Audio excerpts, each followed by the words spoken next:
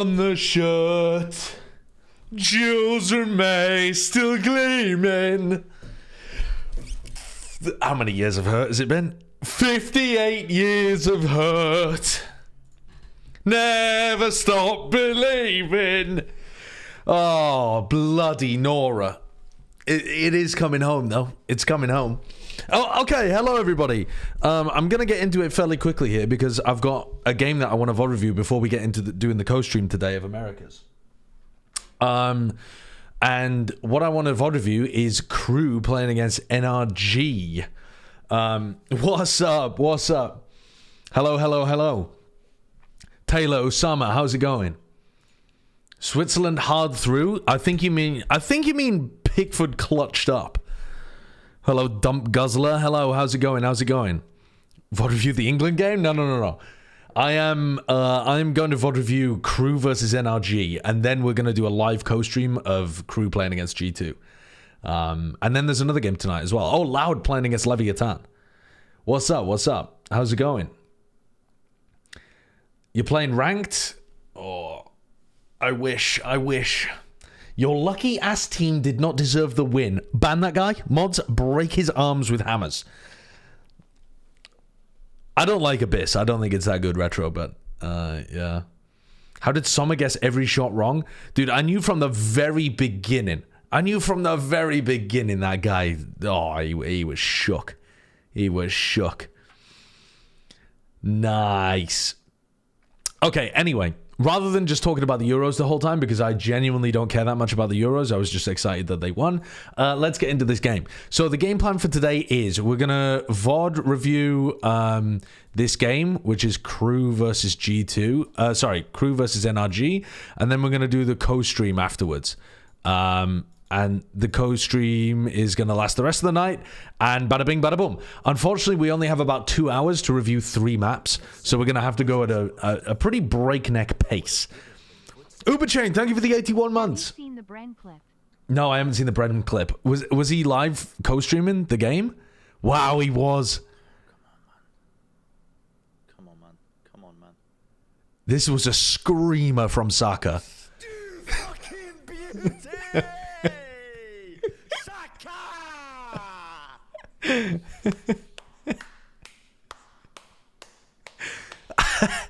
Oh, we're so fucking back. Saka! God, Saka played so incredibly well this match as well. Avian, thank you for the 42 months. England. Wait for VAR. Wait for VAR. Fuck off. I'm sorry, Babu. I'm sorry. Alice just in the background like... What time was it there? It's 8 hours earlier. The game started at like 5 o'clock or something. So what? This was... Dude, I can't even do the mental mathematics. What time was it? This was like 9 a.m.? Something like that? No, maybe a little bit later. I don't think this was egregiously early. But... Yeah. Oh, and the Tories are gone as well. Dude, it's a day to celebrate. Oh, she went to bed at 8 a.m. Oh, Bren. Oh my God, you fucked her up there. Hello, Mr. Man, smiley. D4 Fighter, thank you for the 29 months. Dude, the Tories are gone. England is winning in penalties. The world is healing. My girlfriend is very excited for your Disco Elysium playthrough. Any plans today? No plans whatsoever today. Today's plan is purely to do Valorant VOD review and then co-stream. And I need to get started, otherwise we won't have time to do this. So I forget. Apologies for anybody who wanted to talk, but now is not the time for talking. Now is the time for reducing the volume and VOD reviewing. A different approach. On the other side, for Crew, it was very standard. It was very vanilla, if you will. Oh, wow. Off rip, they're trying to do the push into the paranoia play. Unlimited Miku, thank you for the 40 months. They're gonna have to be doing stuff like Get Deluxe, thank you for the 57 months as well. Because they're basically gonna be starved. I am not a big Tory supporter. My chat likes to joke that I'm a big Tory supporter, but I am not. There at all. Yeah, you got the camera, you've got a breach. That's about I am the opposite side of the political spectrum. take space with the If you were a Tory, you'd be a Lib Dem Tory, not a Reform Tory. Yeah. Well invested there. Only bought that Yeah, out the Lib with Dems did so well off the back of the Tories melting to pieces. Keeping it close. I was amazed at how well they did, to be honest. Tight and steady. Spike in the hands of the Omen. Victor. I mean, you're right. If I was a Tory, I wouldn't be a Reform Tory, but I'm not a Tory, so it's kind of a pointless conversation, but there you go. Oh, they know where he is now. Wait, Melzer's popping off. They're getting two. I don't think Finesse is winning this one, is he? You know about Toronto politics? I think, what, isn't there a guy that was the mayor of Toronto who was, like, famous for just being coked up? With the ghost. Finesse Maybe I'm completely misunderstanding, because, like, I don't really follow it. But it was something like that. really had no business going Green's got away 4 from the MPs? Yeah, I know. That's where we are. Pretty sizable position for the Greens to continue building from. And he should have been dead. What an obnoxious start to this match. NRG, they did so many good things in that pistol round. This looks like it's not going to go anywhere. Cratchy's just getting pushed back, and then NRG, it's how costly can you make let's have a this? look. Maybe if there's mistakes from the side of Crew Visa, they can bring it back and get it a thrifty round. I mean, we had an asinine amount of those yesterday. Yeah.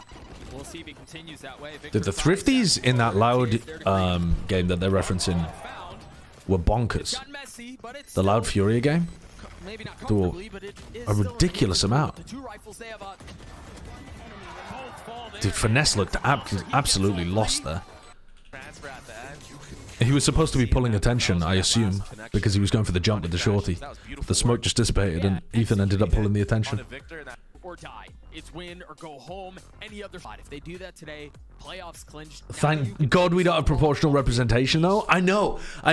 Dude, it's so funny. The Greens manifesto, as far away as you could get from reform, the Greens manifesto is like, we would like to push for electoral reform so that we have some kind of proportional representation, whether that be like alternative vote or something like that. And I'm reading it and I'm like, yes, I agree. And then I'm thinking, but actually, that would be really bad for the country, I think, at the moment. But I do agree. So many different options you can do. You can lurk with it. You can do fast. The one and only Happy Kitty, thank you for the 100 bits. You can play extremely slow if you want. This is where I think we're going to see a lot of what you want the Yoru to do in this comp is go. I like that. Get info and then set up I like that. It's a breach stun. Should they have gone for that in this round compared to the next? I don't know. But I like that play. It's one that Carmen Core go for a lot. You Yoru will into the Getting paranoia. off the utility from Crashies. That was a very early ultimate from Ethan. Those Democracy's three good so long as the people don't vote for something I don't like. Yeah, absolutely. It's amazing. And I think they're But different types of democracy can give you very different results, as the Reform Party, and actually as the Lib Dems are super aware of, because their focused campaigning in this election have brought them enormous results in the first past the post system. You're 100% right, and it's oftentimes the early round with these double duelist comps. Same with the Greens, to be honest. I mean, it's not like they have a large vote share. To keep getting the first blood like this, you set yourself up for success. 7% or something? Takes out Som, so now there's a chance here, but Ethan. Oh, whiffy from Ethan. Victor's doing. How is Victor doing such a good job from the back of sight here? See that as Kesnet takes out Som, so now there's a chance here, but Ethan.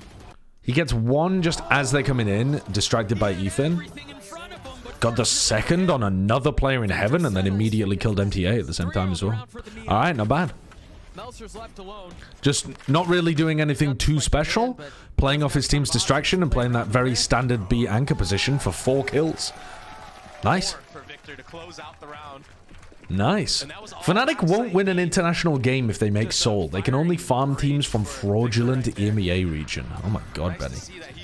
ready and warmed up for this match. I mean, Fnatic actually look like they slow starts at Yeah, are doing fairly well in EMEA. It depends what the level of play looks like once we get to Seoul. But they tend to Sounds like a crazy hot take, but honestly, it might not be. They could beat some Chinese teams, though, for sure. Snipes. It's Amor. Thank you for the 40 months and 4 months, respectively. And then also, Champs has 4 teams from each region. Like, there's going to be some teams in there worse than Fnatic from Americas and Pacific. It's almost guaranteed. You can deal with the A default if there's one there, and then you can transition. Did the Tories win any seats in Northern Ireland? No. Sean Fenn. Sean Fenn. That sounds like the name of a fucking person. Sinn Fein is what I meant to say. Sean Fenn. That's the guy who dies repeatedly. That's Boromir. Sinn Fein became the largest party in Northern Ireland. They've gone a little wide, actually. They overtook the DUP. This trip not breaking is going to be bad for crew later in this round. But Labour did make enormous gains in Scotland. The SNP fell flat on their face, which I'm not too up on Scottish politics, but I believe it was because of corruption scandals in the SNP. Could be wrong about that, but it was something scandalous occurring. It delays for a little bit longer now. 30 seconds left in the round. Saw him up close. Has to take a step back. Here comes the big flank. Now striking, but it traded right back. Kesnet's doing a good job of trading out, but here comes that finesse flank. Just doesn't look very good in those duels. Kesnet weak, but Shy healthy. Can he drop him before the spike? Nah. If Som had gone for a swing there, not that he could have necessarily known he would have had a freebie, but he could have got a freebie there onto Kesnet, and maybe he could have played the time and won the round. Yeah, the disrespect from Shy. Knows he has to cover his teammate who's sitting kind of low. That was Kesnet. And just no, I didn't watch this game because I was busy when it was on. So I haven't seen this one before. He slowly crept up into that spot. The new leader also had like 2 months. Right. If you guys recall that. But yeah, I know that secret. Dirty 69 Dorito. I know that secret. It's not too much of a secret in my opinion.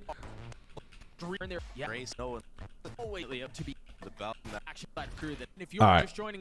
So, eco round, Neon alt. Victor still playing in this anchor position over towards B, which is a bit unusual. We're seeing a lot of pressure down this kind of lane of the map. Normally crew are liking to 1-3-1 on this map. Sometimes they'll 1-1-3 as well, but a lot of the time the 3 are going to be together through mid, at least if they play as they did previously. That's because they've been punished already. England-France final? Dude, I haven't been watching the Netherlands, but the Netherlands always scares me. Are we really going to get past them? And Netherlands going to beat Turkey, I guess. I don't know very much about the other teams in the Euros. The cam's gone? Huh.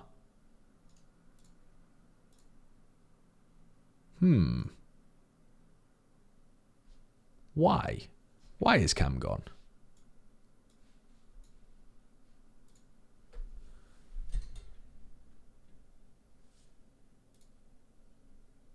Oh, for God's sake.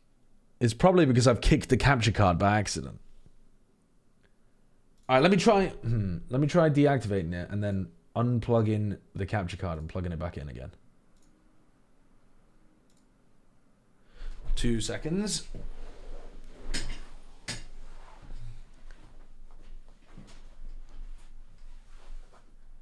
Yep, I broke the capture card. That's always good.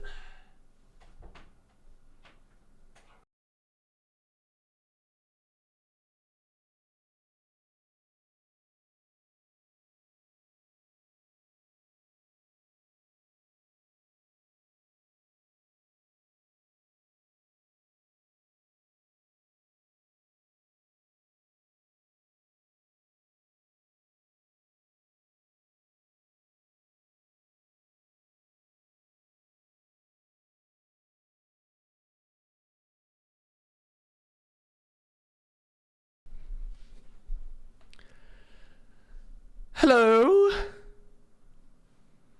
Hello? Yeah, I really need to get an internal capture card. The Elgato ones are so temperamental. The slightest disruption to the cables and they're like, they do not want to play. He's gonna play in the smoke. Just gonna go off of a timing here. Ethan's just gonna try to pick a random timing to go for it. Flash, the swing is there. Well, not a terrible idea on an eco round, but very disconnected from the rest of the team. Will come here shortly because that's all of mid gathered for free for the core. A new PC being on the list? No. I can fix this PC. I can fix her. Just give me time. Might as well be, yeah. He's lucky if he gets Netherlands very good in my opinion. Good defensive structure, very good attacking options. They do lack a typical goal-scoring striker though. Stinger in hand, and they've got to know he's close. I mean, maybe they assume he TPs. He got his one. That's all it was. Lord Kraken, thank you for the 57 months.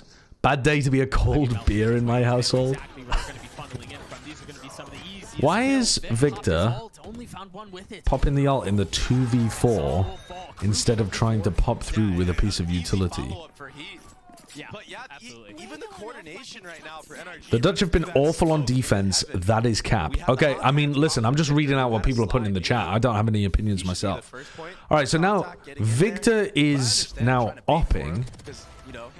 Sure. That ultimate combination, no space gathered whatsoever. All right, Victor's opping. Showstopper on the other side of things. Op early A. Showstopper coming into B. But it's not in the hands of Ethan. It's in Vic's hands. Yeah, and which is still Gate crash over here after early pressure to get Victor on the line. Probably beat the rotation of crew. Looking to see if there's any kind of play off this trip to get rid of it. And I don't know who to praise for it because Crew playing a 3-1-1. And player over on the A side goes down. MTA getting caught out, new sub in. Specific individual that's actually taking the reins for the side of crew. Yeah. Apparently it's a conglomerate. Yeah, It's all of them. A lot of discussion around who's doing it. Either way, it's Yeah, so the story with crew is, that be it. as far as I'm aware, that So many different types of nerves on that one. Klaus either wasn't confident in his calling or they weren't confident in Klaus's calling. I'm not sure which. And they've decided to do a Paper Rex let's just have everybody call. But they do play a pretty disciplined style. So they always begin with some kind of like 1-3-1 default anyway. So I think their attack side calling, they can get around that a little within their system. And then on defense, Kesnick calls, and apparently has been for a long time, and apparently said that at the beginning of the season in an interview with Pedro Romero. I just didn't watch that, so I didn't realize. Oh, and Crashies can't even keep the operator. Dirty69 Dorito, thank you for the 2 months. So, yeah. They've brought they've taken Klaus out. I'm surprised because I thought the calling was actually pretty decent from crew, even in their previous game. But I felt like it was decent all year, to be honest with you, crew's calling. But I guess from my position, I don't really know how much of that was Klaus compared to the collective. But they definitely seem like a team that doesn't quite know what they want right now. And I'm worried that that means they're just going to end up failing because they don't have a system that they can really commit to. Whoa, Ethan's very lucky to survive in that spot. Crew have been massively in control though so far. I mean, there's been basically nothing that NRG are doing. The NRG had one nice play with the Ethan ultimate that went into the paranoia. And apart from that, crew have basically just dominated. All of the rifle rounds they've had really good ideas for. They've been able to use their ultimates on those rounds. On the eco rounds, NRG haven't really had a coordinated plan of how they want to create an advantage on the eco. So It's perfect. It's perfect. Crew win 4 rounds in a row. imagine if Kesnick became an IGL. I mean, he is IGLing on the defense side, allegedly. He's been able to avoid the traps that have been laid. This is really pretty out from crew. What has to happen for NRG to make playoffs? Lots of things have to happen. Just to give you guys an idea of what actually has to happen, right? If you take a look at the stage 2 standings, this line. I just nutted. Thank you for the $3 donation. Good morning. I've been coughing up a bunch of something for days. I couldn't read it, sorry. I couldn't read it, and it didn't read it out to me because it was under the minimum. I apologize for that. Thank you for the dono. All right, so the cutoff line at the moment looks like it's going to be about 6 and 4. This is about the cutoff line in most of the regions. So NRG, in order for NRG to make it through, the cutoff line has to actually be 5 and 5. So there probably has to be some big tie between like teams in the middle of the pack, all on 5 and 5. So NRG must win their final game, but then they also need a bunch of the other teams to tie at 5 and 5. Because if all the teams start losing in the middle, a lot of them play against each other, so they're going to feed wins to the other half of the pack. So they need quite a lot of things to go nicely for them. For example, like EG play against 100 Thieves and MIBR. So if 100 Thieves... I mean, one of 100 Thieves or EG is getting up to 5. Then who do 100 Thieves play? Loud. Okay, so if Loud and MIBR win against 100 Thieves and EG, which puts them both at 5 and 5, you could have all three of these teams at 5 and 5. But that would have to be with Loud and MIBR getting wins towards the end of the season. Obviously, like C9 could lose 2 of their upcoming games. I think C9 still play against Crew as well, though. So only one of these teams can end 5 and 5. The other one can't. G2 also play against Crew, so only one of those teams can end 5 and 5. So, you know, there aren't that many teams that can actually tie in the middle of the pack and allow NRG to go through. So it's very unlikely that NRG... I don't think that the cutoff will be 5 and 5, personally. I think the cutoff will be 6 and 4. Highlights so far was that pistol round that NRG still somehow Yeah. lost. Head-to-head is the first tiebreaker in 3-way ties, but it's not in 4-way ties and above. Don't ask me why. Even if one of the teams in the 4-way tie had beaten all 3 of the other teams, apparently it wouldn't be used as a tiebreaker, according to the rules. I don't know why. That seems weird to me. But it just goes straight to map differential.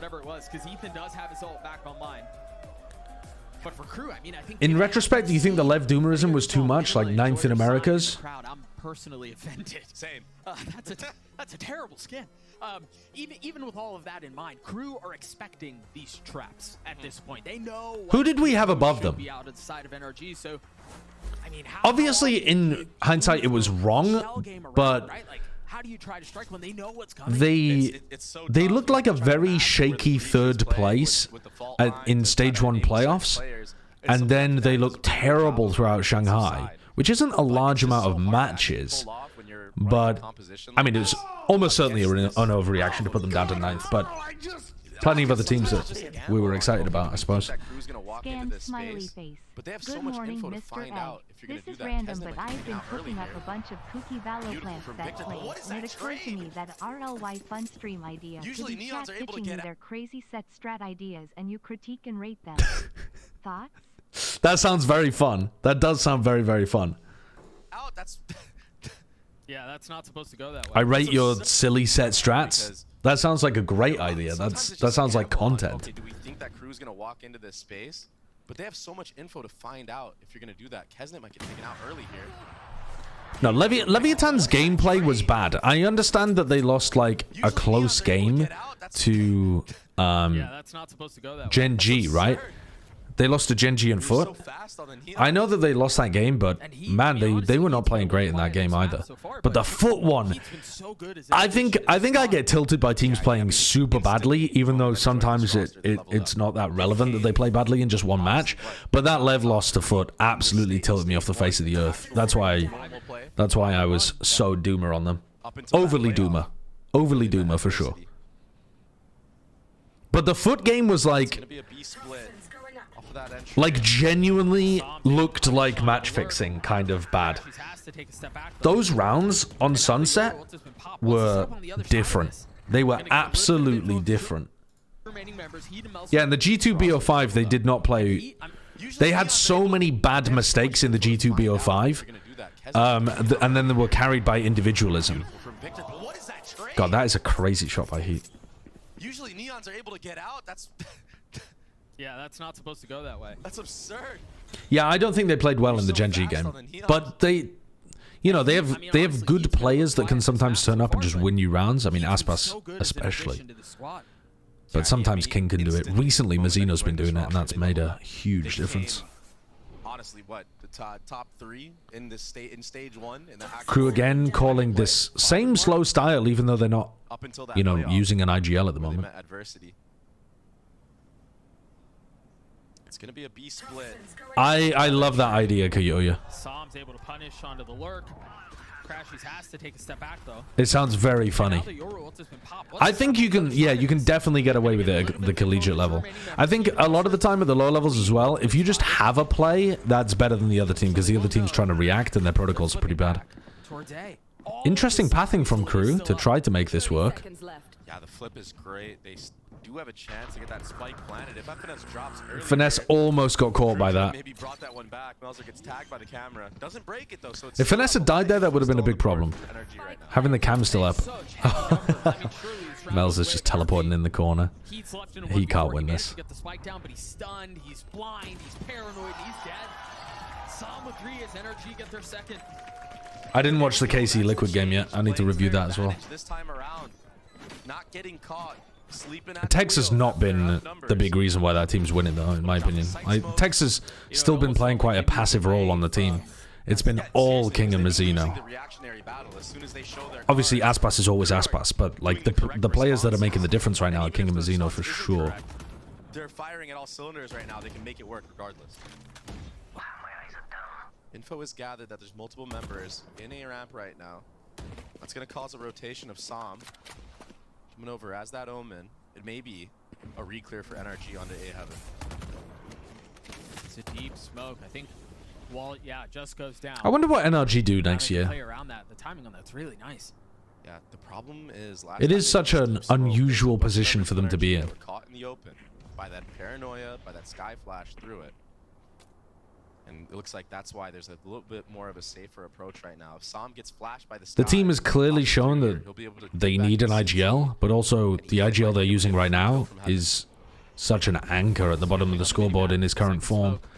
He's playing worse than usual, but Crew come out to play. It's very difficult to win with somebody not hitting shots like he is. Ethan looking to strike. Does he have a flash? He does. But he might get better if you played with him next year. He might get back to a little bit like he was playing previously. There is some more presence here from the Crew side. Finesse top frag the next game? Really? Because he looks really shaky so far on split still. Hey, you still have to deal with everything here. You also don't really have a ton of time to get away. As Ethan gets 3 on the round, 10 seconds left. The spike is in Melzer's hands, but there's no way into the site. It's also just like his cage usage is so much worse than the other Cypher anchors on the A site as well. Previously, when that Omen smoke was in A Heaven from them. Yeah. Huh. I'm interested to watch then if he ends up popping off. That's cool to watch. Fully set on having Crashies has the operator, so they're going to go for something aggressive. Yeah, maybe just having that roll. They're looking to breach out into this or something? Alright, nice. It looks like Crashies was holding the ult there, ready to ult if needed, if the rest of the players were coming to try to peel for MTA. It looks like Crashies was ready to ult that and just to help Victor either escape or get another. This is the speed up. This is the cool backup plan for that. But NRG are playing for this, Doug. They have that breach ultimate still online. Victor has the Finesse and Some wouldn't come back for one split. I don't think NRG have given them multi-year contracts. This is where I imagine the Rolling Thunder comes through for Crashies. Vic pops his ult. Those trips are still up as well, so do they intend to? Maybe. Yeah, look at Heat in the open. One spotted, trying to get but I think it would be silly for the organization to sign up for that. Crashies commits to it somehow. Stays alive. Vic going forward as well. You've got Kesner who's trying to hold him back and spawn it fast, but he will fall. Okay. A nice from NRG.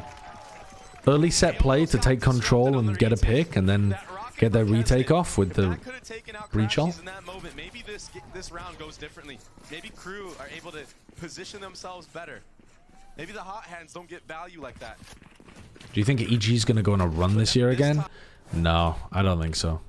I was excited watching Jorgamo at the beginning of the year, but I think that's another roster that doesn't really have the firepower to be able to go on a run, unfortunately. They would need, if they were to go on a run, EG would need some of their other players to really step up. Or they'd have to be able to get consistent top-level performances from Superman and Derek, like all the time. Not just occasionally, but all the time with Jorgamo. Yeah. Do you casters know of the backstage Valorant stuff? I remember in the Streets of Talking episode, made me leak the Yoru Loud comp. The Yoru Loud comp? What the hell even was the Yoru Loud comp? Their energy have won the last 3. And now Yuki Kimahara, thank you for the tier something a 1. little bit more competitive. QCK on Yoru. I can't even remember. What map did they run that on? Buy from Crew here. Instead of Phoenix? Oh, on Ascent that one time. Stingers and a Guardian in the hands of Yeah, I mean, we Sky. sometimes know stuff. In fact, we frequently know stuff that we're not allowed to say, but Feeling some of the pressure. Shy tried falling can't say it, behind so the Trailblazer, it's not that interesting, really. but the door was shut. Try taking the instant timing. Knowledge is useless if you can't actually act on it. Trades out cages right now with MTA in B main. But this buys time for Victor, who started off in vents, took that op shot there to reposition into B main. I mean, This lurks up. the thing about this, the way this round is played out for Energy is all of the delay utility that they had just made it to where Crew It's interesting the way that Victor's playing on this map. It's really unusual. the weapons that they have, that's what they wanted to do. Playing They wanted to backside, get looking out for a Crew, kill, wanted to try using to his get up wall close as if to it's like a Stingers, smoke that he can punish. play They were just around. never allowed And then he's them got to stuns face. as well to be able to contest. Oh my god. Some just got rolled. Stinger, did he scope in? It's the triple swing right here. Ethan can't settle, but he does get one. Crashy's left in a 1v2. Finesse, Som, Ethan, and Demon One have 2025 contracts. Only Victor and Crashies are 2024. Oh, damn. According to the GCD, I mean, I suppose I should have looked, but I didn't realize Finesse and Som had 2025 contracts. Heat's weak. MTA is as well. This all of a sudden gets notably more winnable. Now, that doesn't really mean too much because they could still, 30 seconds from having it still fall depends back up. entirely on whether Imagine they that's got gonna be like, part of the equation. you know, any level of guarantee for that Waiting contract. for the right moment to strike. Understands where both are. Snap on the first is clean. Ah, so fucking messy on the spray control. Otherwise, he should have had it. That first kill was fantastic from Crashies. Out of time. Every single bullet went around him. That might be one of the most impressive dodges of bullets I've ever seen on display. Not a time to think. Not a ton of time to think much of that over. As we head into the last round of the half. So they're planning to play the Neon on the opposite side of the Cypher pretty much all the time. Spot Kesnet. I mean, if they didn't know already, now they definitely know that they're playing a 1-1-3. Yeah, that's a tough. Flash into That's mid. such a Doesn't rough even round to lose, connect. actually. Not that NRG know. That's how do you bounce back from that? If anyone could do it, it would be Crash. All that experience under his belt. He's been in this scenario before. NRG are giving them a lot of mid control. Note here the defensive Going to ult for information at 1 minute on the clock. Som's already fallen, but Victor This should still be fine here. get back over to be as quickly as he can. Where's Ethan leaving? Is he really having to go all the way back to A here? No, he gets out safe behind the metal box. Nice. That's quite well played. I like that. About 1v4 good. Really nicely done there by Ethan. Now his position Gets a lot of information. Then he's able to get out in a spot where he can still help Finesse. Finesse anchors nicely, being able to pick up one inside a trip.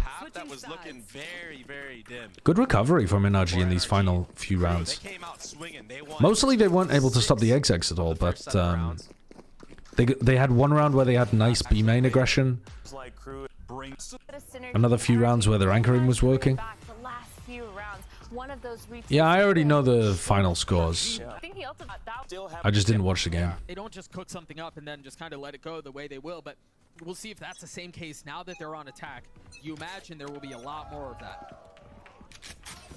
Yeah, how are they Crew gonna with make a the four-person double Lewis push down work on the mid. attacking side? It should be better. Pretty common pistol round to go for. Already getting super proactive. Walking all the way This is down a mid. They fake think into it's B. right now, but it's actually everything geared up Wow, towards this A. is wild. Spike is A. Crashies with the gets How punished does by Victor Kesnet. play this? This is such a weird spot for All Victor. just a ruse. I mean, yeah, Vic is going to continue to push into Spawn All right, takes now you space, got to the get the trip plant gets down. away. They should be able to Does get the Victor fight get a down, though. freebie? Now it's gonna be a You mad don't. dash. But Do you again, clear him in this corner? on Vic. Oh my God, he got He's gonna be two. able to get- he gets two. Traded on the third. Pretty huge. But now it's a Post-plant 3v3. positions look pretty nice from NRG as well. With Some even has a teleport to play around. for NRG. They can What? really Disastrous? put some damage on a crew in these spots right now. Oh, disastrous for crew. How do they keep them back? No paranoia to Good speak cage of for from MTA to get past the one way. Playing to perfection right now, Doug. He's on site, and he's concealed his position as long as he can. Oh my God. Actually, the freest. Meltzer's on the swing, but Vic and Som both getting 2Ks on people that weren't looking at them. No time. I have an idea. You in that moment and just tucking there. Stacking Full B. set of players of energy. Then you're able to go back, reclear. Are they going into it? Into the stack. Yeah, and this is the problem with this composition. You have very limited info. They've done a really good job considering how limited I think it actually is. I do agree that the 100 Thieves fans are a bit too doomer, but it's a bit worrying seeing the players' form being rough right now. Because I still feel like their protocols and their game plans are good, but the player form seems to have gone down a lot, and I'm not exactly sure why. But Cryo in particular is just not putting up a single good Cryo map recently. It could get punted. At some point, he'll probably come back to form, and they'll look fantastic again. But it feels a little bit like, you know, like the poking them with a stick meme. Come on, Cryo. Do the Cryo thing. No real way to get any support, no real way to get any help. I don't think it really matters that they can't play Neon. The Neon is not... Yeah, Meltzer played completely ahead of that. It hasn't turned out to be super meta. I think it was tough too. It seemed On a like couple Vic of was maps. funneled out of that smoke because of the nade from Kesnet, so he had no choice but to But go forward. I think Sentinels are showing that you really don't need to. The paranoia out. They know exactly where Som is. Is it a cool thing to have in your arsenal, though? Absolutely. Kind of good Neon take over a game? Yeah. Is it amazing to have somebody like Aspas on your team who can play all three? Abso-fucking-lutely. But is it the reason that 100 Thieves aren't winning right now? No. Two stingers. The only rifle is in the hands of Ethan, who's been on a proper heater so far. Nice from Ethan. He really is playing a lot better. I say as he throws away his Vandal. What? And then teleports into sight. What? The caster curse. It even works when I'm not working. No way to understand the Kesnet's on the wrap. MTA is playing his cards perfectly. And Crashy's never saw. Catches. That was the bonus. I haven't watched Team Heretics game against Giants yet, either. I'm still doing my VOD reviewing. But it's traded right back. I watched 100 Thieves, MIBR, Loud Furia, and now I'm watching this game. Those are the only ones since I was last on broadcast that I've seen. Dude, how are these rounds falling to pieces like this? Let me watch this one again. That was the bonus, though. Full buy from NRG. Crew have a judge in the hands of Shy, and it's pace. Forte, but it's traded right back. They've kept things out. Why are they just running in instantly afterwards? They must think that A Heaven is stacked here. So many problems. I mean, look at the health bars on the members of Crew, or of NRG, excuse me. Forget the judge. A snap like that, you won't miss. Ethan manages to get It's not even planted for Ethan if he decided to ult and like reposition Heaven or something. It's just so tough for Ethan to play this. Yeah. Disconnect right now in NRG. The spacing isn't all quite there. Even the entry on the A main, it's FNS out alone. The time so strong. If you want rounds into this half, Do you think having a designated opera on a team would be helpful for NRG? down mid again. I mean, it's helpful for any team, but sometimes the roles just don't work out like that. And to be honest with you, the op is not as important in this game as it is in CS, so you don't need to prioritize it to that level. I think that's something that a lot of the CS heads think about when, to be honest, you can be a full right. Like, it's great that you can throw the op in there and it be a real serious threat for the opposition, but you can absolutely win games whilst having a low op pick rate. Yeah, winning this round would be great for NRG to stay into this one. It's not worth screwing all of your team's roles around to try to fix, basically. It's a really great to have, but not a need to have that you would fuck up your whole team to make work. Alright, Finesse has been caught here. Did they clear him? God, Vic is running through them right now, though. And Finesse has not been caught. Everyone's distracted for oh, no. Yeah, he gets caught. Shots finally connecting and settling, but Ethan tucked in hell. What a paranoia. Looking to bring people down with him. Good dodge. And he does get one. It's on Oh, Ethan. He's styling on him. Problem for Crew, but it's left in a 1v1. And Meltzer's really far away from the play here. Yeah, there are some teams like T1 who live or die by the op, but it's generally a bad thing. With crosshair trained, steady in the Yeah, if you want to play on like Ascent, Icebox honestly is fantastic for the op, but I don't think it's as necessary as Ascent. Ascent feels like if you don't have somebody who's willing to op, you're going to struggle a bit on the defense side, but teams have made it work. But to be honest, most Ulyss players are pretty happy to op to some degree. They might not be world class, but they're still able to run it in like the most basic defense setups, where you just need an opper posted on an angle. You don't need them to do anything crazy. Doesn't pop. It takes a step back, goes back towards B, but they've left Meltzer. It's just a classic, and that's exactly Cryo recently in one of his streams said he hates playing ranked because it makes him lose his confidence. Absolute armchair psychologist here. That sounds like he's losing his confidence and he's getting frustrated by ranked and then conflating the two. If playing ranked is genuinely making you lose confidence, I would suggest there's probably something else going on there for a pro player.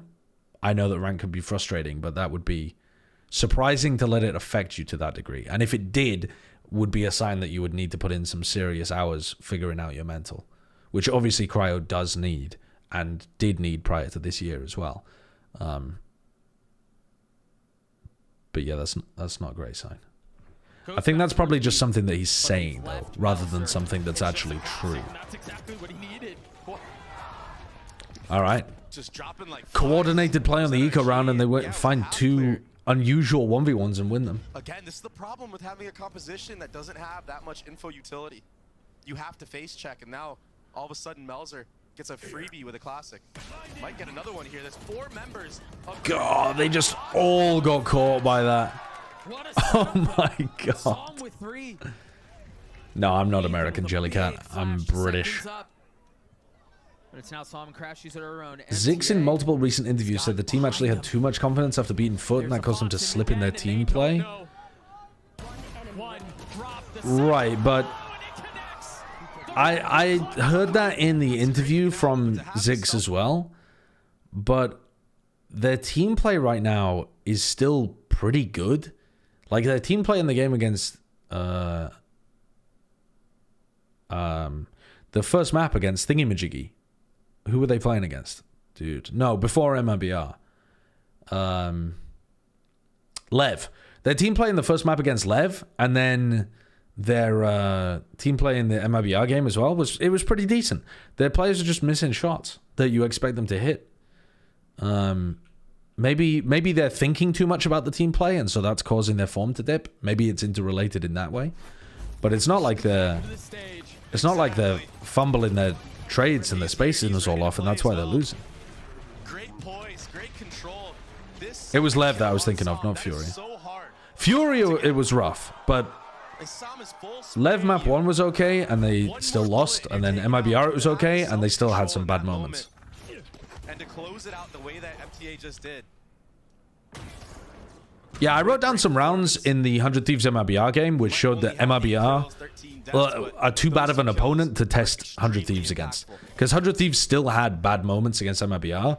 They just weren't punished by losing the maps. So now you see Energy are back on this broken buy. They've got a rifle in the hands of Sam. A little bit behind it. Ethan one away from his ult. Crash is one away from his ult. We've talked so many times about how pivotal that is to their game plan. Vic not able to Just find trying any to space at walk all. into the smoke. So Sam clears out Was the that keys to their game plan. set up by anything? Nope, not at all. Just assumed that the smoke would be empty. So Sam clears out the cam. Is that enough to manipulate a rotation back B? Yeah, it keeps 3 members towards B. Maybe so just had a read on far, the so fact good. that Shy likes to play towards vents usually. He's going to be first contact here, but this is the spacing gap that I'm telling you about. Finesse has a frenzy though. I mean, that's such a tough fight to win. That high-low will certainly... The high-low was a much nicer way of clearing that. Want to go back A. He's going to be forced to give the On the seed, Ethan. Oh. Shot on the heat. He did a nice job of dodging the flash there. He had to give sight, and then I thought he was still going to be able to get one on the way back in. Popped his ult. This is nice from Kesnet. Kesnet out. Crash Yeah. is dead. Nicely done. They've invested. And Ethan's also having to come out of his ultimate there, gets caught. I've got to be honest, it's not looking good for NRG. Just praying that Ethan is able to get that Ethan's trade, but individual performance is good, able to come out of that ultimate but in time. they don't look particularly well coordinated. They had like a couple good rounds, maybe like 2 or 3 on the defense side. Wow, they're just getting owned there. There was 4 crew players ramp. Targets to look at, didn't know which Just one to shoot hard at. stacked it. That all out crew. Or not hard stacked it so much as insta-rotated. Look at that. They have 3 there to begin the round, Just not able to come out of and that then ultimate Shy in time. just runs over to help. Yeah, I know who wins, yeah. Crew stay with an advantage. The paranoia must have feeling a lot of the heat as Victor goes aggressive, but he's met by 2. The paranoia is filthy as well. Too many targets to look at, didn't know which one to shoot at. You know that you've caught that guy in the stun. 5v4 in this round. Victor's so determined to follow up because he knows the utilities landed on the opponent. The differences from the first half up until the second was the fact that NRG were winning a lot of the first kills. Yeah, they were.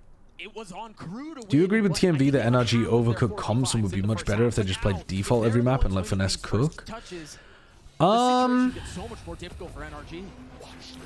Yeah, those first bloods have been. I don't know. I think that's very easy to say in hindsight after they've lost quite a lot, We'll give Melzer all the but info needed to I don't know whether it's true.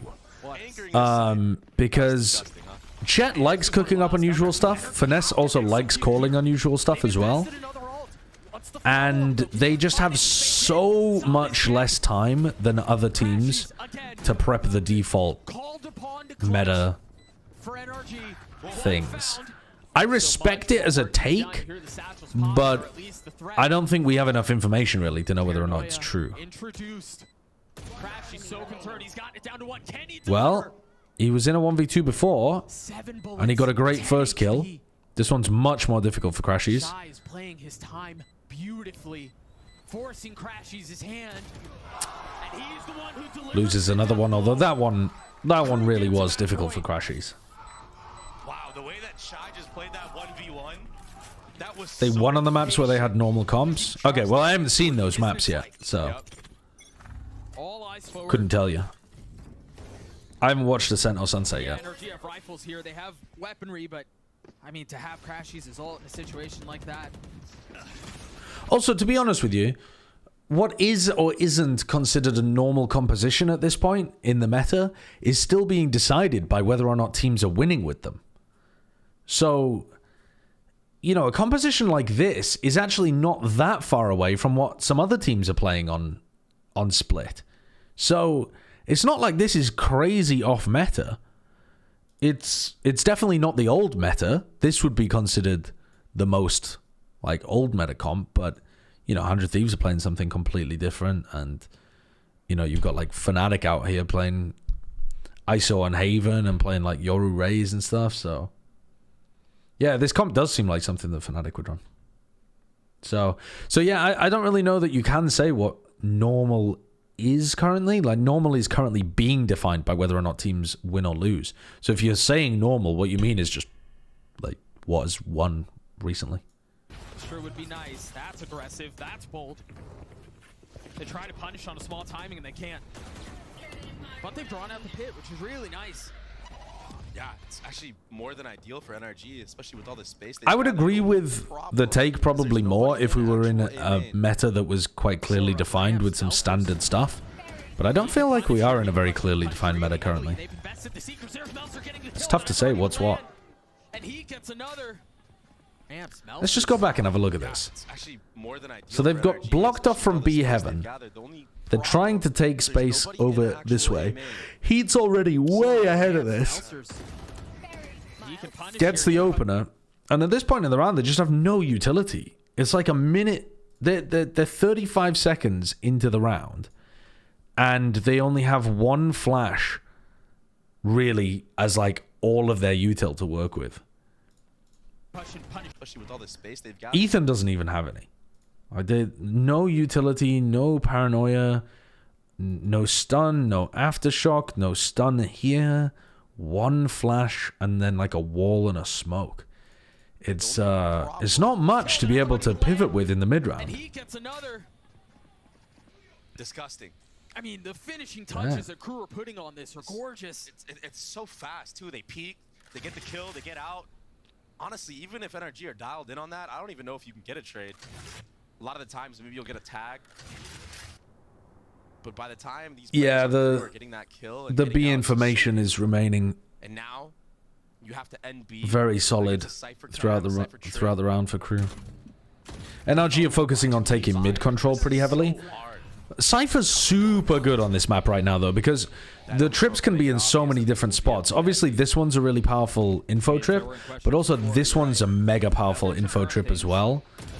You could be putting info trips up in heaven here or here. You know, you could have trips like here and here on A as well. So there's so many spots where the Cypher could be getting game-changing information against you. It's tough to go and check them all.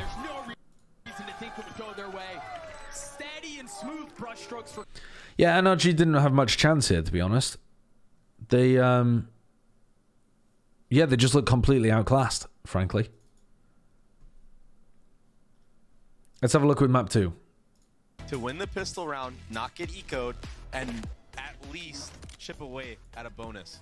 I think one thing I've heard 23 up against 3 sheriffs for crew. Cloud9. It's been a hot minute. Over 400 days. No 1080p And yeah, premium? What? Sometimes when we saw it in the past, and sometimes it has struggled. But there's no time like NRG to find some of in. that success. NRG, you mentioned Finesse it. is They out here never in spawn. die need Pinging? to convert this Pinging? pistol, to get a good ball rolling on the attack side. They get onto B for free. They know. They are fucking so aware. Wait, what did Finesse throw at the beginning of the round? Did he throw a cam or something? Last time, April in 2023 up against Cloud9. Yes, he threw cam at the start of the round and they knew he was there. Absolutely owned. I missed the fact that he threw a cam. they just went and hunted Finesse. There was pings in CT and T spawn actually. So crew were aware that FNS was in spawn that entire time, and Melzer got the kill and flushed them out. Now it's a 4v5 for NRG. See that paranoia come out. Kesnet has to take a step back, but it's traded. All the utility soaring through. Ethan has already fallen. Shy trying to stay alive, trying to keep things close. Heat's weak. The health bars. The fuck? No, thank you. How did everybody suddenly just die so quickly? Trying to keep things close. I mean, look at the health bars. Ah. They're also weak. Aggression They're from also Victor low. through CT and Crashy's NRG also really popping up from comfortable, stairs. but Crashy's is weak. Vic is too They just tiny. turned this round completely. And for crew, you've got to go and you've got to go fast. They're all playing aggressively in the post plant from different angles. And then they meet up to play a high-low. Okay. They really saved that one for themselves. But NRG, a good response to take all of that CT area after FNS dies there. Had NRG not done that, they're very limited on the space that they can play, and we've seen Yeah, so many Kesnet is trouble IGL. with No, this I don't think Kesnet's calling on the attack side so much. Like, all of them are calling on the attack side, and then Kesnet is calling on the defense side.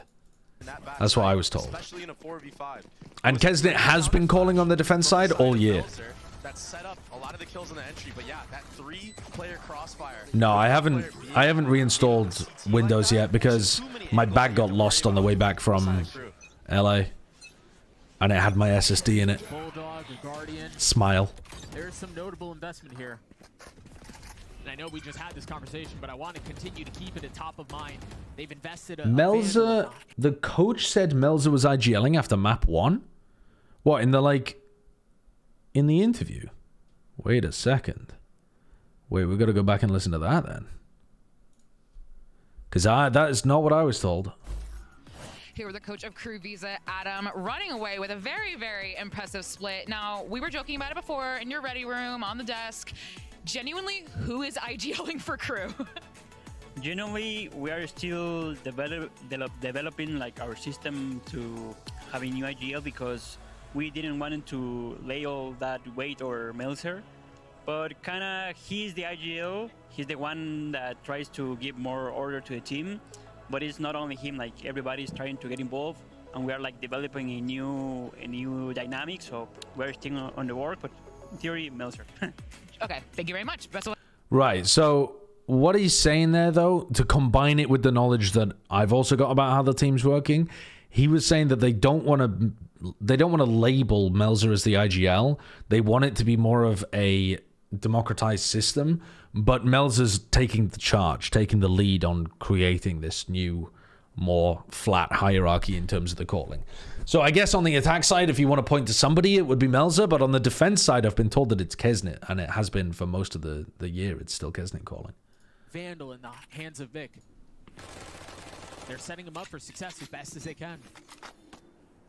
And he played pretty well on that last map on the Neon in terms of his actual mechanics. And Yeah, they think they paper X very much. Stunned or hit by a paranoia. So he can really do some damage into this game, but they're running into another stack.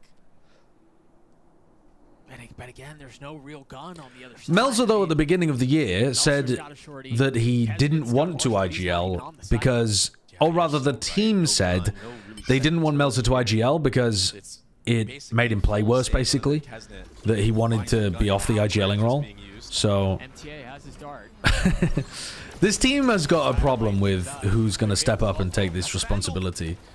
And if it's everybody, they need to create that system pretty soon. Good from Crashies to close that out. That was looking dangerous.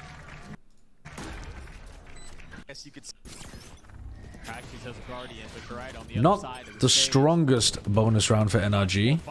Ethan 1 away from getting null command. Are they going to try for the other alt orb? Are they really just playing alt orbs here?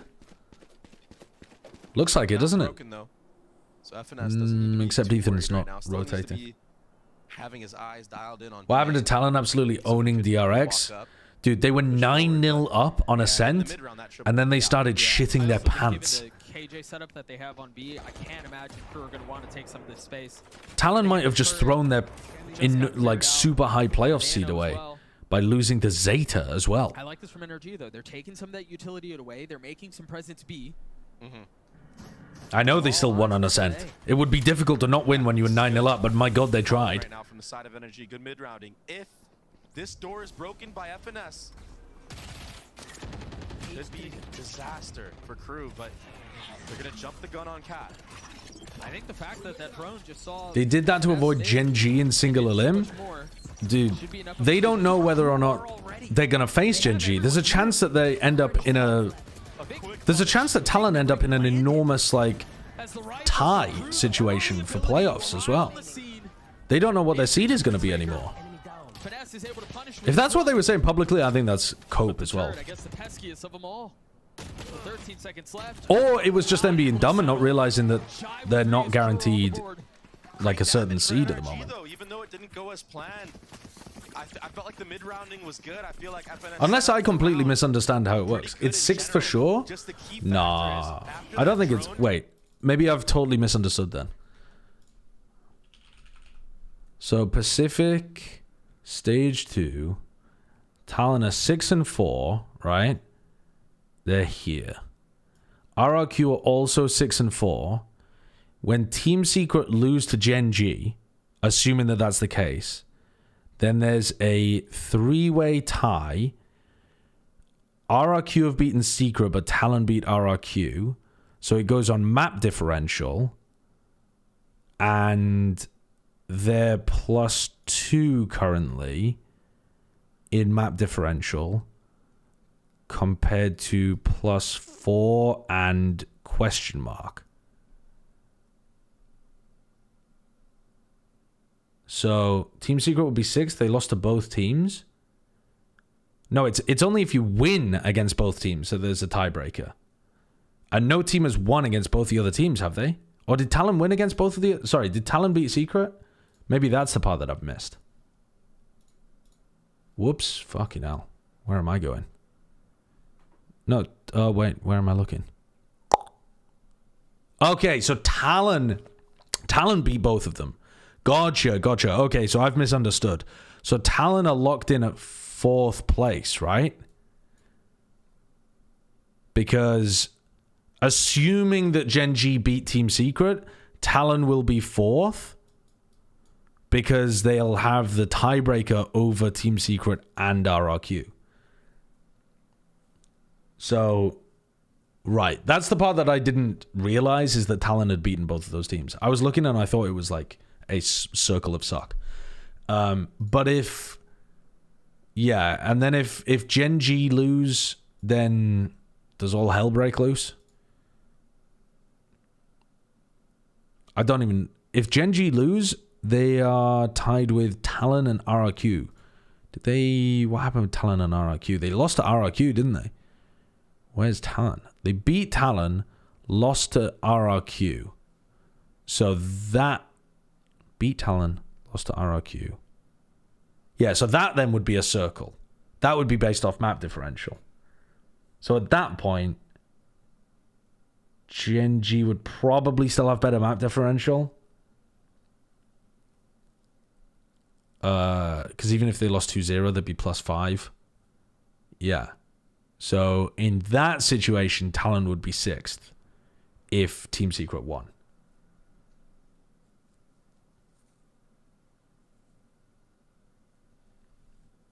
If Gen G beats Secret, they'll be guaranteed champs as well. I mean, I'm assuming they'll make champs, but yeah.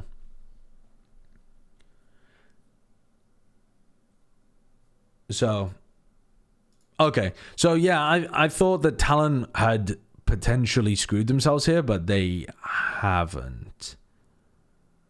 Because even worst case scenario, they're in 6th and they would play against... Well, I mean, that's a pretty terrible spot to be in, 6th compared to 4th, right? Because the way that the playoffs work, the 5th and 6th seeds are in... Oh, no, everyone's in it. Yeah, it's not just like... It's only the top 2 that get the good seed.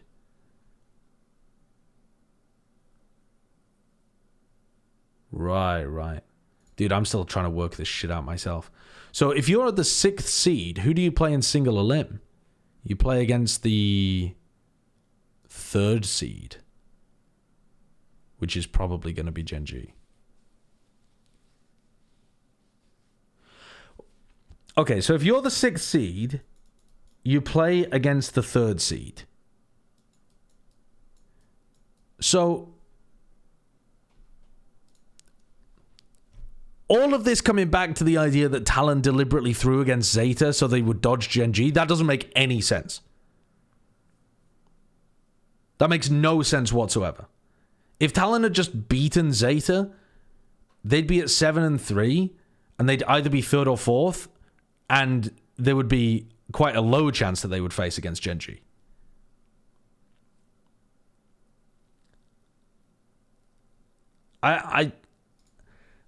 There's no way. That's just cope.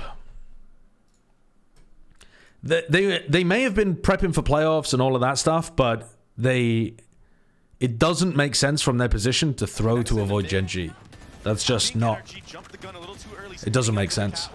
A lot of the players on Crew Visa, they're going to be ready for that. They're going to be ready for the speed up. That's why you already saw a bunch of players backing up, anchoring into the actual A site. And Ethan, yeah, he hit. But they have 0 chance of playing Gen G now? What? No, they don't. Wait, do they? Dude, I'm wrapping my fucking brain in circles. If Gen G... Oh my god, dude, fuck me. If Gen G lose... If Gen G lose, they go 6-4. They are in 4th. If Gen G lose, they're in 4th. Because they would win the tiebreaker against Talon and RRQ. And Talon would be in 6th.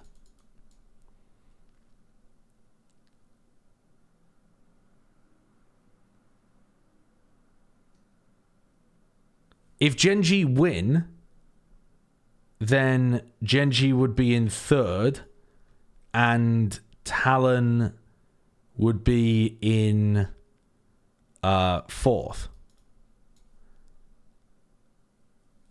So yeah, they're not going to play against each other, but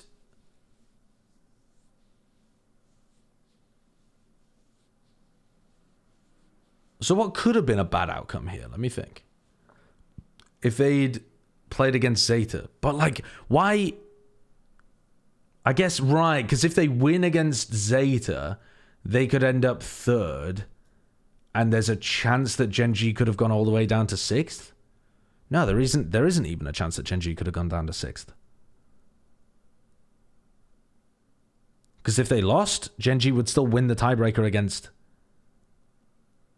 Oh, Genji would lose the tiebreaker against RRQ. No, because it would be a three-way tiebreak between... No, it wouldn't. No, it wouldn't. Yeah, it would be a two-way tiebreaker. So if Talon had won against Zeta, they would be 7-3 in third, and Genji would be 6-4. The only other team to be 6-4 would have been RRQ. They would have lost the tiebreaker to RRQ. They would have ended up sixth. Yes, now I understand. I finally get it. I finally get it.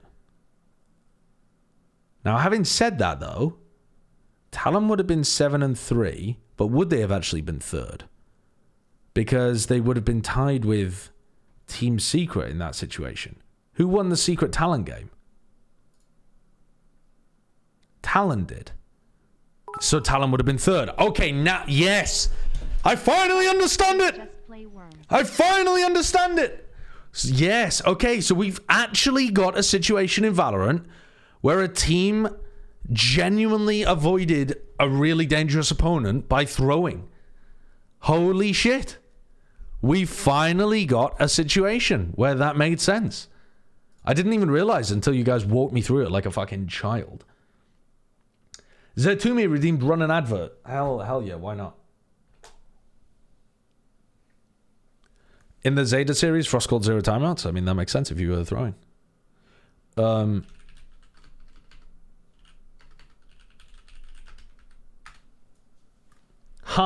All right, that's kind of cool. That is kind of cool.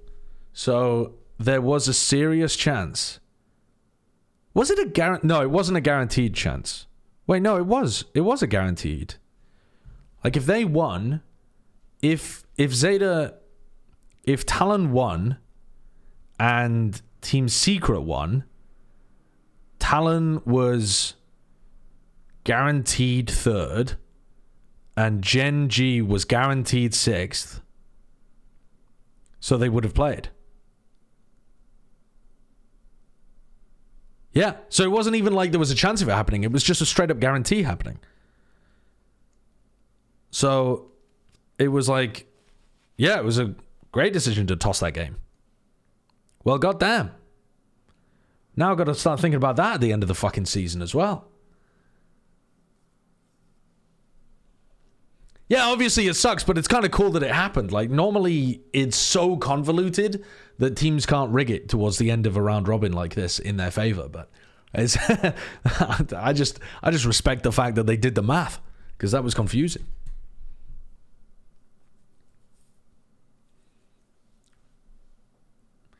I know you can't prove it, but in a scenario where you could, is that even allowed? No, I think it would be against the rules. But like, again, how are you going to prove it?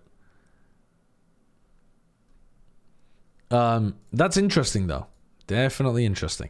Now, NRG, they are supposed to win this game in order to have any chance of making playoffs. And in full effect. Cover going out. If that door gets broken, that B market door gets broken. I have no idea what the punishment for throwing on purpose would be, but definitely seemed like that was a good decision overall for Talon to throw that game against Zeta. Frost will randomly admit it on his own podcast. Yeah, dude actually cannot keep his mouth closed. There's 100% chance he throws himself in. Upcoming self-report next episode. It's a slaughter as Crew get their second. Absolute destruction Melzer. Sorry, I wasn't paying attention. What happened here? Oh yeah, he jumped at them with a judge. Oh, he didn't know anyway. Vic falls, the judge again causing Also problems. takes all of their utility away and then flank them through mid as well. Nice. And yet not in that adaptation. It's been instantaneous re-clears from the side of Crew. Crew have also got really nice anti-KO protocol in that round too. Those timing windows. I mean, you think about they tried striking as the re-clear was happening mid. It's not like they're not playing around. The point system makes this year's format the worst yet. Both regular season record and points effectively attempt to do the same thing, which leave no rooms for teams that are very strong at the end of the year. No, that's not true. I think you've misunderstood how it works. The regular season results only get the top teams to playoffs. From there, it's all about your form at the end of the year. 3 out of 4 of the champs teams are going to be defined by who pops off in the playoffs. So it's NRG Like, right now that are trying to win. a team with a bad record that, I mean, a 6-4 record is not great. A team with a 6-4 record that scrapes into playoffs, that just pops off in playoffs, are going to champs. I think you're right. It is early. And 3/4 of the champs teams are going to be defined by that. I don't know why the VOD quality is so bad. For the NRG fans, a little hope. Kesnet with op online though. Also worth noting, Shy. What do you think of an 18 playoff format? I think an 18 playoff format would be a very good idea, but also I don't think you need a bye. Hunter's Fury to answer.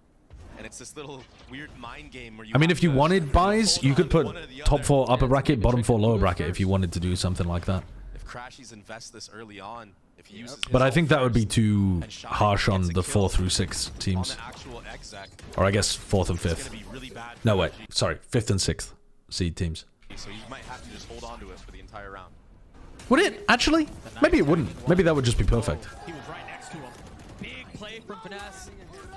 Able to open up the side a little bit more. There's the Hunter's Fury. But Shy's dead. Oh, MTA's caught. No, not quite. Nothing to think of there. Meanwhile, MTA with 70 HP now was trying to dance around, tried to stay alive, succeeded. I think 18 playoffs are a good idea when you have 12 teams. I think an 18 playoff would have been a good idea for stage 1 as well, when you didn't have enough data to tell who the good teams were. And I said it in win raider from Victor to be met by one on the opposite But I think end. 6 makes sense for 11. Kesnet. Currently posted Just. up mid. Has blades, a lot of ults. I mean, you're 1 pip away from Why is the having format a so full stack confusing? of ults on the defensive It's not side. really that confusing.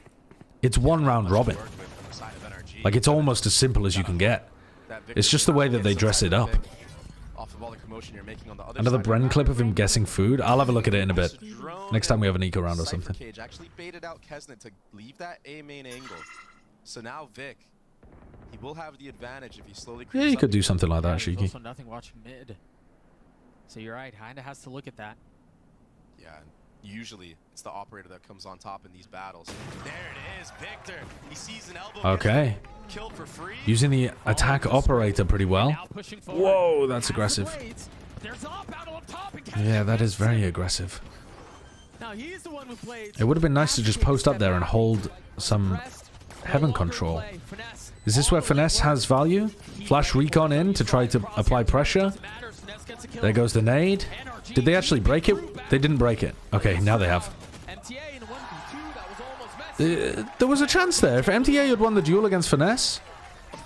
Let's have a look at how Finesse is actually getting his kills, though. Pushing forward. Right? Has the blade. Finesse on the lane Finesse is work. coming through the flank. Heat ready for it, though. You Rest saw of his team the provides a crosshair distraction. He wins a straight-up duel against Heat. And then he fights Kesnet, who's At least for now. under a lot of distraction, but then he also wins a really important duel against MTA, so yeah. Winning some important fights there, Finesse. If Heat stayed alive, that round is not going the way of NRG. And that's only the first he gets. In that 1v1, just like the previous round. So much relying on FNS. This was a great entry from Victor. A little bit of an overheat, but it's FNS with the impact kills right now. And it looked like he caught Heat with utility out. Yeah, he gets a free kill on Heat. The timing was... Basically solo decent. rounds for his squad. But then the kill on Kesnet was clean. Got left hanging.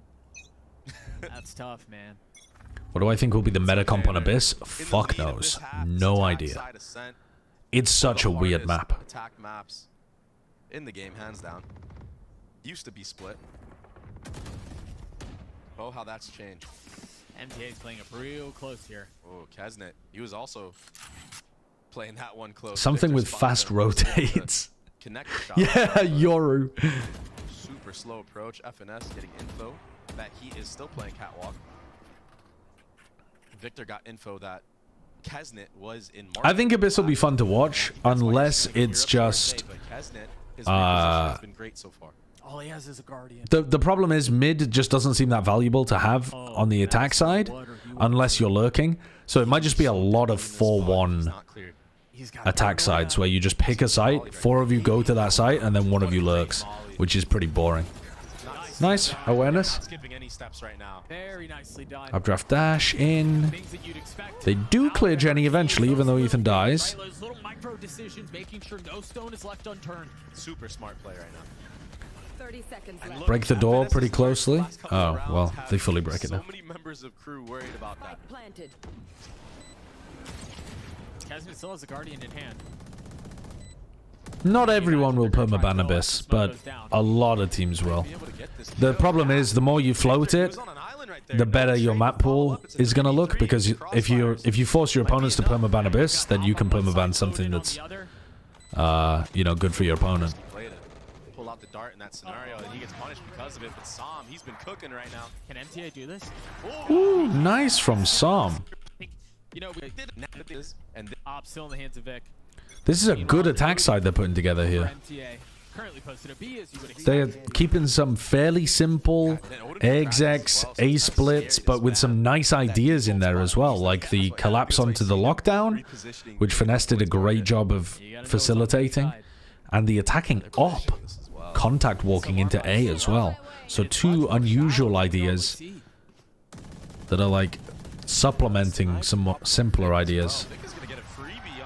Yeah. Kesnet really believing that his Odin spam was going to be useful from MTA, and it wasn't. I don't know if the spam was on the wrong line or what. That spam obviously isn't. Surprised MTA didn't go down there as well. He was only 17. I think all the onus is now on Crashies. that was so ridiculous. Yeah, Cypher on Abyss seems Not over quite yet. kind of cool. It is a 1v4 though. It just... It seems difficult to get a composition that would actually play fluidly on the map. But the freeze is so nice. They know they've got him cornered. Crashies has to go aggressive here, try to isolate his gunfight as best as he can, but now he's blind, and now he's dead. I could see Harbor getting some playtime as well. That was so crazy from Shy. It got stolen away. It just seems like a bad map to be a smokes player. Unless you're in ranked pulling off some TikTok Omen shit. And it seems like that's not changing, at least not anytime soon. If the B-wall wasn't spammable, would we lose the Odin Ares as a weapon in the pro play? No, I mean the pick rate will go down a lot because the Ascent is quite a lot of it, but it's also really, really powerful on Lotus. It also can be very powerful against Sage comps on Icebox, but not a huge amount of people are playing Sage comps on Icebox. Also, to be honest, it's not just the B-wall that's really... Wait, they don't realize that Melzer's here. They haven't dealt with Melzer. Do they even know that he's here? They are not thinking about Melzer. Oh, whiffy. Wait, Finesse just got a 2k as well. Show me the Finesse 2k in the replay. We keep missing Finesse's kills. The observers are just assuming he's going to miss his shots. They're learning in real time. Quick adaptations being made. This time around when they get stalled and there's 2 players back at B. Yeah, there's a lot of stuff on Ascent that's really spammable. It's not just B main. But if B main wasn't spammable at all, a lot fewer people would use it. What was this? That's nice.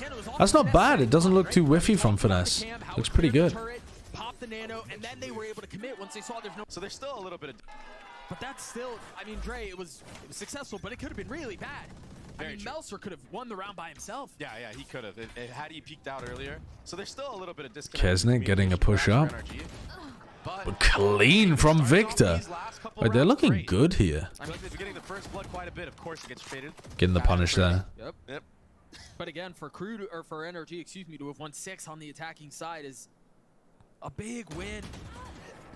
Or at least it should be. Finesse is under so much pressure, and he still gets one. Man, wait a second. He really is. He really is popping right now. Who can't aim? The problem here is that I think he's ahead of this one. Crashies gets taken out. That was such Okay. a nice shot from Heat.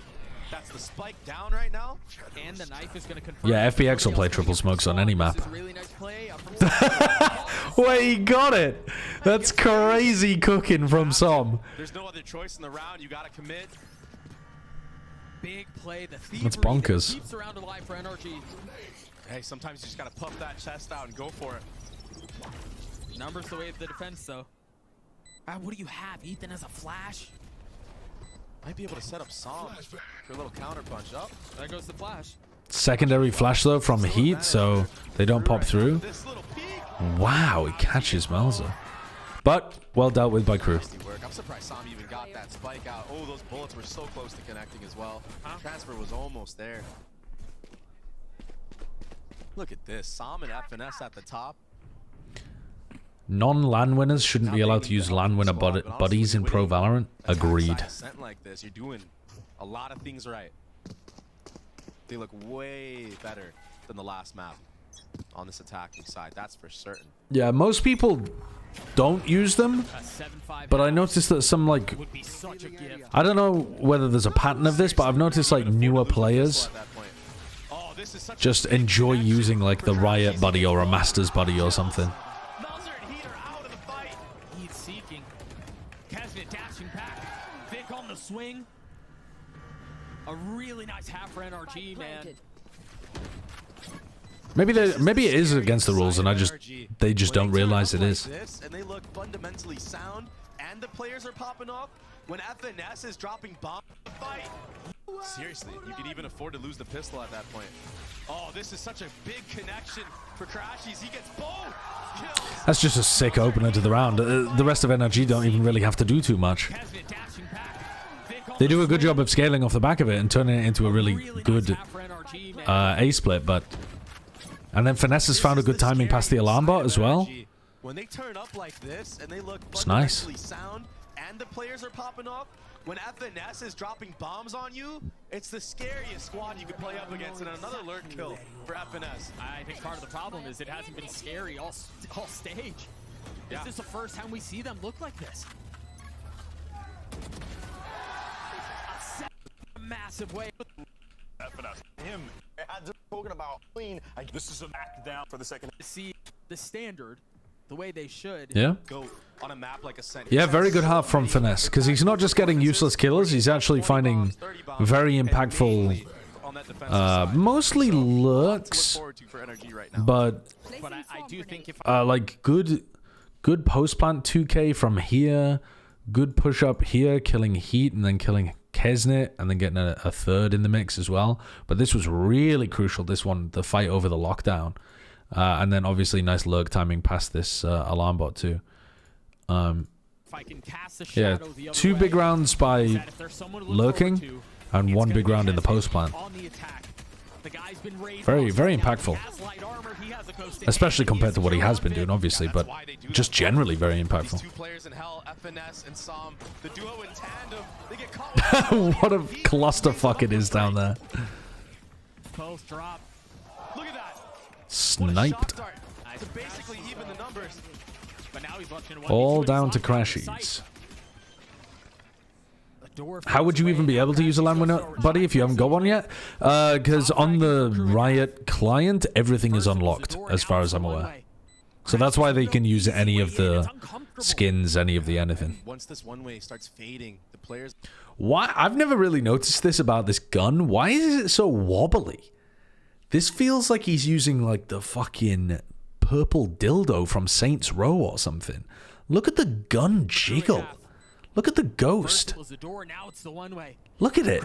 As he crouches, it's like, It's uncomfortable. it's fucking floppy. This one way starts fading. Like, why is this ghost so floppy? Towards this door, and that's why he gets taken out. A pistol round win.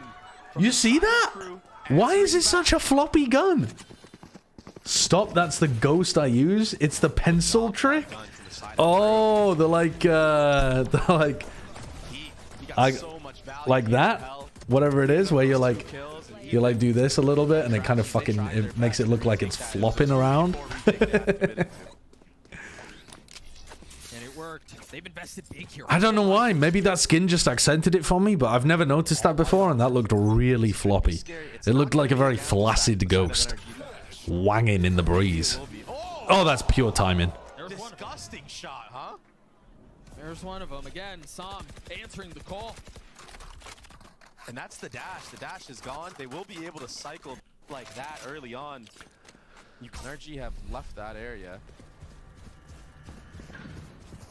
Oh, NRG are going to be ahead of this one unless there's another pivot towards Catwalk. Yeah, but with what guns, man? There's an additional layer to this. They freeze the round. So now the This could still get pretty dangerous here. Interesting choice. Some on a real off angle. By that dagger. Oh, a little bit of a whiff from Ethan, but his job is just to Good be nade. a nuisance and set his Flash squad up. for the That peek. flash could be Nobody can deadly. peek. It's only. It's. Oh! Crashes! Finesse peeks from backside with a shorty. Oh, my dude's like, I helped. Okay. Well, that's a huge thrifty for NRG to remain in control. Massively in control, it must be said as well. Made it way harder Coming for into the Sam. defense side on Ascent. They're not doing themselves any justice 8-6 here. up. Dropping off early as well. Really good work so far from NRG. To deal with that aggressive play. Yeah, it's interesting decisions they're making. Very opportunistic from Kesnet, but nice trade. Tools in the hands of Shot. And this should be over. Melser's frenzy, I mean, surely can't stand in the face of. NRG should be a strong NRG. Sorry, Ascent should be a strong NRG map. You get any chip damage on the players going stairs, but that flash is so deadly. It's almost way too devastating. Careful here. Oh, he managed But I was excited to watch them on Haven as well, and it didn't look as good as I was expecting. Still got the Their Sunset attack side with Victor looked really potent as well. I really liked what they were doing on that map. So cool to see it as the decider here. Insane Jet on the defensive side can be. Now he opts to get off that angle, get into heaven. Another. Yeah, I'm gonna swap to the live games once they go live. Kesnet will be the tip of the spear. Yeah, Haven had the unusual comp. Very unusual. Very difficult comp, I would say, to make work. They're walking into the crosshairs of NRG here. This is such an effortless. Before they had Demon 1 in those trials. Looks too easy. Start of this year, he was the one that was filling in on that duelist role. Yeah, there were some other tryouts. Just to go back a little bit though. You see how So MTA dies in mid, but trades for Ethan. Then they group up over towards A main. Without a dash, though, without any. And then when they actually engage, yeah, Kesnet just swings onto the angle, hoping that he's going to be able to take a duel and win it against anyone that's there to set his team up. Once you dominate that angle from Kesnet's POV, you're in a really nice position to exec, but yeah, the round is just fucking cooked at that point, really. Single member in the start of this year, he was the one that was filling in on that duelist Living role. or dying by the Kesnet entry frag. That shock hurts, man, right at the beginning. And now the spam. No IGL diff? Well, that's what I was going back to have a think about, but I'm not really sure. To be honest, I think Kesnet would do that. Too much for where Victor, he's so Even if he had, right now with that operator, he's you really know, confident. incredible IGLing. He's a very confident player. He is so willing to take those kind of fights. Popping off right now on the defensive side. And Sam, he's gonna have to pop off here. This KO pop flash could be disaster for him. It's often a mess. Remember, it's no guarantee that the op is playing there as well. Smoke goes up, he finds some safety. Although I think it is fairly likely considering you pushed him away from Cat. And they found it. Early op shot right there, but the knives to follow up. Goes 1 for 1. Oh, they haven't looked at Melzer. Yeah. So worried about mid, he gets caught from Garden, but it's Ethan and Sam. The side anchors, what can they do? Can Ethan do anything? Ethan's so weak, 18 HP, Mouser with a rifle in hand, he does too. Oh! Melzer just ran straight into that. I love this from Ethan. Ethan throws a flash as he escapes here.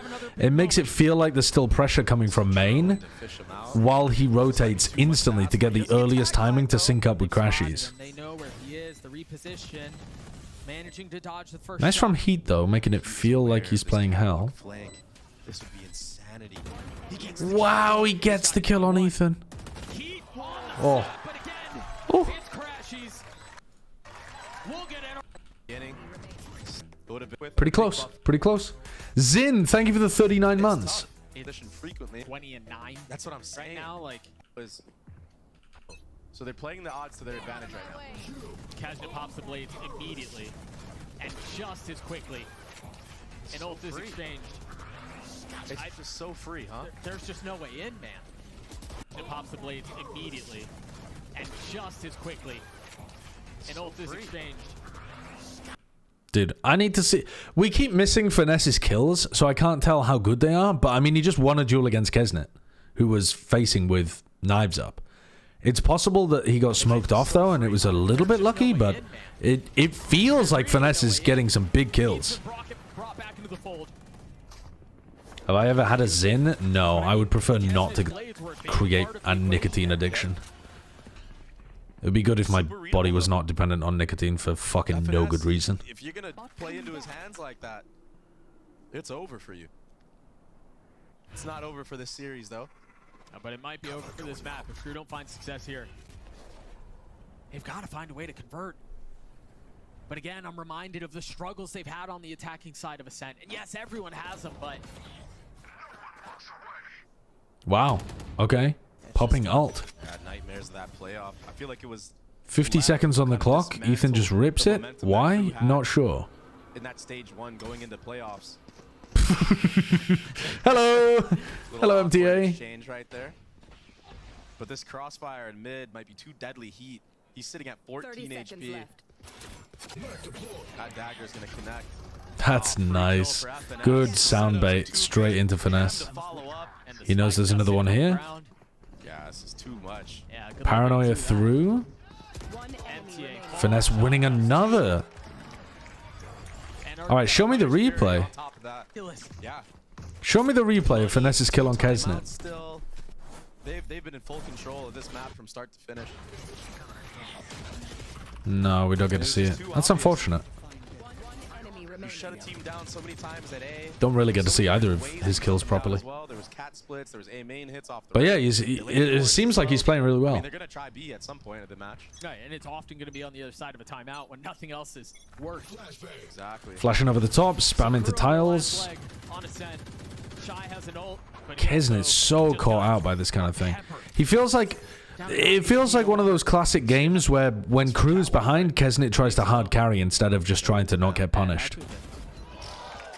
Yeah, very much so. I mean, he's going for that peak in under 20 seconds, just fucking running down mid after his team's been flash recon spammed. He's still just trying to force the opening fights. Again, Kesnet has unfortunately been a non-factor on this attacking side. The duality of Jet. Take flight. Victor tucks that. I mean, drone played that as perfectly as he could. That's the second shot. That's not settling. Finesse continuing to frag. Give him a corpse. Guess he gets it. He gets his 2. Shy still alive. And there's the lockdown. Ethan has to give some of the space back up. He's just playing in there. Oh, he doesn't die on the cross. What? Okay, he still dies anyway. Can some do something miraculous to finish us off? This would be nice. Lol, it's Rico. Thank you for the prime. Can he pull it off? This almost feels like a 1v1. Yeah, he's got a smoke, a paranoia, and a TP, so he might be able to do some finessing on the actual site. Gets spotted by that alarm bot, and he's taking his time. I think a bit of the difference with... nice try. I think a bit of the difference with Les just running at people when Loud were winning and Les just decided to take matters into his own hands. They both do that, and sometimes it really works for Kesnet, but I think it's more obvious the timings that duelists take when they try to carry games. I think it's a little less obvious when it's Les running at you, because all of the utility is not setting Les up. Les is really working off other timings based on, like, how you're rotating based on what the rest of his team is doing. He's dying before even getting that dash out. And Les is also allowing other people to make some space for him, whereas as the primary duelist, you kind of have to make space for yourself, or the utility makes space for you. So Right. But he's been getting picked off in these main. I think it's a little easier to shut down a with no real star duelist if they start getting sloppy and just raw peeking you all the time. Against fortified defenses. Cypher, he can be so annoying to deal with as well. Those trips, I'm sure they make you play a little bit differently as the Jet as well. Good shocks this time around. Yeah, that's kind of what I mean, Nix. Yeah, let's just start running at you instead of playing slowly around his timings. Like, it catches you off guard, whereas Kesnit running at you even more than he normally does is not... That's not catching you off guard, really. Here comes Finesse again.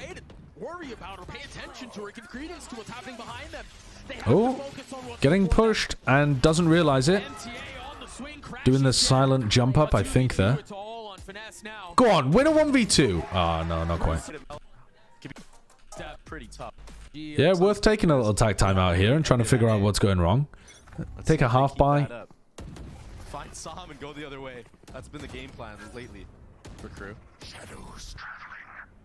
That's a little dart there, unexpected, tagging on a Melser. A little bit of early info, but so much time left in the round to adjust. This is the adaptation from the timeout from NRG. Why was Dejazine dropped? Yeah, I'm not 100%, but I have a feeling it's something attitude related. I don't know for sure, though. That might just be slander against the man. Opts to go back into the A site and anchor it. And these A site holds, they were so good for NRG. The Crew have an answer this time around. Something tells me they don't. I mean, the 5 rifles that they have might, though. Yeah, I've heard some rumors about it, but I never know exactly how true that stuff is. Now MTA popping the Huh. So this very, very heavily feels like an A split right now, which means that Kesnit's position is very unexpected. Except Crashies is mega ready for it. MTA's looking at the fucking wall. Thrifty their way into closing this map. 30 seconds left. Just when it seemed like Crew had everything going for them. You were right, Trey. They didn't have Yeah, wow. for the hold. And so Shy is It's funny. NRG looked absolutely outclassed on split, and then Crew have looked really lost on this half. NRG looked like they had some really nice ideas on their attack half to get good value out of players, and all of their ideas were working really well. But quite night and day compared to the previous map. Very much the map picks coming through for both teams here. the lasting standing between NRG. How long do we have? Another half hour? We might be able to get through this. So it's new looks for both squads, and that's to be, you know, I think that's a good thing for NRG because, yeah, there's so much footage on them, especially in this stage on Sunset. I think they played it in the last 2 series they played. So this little change could be enough for them to enable Victor to really take over. Back on the neon roll, Paranoia is already out. Look at him. I do like it. I really feel like this Taking space. this kind of composition should empower them massively. God damn. Paranoia is already out. Look at him already. They heard the KO flash down mid. This reposition from Ethan is fucking beautiful to hit them with this stun. But Crew trying to wrap around. And then they stun off contact and own them. To kick things off. That is nice. I wonder if they're just prep work that NRG just did, or maybe they think that. I think they heard it in mid. I think they had enough time to react. Because like there's a recon dart at bottom mid, and then they hear a flash in mid as well. So I think Ethan just instantly goes down here as part of their protocol. We'll see if it crops up again. That's a great pistol round though. Nobody mid control. Pace to what we saw in the previous round. It was towards A. This time. Minus tackle plus Aspas is not really a single roster change. They're also clearing out everything, concerned about what could be on the other side. Because it came with a bunch of other roster changes as well. Could be posted up. Weapon is handed over to the defense. Goes over in the hands of Melser. But through all of that, the spike planted, NRG in post-plant position. BCJ for Demon 1 is just, I mean, it's difficult to get better than that. Vic is no, I'm in the UK still. If he gets double swung, he might get taken out with the trade, but he gets 2. Working out really time Comp can be against teams. This Sova KO, we've seen Heretics make it basically make their own meta on this map with that. They look so great in Shanghai. Yes, but they use we've seen in a while. The Neon. See if Crew can emulate that here, bring that style over to NA. Not that I think the raise here is bad. At first, but they just couldn't do it. They opt to go back to breach and fade. Na'Vi have been Speaking of things completely fading, lost Som recently. will take off heat, but MTA is quick to the I've been trade. watching some Na'Vi games. I haven't watched that game against Koi yet, though. He's refreshed that smoke a Oh, couple boy. of times. They're still holding mid. Liquid beating Karma Corp as well, I need to Rifle watch. for I good mean, reason. those two You want results in to EMEA look... Be the reason why your team bad. loses this round. You have a good chance right now. It's a 4v4. The gun game is basically equal. And for as much as they've played quickly, slowing down. Yeah, here, I think maybe one day we'll hear the also story Retake behind them takes dropping much Doom space Bros. either. You remember in the pistol, they took all that space mid. But I think them dropping Doom Bros was probably a symptom, not but now the going cause really of the fast issue. towards B is NRG. Angel said recently that they all feel like they want to be benched. Seconds left. It sounds like the vibe internally or within the management or something was just horrendous for ever since they missed out on Shanghai, maybe? I'm just speculating. But now going really fast towards B is NRG. Finesse holding the line, as we 30 saw seconds left. previous round. Spike planted, the Prowler out. Take a look at the death ball coming through from Crew. They're trying to get out from backside, but again, it's NRG that hold the line. There's so confident almost right now, no utility being used there. I think when they hear Victor running backwards, I think they probably assume that NRG are playing B main post plants. So they're trying to hold on to util. They only use one recon dart there. I mean, obviously, Mel's just not even with them.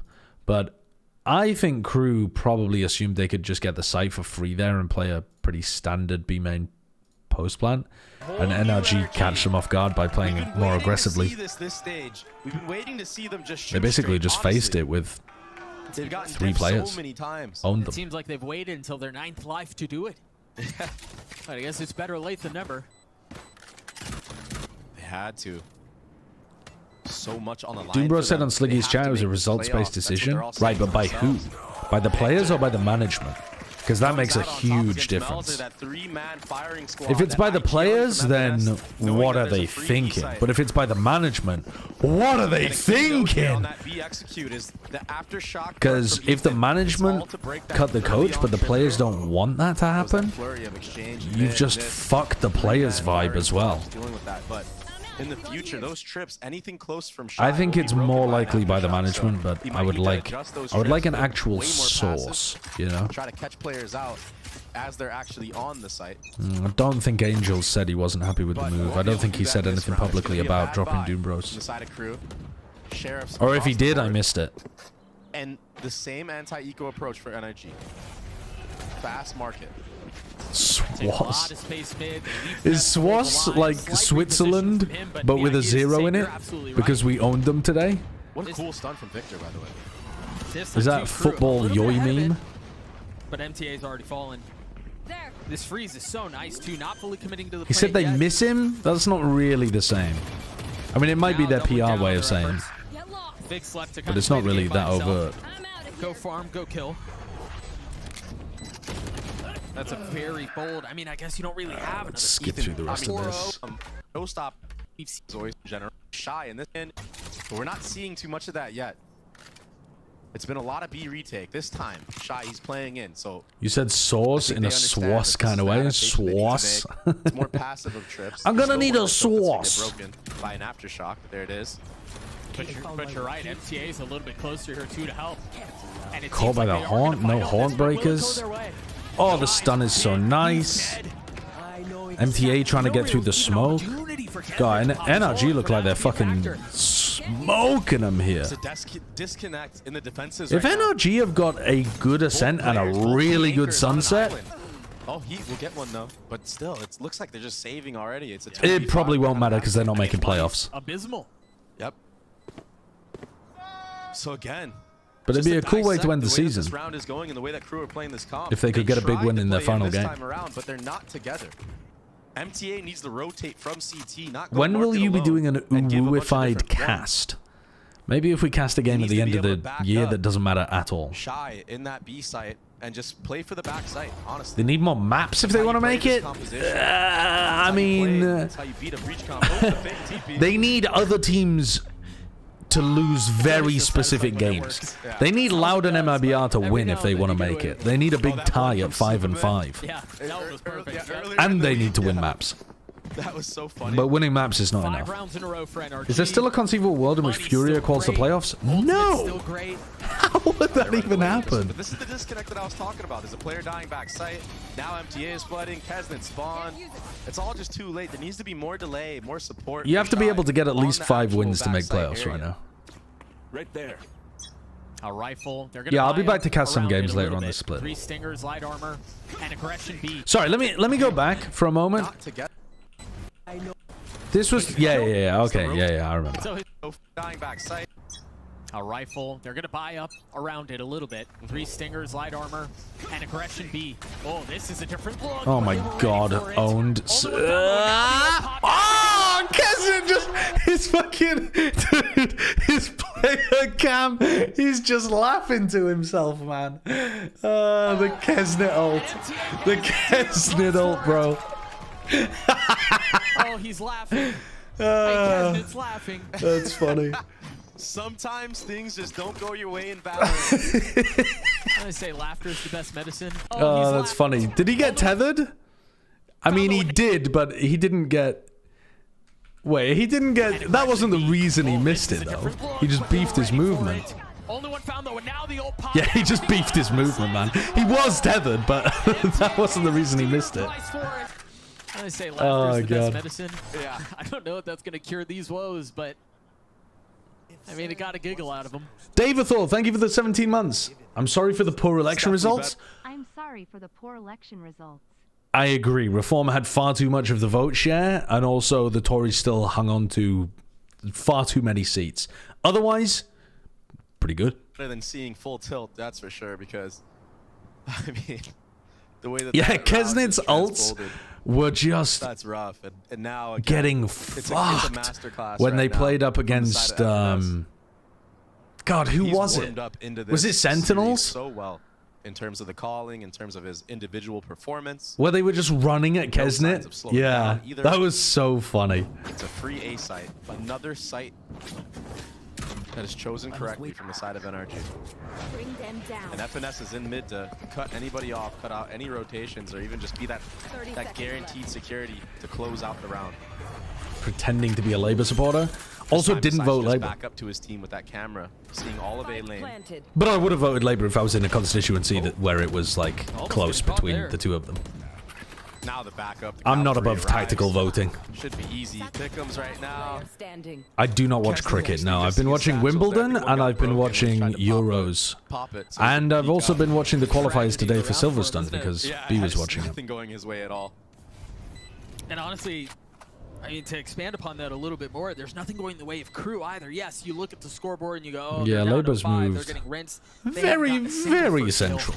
either. So even some of those things where they were, you know, maybe getting that advantage and energy are just snatching the round away from them, given And in they're some falling to the cases, throats, right, as whatever. well. None of that's even a factor here. Yeah. Everything, literally everything going the way of NRG. Wimbledon's been lovely, yeah. Mechanical skill. Unfortunately, only got to watch half of Zverev beating It's still gonna be the fighting spot for his Nori teammate, today, but it wasn't that great of a game. Maybe the final set was great because it went tiebreak, but otherwise Zverev was just pretty Camera's still heavily not cleared. outclassing him. Zverev's such a fucking monster, Control man. of elbow, you freeze the round. I guess they might just speed up now. I mean, they're feeling it. Big Brother's watching. The cam's still in play. Waiting for the paranoia out towards back Jenny, but Ethan's the first to fall.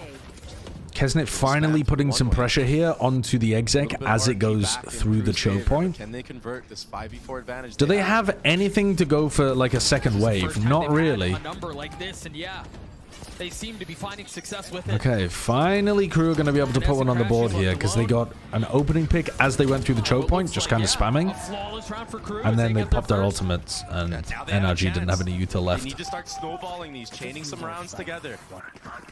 Kesnet came up huge in that Arcraft round. tier 4? Yeah, that was a He made good up one. for that rocket from the previous round. I really enjoyed that. I watched Keep the in whole of mind that one. previous round was an eco round for them, so you know it is what it is.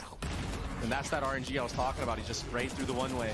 What do you think about the Cypher util positioning on defense here for Crew? They have a chance. I mean, I haven't been paying Bring some attention to it as much, momentum but you back. guys are saying that he just hasn't moved it like pretty much at Salvage all. This half that was But- started off disastrous. I mean, he played some of the rounds on B as well. They still have a long way to go to make Dude, this less of a they're disaster. struggling so much with the execute But they've got some guns and they have some money. To and play actually around holding here. NRG off. Yeah, they will have a bye for the next round, even if they lose this one, but they're going to want to win it. Start chipping away, right? Yeah, different position of the cam here. You're really just trying to throw out things. Yeah, I mean, you do want some different setups, of course, but Yeah, the problem with that is it instantly gets cleared, and so now there's I don't think that's gonna. I don't think that's gonna win or lose them the game. Players are behind that break of the cam. There's only one Bang a player that DayZ shows video Tracer. today, dude. I have so many videos of us playing DayZ, and they're so fucking funny, man. Some of the recent videos I've posted to YouTube are some of the funniest that I've posted in so long. The Counter-Strike one had me pissing myself when I couldn't understand how the buy menu worked in CS2, so I was dropping my pistol on the floor and just fucking running around without a Glock on the T-side pistol. That kind of shit gets me laughing. I don't know whether it's gonna be a very popular video, but I enjoy it. You wouldn't expect that to be the case, but this round feels like it's getting out of hand for NRG. Finesse keeping things even. Heat with 7 HP. Crash, he's trying to keep him back, and he can't. It's Finesse. A 1v1 against He's got so much information. The swing, he knows he's there. He'll clean. Nice. NRG get their set. The Kesnet. I don't know how Soken elbows back wisely so. And he closes. I'll tell you another big thing. One of the reasons that Finesse is able to play so much better in maps 2 and 3 compared to map 1 is that on map 1, he was like hard anchoring for 12 rounds of the half that they played on the defense side. He's like hard anchoring a site and looking really shaky doing it. And then his teams had so much success with the way that he's calling them on both of these maps on the attack side. He gets to just fucking vibe and pick his timings. He's not actually got a responsibility of doing too much. He just has to add like the icing on the cake in some of these rounds. But the attack side, like prep and execution and his calling, is making his life so much easier because it's really difficult for his opponents to handle. And then he can just, he's given so much space by the fact that the attack side is working, it's functional. Out that round. I'd like to see him on the defense side as well, though. I want to see if he's good when he gets tested there, but the way that he was playing on the attack sides of both of these maps is just so chill. That's for sure. Yeah. So good, man. I'm Ivy, a Gecko One Trick in Sliggy's chat. I must know who your favorite Gecko pet is. Honestly, Sliggy is my favorite Gecko pet. I like the fact that Gecko has Sliggy absolutely on a fucking leash. Gecko walks Sliggy every time Gecko is picked at the pro level. Actual GTA dog style. It looks like it will be. Put a collar on the man. Here we go.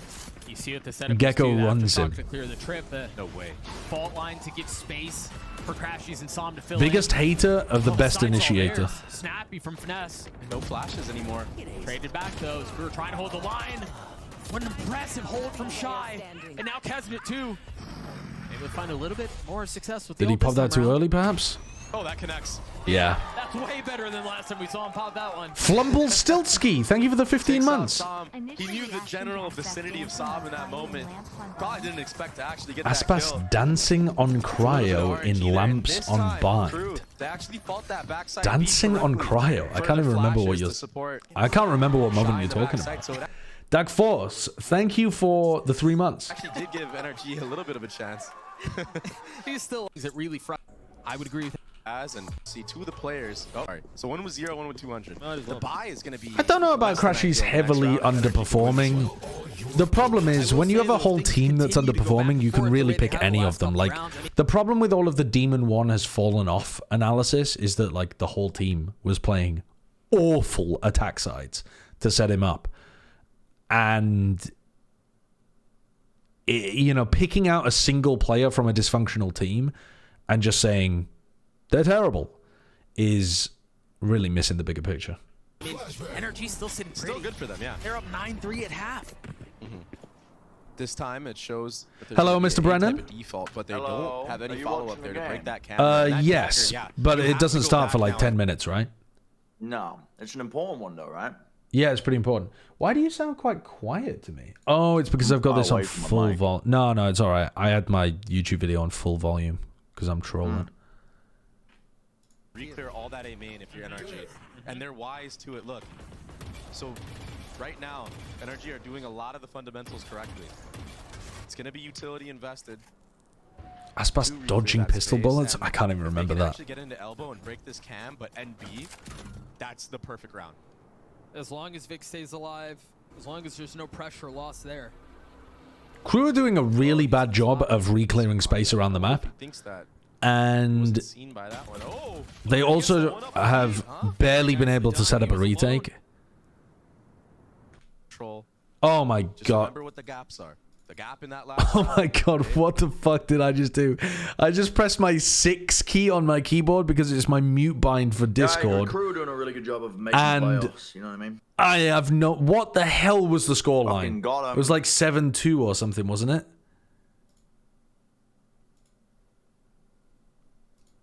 Wasn't it like here? Something like that? He's giving him... The problem joins him. Yeah, it was something like this. And so they clear all of the Cypher utility back A. They get rid of Yeah, I have my 6 key for the mute. Why would you choose your 6 key? Because I previously had it on F6 and then this keyboard doesn't have any F keys. So I just set it to 6. It's not that bad, usually. I mean, Melser opened this round up on his own. Crazy peak. The only thing it's bad for is when I'm playing YouTube videos. Everything else, it doesn't matter. Follow up, Hunter's Fury. It is a free A site, though. Ethan, he could get the spike planted. He's going. I have a function key, like, I could hold function, but I ain't doing that. That's way too much effort. I think that's how that saying goes. Yeah. Spotted out early. That fault line will connect. I have mine on numpad. My keyboard doesn't have a numpad. Man swing should be too much. They were cheaping out when they made this keyboard. They decided to cut half the buttons. It doesn't have any vowels either.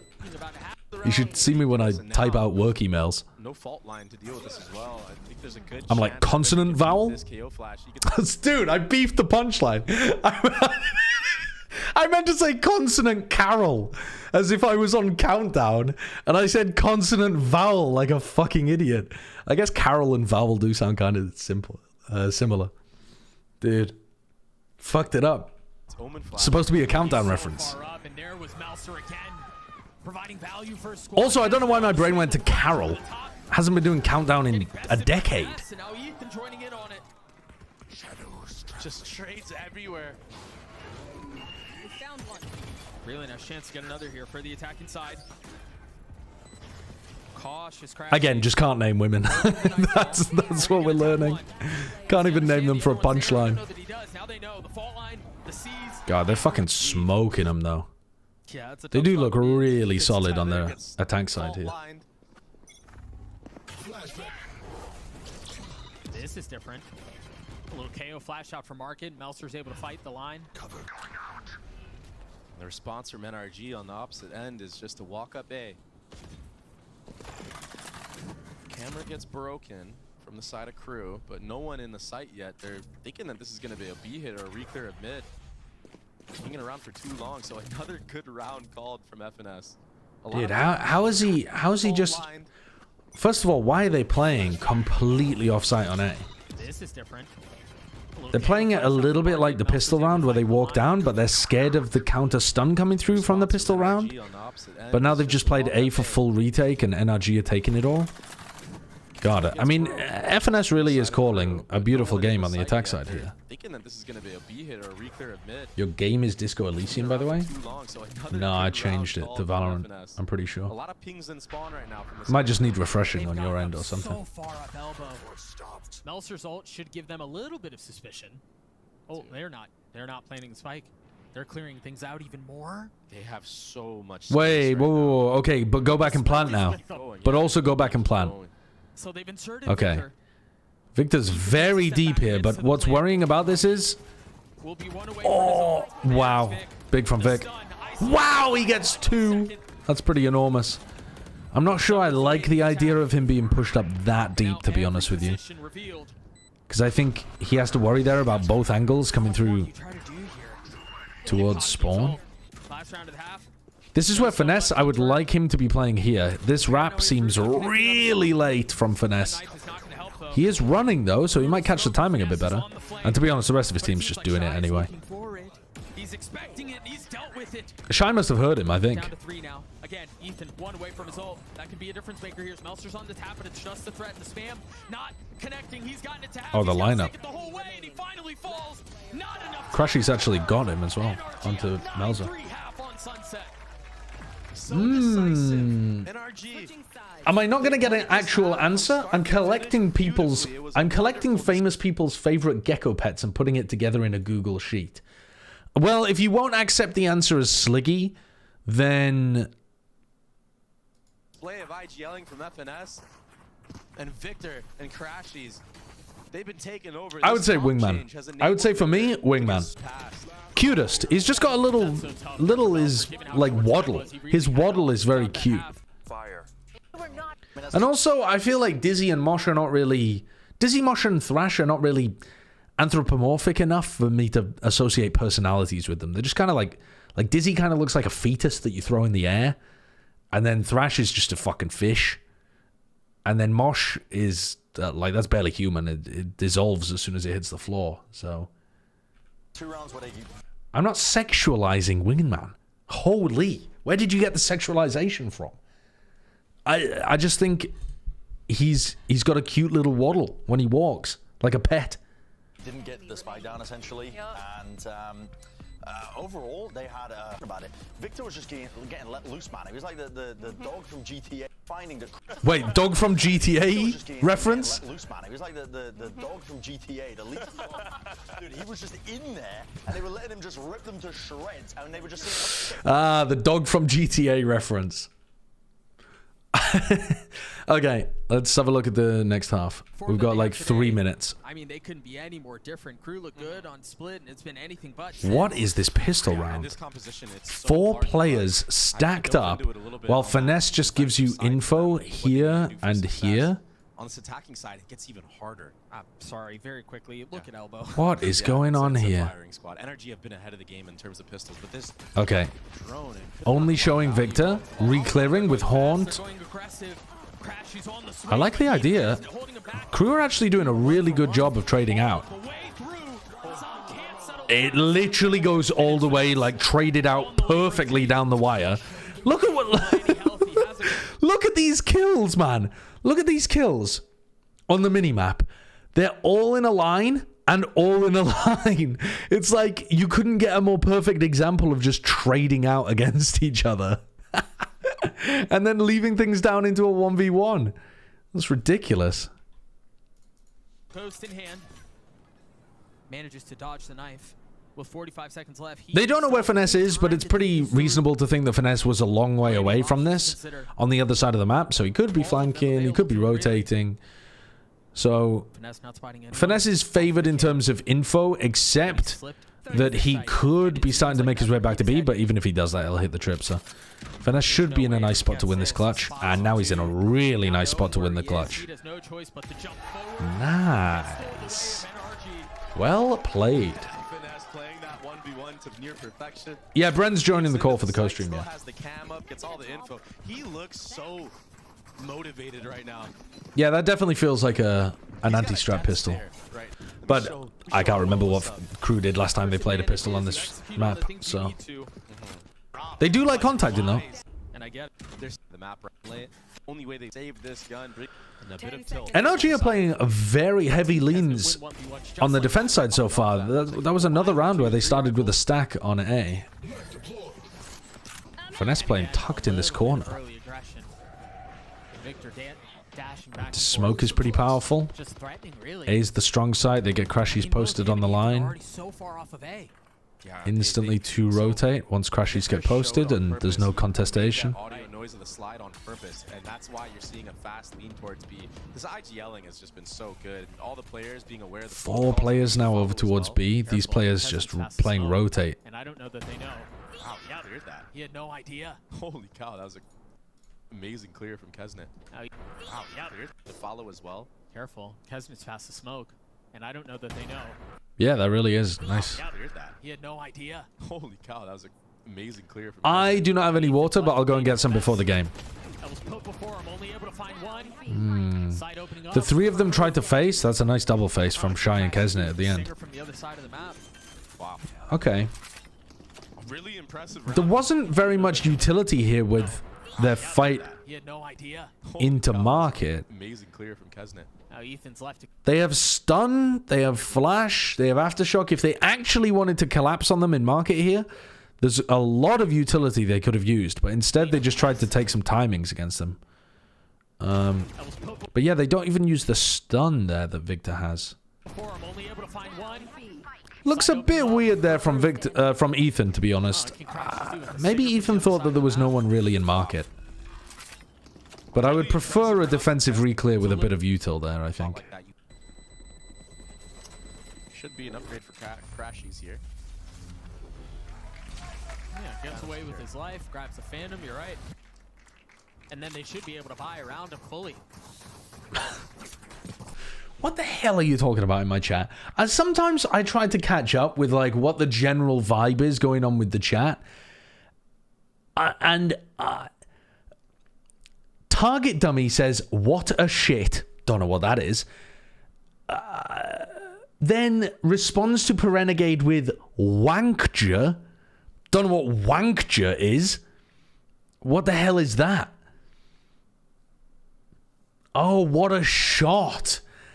I see. Well, then also, why did you respond with Wankja? I'm sure you can infer. Well, I've never seen it before. There you go. It should be a very early timeout from the side of NRG. Can someone send me the link on 7TV to see whether I approve of it? Spacing, nice trading on the actual site.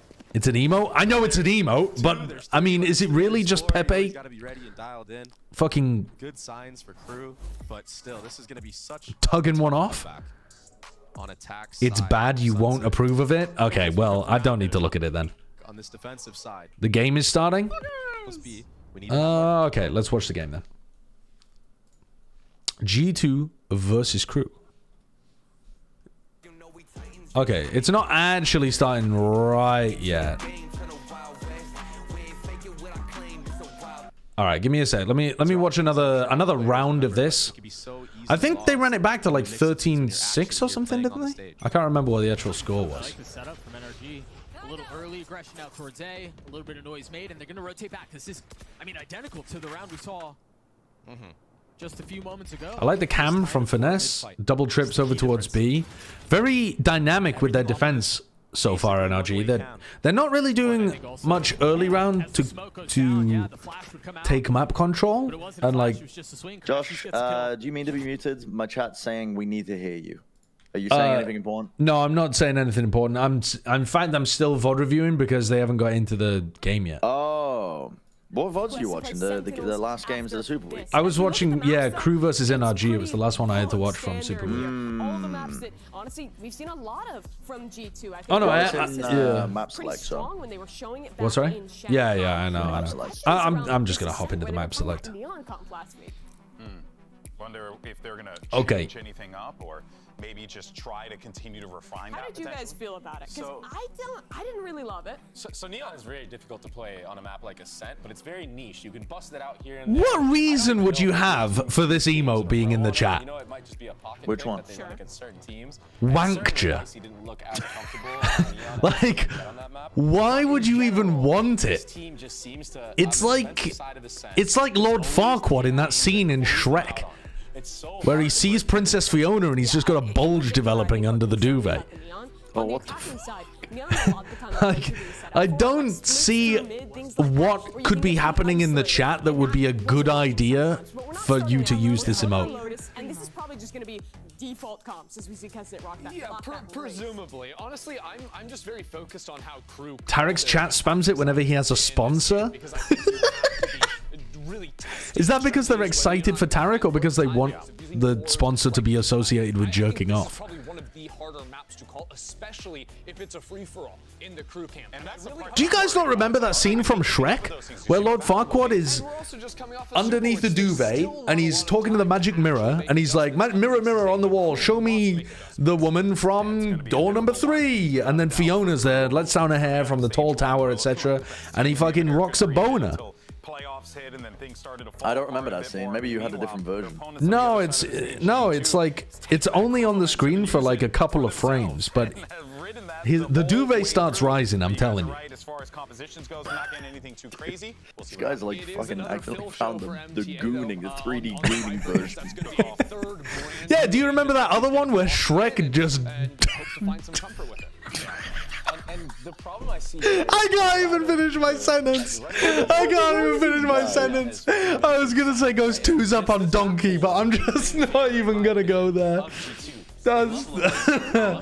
oh, fucking hell. Okay. Haggis, thank you for the 33 months. Can they persevere? Let's go. Oh, fuck. It's been a minute since we've seen the duo of Uber and Wyatt back together, so welcome back, fellas. Floor is yours. Uber and Wyatt, PogChamp. I think this should be a good game. I think it should be good, but I also think that G2 should be... Yeah, it will be a slow game. Yeah, this is going to be a slow game, man. I hadn't even thought about that.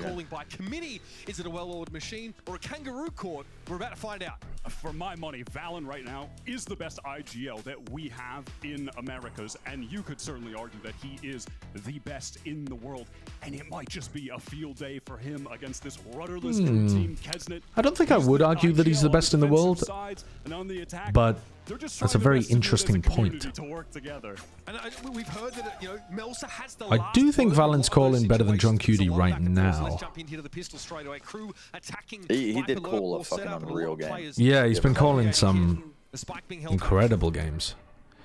I think Munchkin's got him though. With how well Gen G have been doing stuff. Very good responses. Yeah, the responses are so good. Like the defense side reads are just immaculate. The plans that they set up. Yeah. They set up anticipating. They don't know, but there is the door opened and is smoked down as well. And obviously, they're working towards Mound now. Fuck you, Sind. Thanks for the 20 months, but we're beating the Netherlands. Slay World Albania, thank you for the Prime. They have nowhere else to go. I mean, they just have to re-hit C. Leaf plays retake, yeah.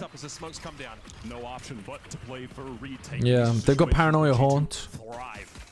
Oh, that's a lot of damage. Can't finish the kill. Smoke up on side to break it up just that little bit. I like this aggression from Crew, but it's all timing based. Oh my god. What are they doing? They just sent it into Waterfall to try to get in front of the utility. Did they ever play this amount? Swinging it, heat from the high ground, able to get him, but gets taken low, and now it's up to Shy. The winner. Wow, nice from Valen. That's how G2 want to be starting. Yeah, they double pushed out from water, like towards Waterfall, seeing if they could catch them. Because if they win that fight in Waterfall, they've got a great post-line position. I guess it's not actually like planted for them, but it's really nice to play from there. Did you watch the England game? Yes, of course I did. Troip, thank you for the Prime. Come on, England. I didn't realize that you were doing a co-stream of it. I would have watched with you. Yeah, we were gonna go out to a bar, but then Alice didn't get much sleep. So what time was it? It was 11 a.m. It started at 11, but Alice went to sleep the day before at 8. Yeah. Huh? The morning of. Oh my god. Any particular reason? Just can't sleep at the moment. Oh, right.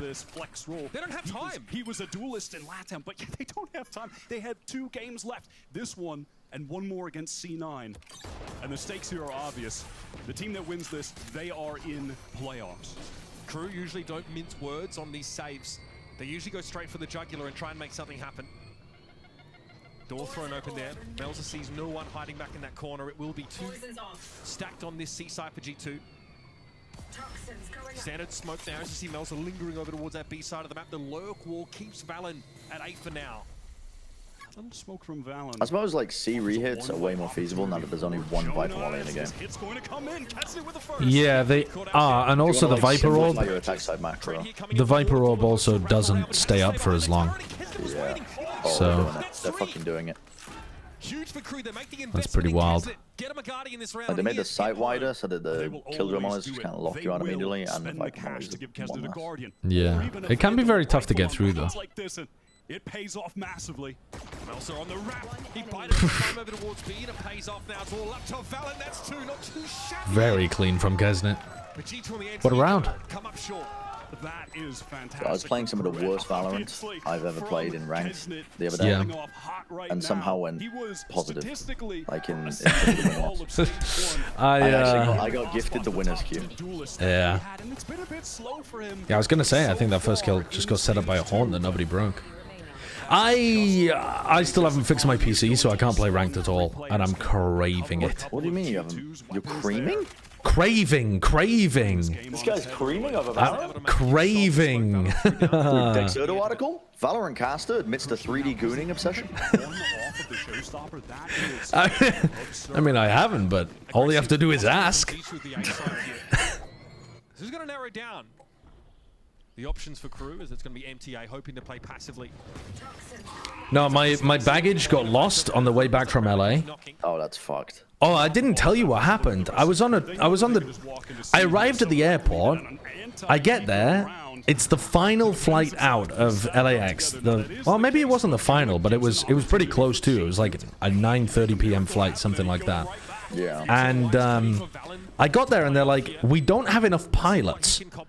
Now this is nice. I love and I was like, well, that seems like a bad issue to have for a plane.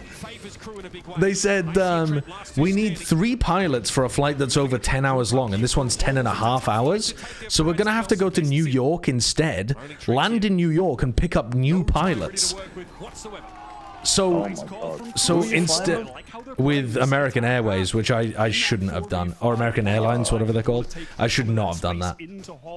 But so you went to New York. I went to New York instead. They swapped out the whole crew. They didn't just add 1 pilot. They swapped the whole crew out. And then when we got into London, I'd obviously missed my connection because they were waiting for like 2 hours to figure out if they could get enough pilots, and then it took a long time for them to change over in New York as well. So we were 2-3 hours delayed coming into London. Completely missed my connection. And so I took a train instead back home. But I got the last train out of there, and I had to take a black cab to even catch the train to get out of there. The black cab through London was £112. Yeah. Which is insane. I thought it would be expensive, and in my head expensive was like 50 quid. And then I was watching the meter tick up and like just the damage to my wallet increasing and increasing. It was ridiculous, but the guy absolutely fucking floored it, and he got me there with like 2 minutes left to go. Jesus Christ. So, you didn't have your bag? No, but I told them, can you, like, I had a little bit of time at the airport. I had like an hour. So I was like, oh, can you eject my bag, please? I don't want it to go on the next flight. And they were like, yeah, we can, but it sometimes takes an hour for it to eject. I was like, okay, well, that ain't gonna fly. So they just had me fill out a missing baggage claim before I'd even left. Ship it to your home? Yeah. Well, hopefully you get it. Before I leave in 3 days' time? Yeah. Yeah, I hope so. Jesus Christ. This alarm bot's still going to be up when Jonah P meets it. They give up all the map, but Jonah at least has a flank timing. Not able to get in fast, our G2. The paranoia expended as well. Basically, no utility to play, play off the noise that G2 make it backside, right? And now, oh, big kill from Icy. Gets traded. The fight on the flank. Yeah, the fight on the flank. Nice from Shy. Ugly now. His trainer's nothing to do but stand and deliver. Valen only comes up with a 1. All right. Crew calling a really nice game here. Yeah, I once took a black cab from London to Gloucester. London to Gloucester? Yeah, because the trains were all on strike. But why a black cab? Why not hire, like couldn't you get an Uber or something? Surely that would be cheaper than a black cab. I probably could have. But I was so tired and tilted after landing in the UK, and it was all, like, everything was fucked. My travel times were fucked. I was like, I don't want to spend I don't know. And then I just ended up walking up to like the taxi rank, and I was like, would you take me to Gloucester? And they were like, I've never been there before. It's the only time a Black Cab has ever been in Gloucester. So, how much was that? So much in your favor this early. It was... So Alex is showing me a cat video. It was... How much did I pay? I think it was like £400. With Crew off to this great start, I'm thinking about the fact that they even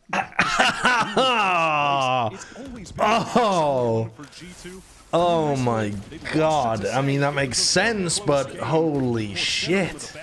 Did he give you any kind of estimate before you got in, or was he just like, meter, mate, follow the meter? Give me a second. Oh my god. But it's a bold choice. They're facing G2 on one of their strong maps. Prowler's here to delay this push through tree, but it's going to be coming one way or another, and Valent is tapped up already. You thought it would be more? I mean, it's... Yeah, honestly, it wasn't as much as I thought it would be. Really? I think it was less than 400, genuinely. I mean, how was it, like a 3-hour trip, 2-hour trip? No, it was. I think he got there in like 1 hour 40. 1 hour 40? Yeah, he went crazy. Well, then I would not expect it to be more than 400. 400 for an hour and 40? It is crazy. It was crazy. He was speeding. Yeah, he was speeding. He was straight down the M5, wherever the fuck it is. Holy shit. Dude, I took a cab for 3.5 hours in Turkey. And I think that shit was like $120, something like that. Yes. Yeah. Rifles retained, and the economy is already getting outrageous for the LATAM. I tipped that guy like a fucking boss, man. He was such a fucking legend, that guy that took us on the cab ride in Turkey. I mean, yeah, if I plan the taxi ahead of time, because I've often had like early morning flights where I can't take any public transport, like out when I'm staying, when I go visit my family, and it always comes to like £100. Yeah. For a taxi to London. Yeah. As long as I plan it ahead of time. Yeah, but that makes sense. Like 100 quid is a normal taxi price, I would say, for that kind of length of time. The underdog in this game. Second gun round of the map here for G2.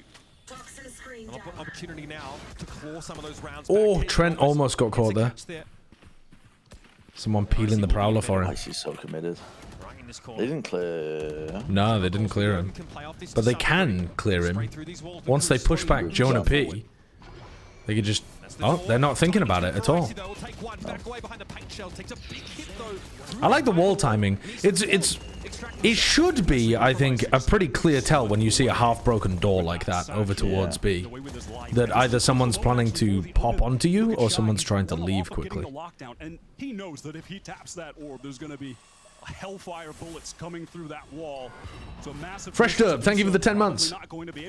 Did Wyatt just call Crew the underdogs? I feel like they're quite evenly matched. I think they're the underdogs in this game. G2 have been playing really, really well recently. I mean, Crew just came off a loss to NRG. G2 outperformed them in Stage 1 playoffs, played well at Shanghai. I think they're the underdogs. It's somewhat even, like, respect to Crew, but I think they're the underdogs. I think that's reasonable.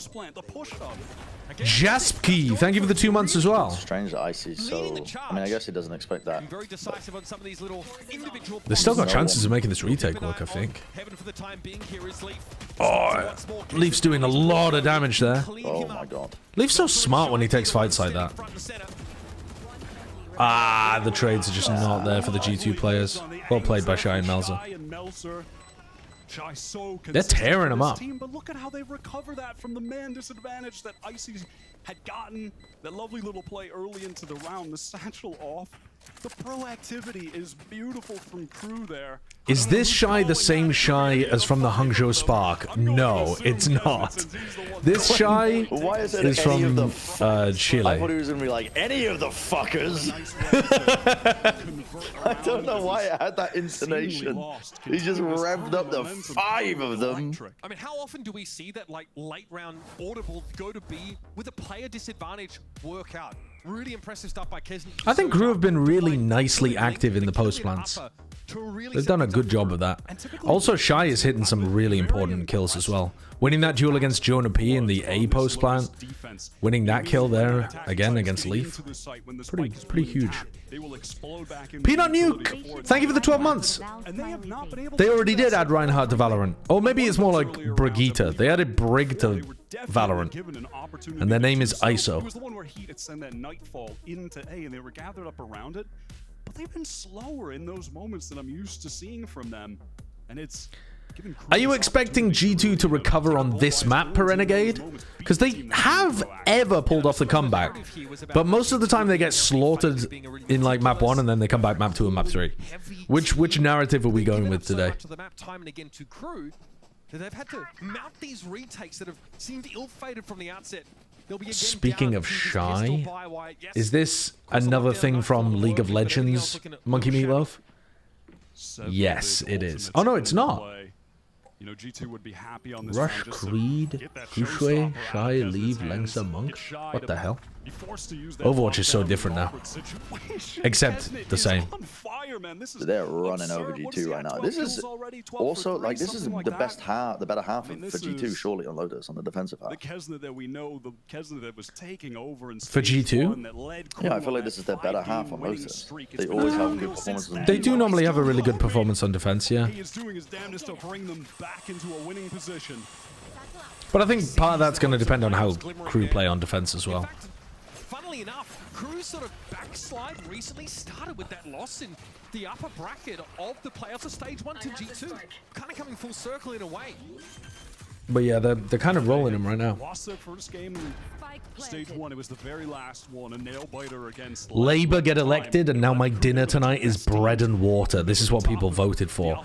Now, I know that you're joking, but genuinely, B went to the library earlier today, and then went to the grocery store afterwards. An old man in the grocery store said to her, "Oh, these shelves are full then, I guess."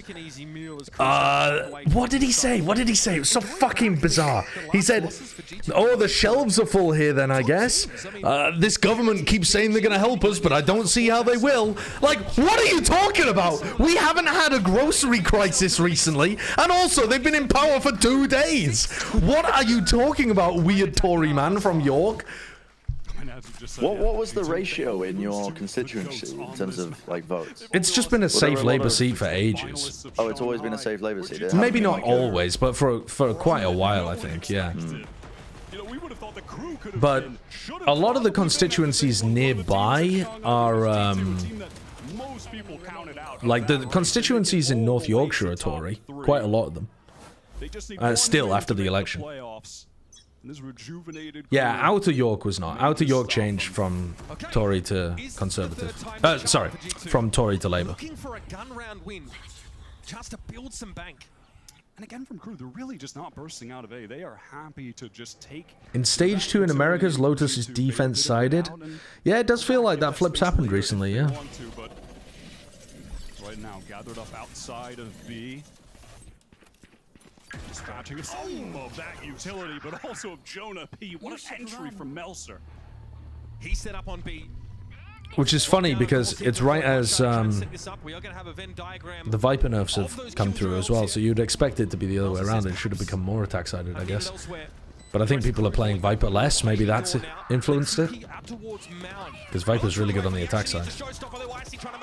I don't know. Feels like teams are getting better on the defense generally. Squeeze these players. Oh, he couldn't find the spray transfer. He's whipped it. Now they're in vicinity to intervene. Paranoia over towards the spike, but from above it's Fallon! That's beautiful! One more and he's got the job done. Go on, Trent. Nice! That's guys. That's real nice. Nice! G2 can do something with this, but they would have loved to have brought a couple more guns into the next. Absolutely. I mean, Trent does his best in that situation, and he succeeds, right? Just playing the time on the spike nicely. Invested a lot into that retake. Trent as well sent in that Nightfall. Icy invested that showstopper to get the first. I know nothing about British politics. Are the people who got elected good or bad, chat? Generally speaking, things don't really go between good and bad. but I would say better. Yeah, they're probably better. One shouldn't really use the words good or bad. I don't think. Economy, if they lose this, they're going to be on a tragic eco just that fast. Yeah, this is like the largest difference in terms of actual representation versus the votes received that I think we've ever had in the UK. Yeah, it's pretty exceptional. Yeah, he threw out that haunt towards Mound as well, so they know they have that control there.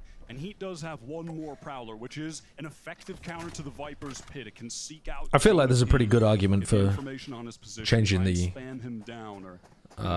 take that moment to push voting systems. But they're going to avoid that entirely. They're going to work their way back to One that Labour will not be a fan of, obviously. That Prowler, you have to clear out back rubble. Prowler from Trent.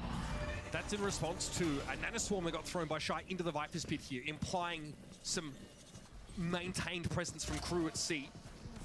Again, really light hold for G2 over at A. They're going to give up much of this, I'd say. Trent's going to get some action here. Swinging through that was so... That... What are you doing, Trent? That is crucial. They're going to have what to wait are you that out doing because there? they don't have any Prowlers to go through it. They can't just throw away their lives there. So further delay from the side of G2 to fight for A with the clock. They still don't have Haunt.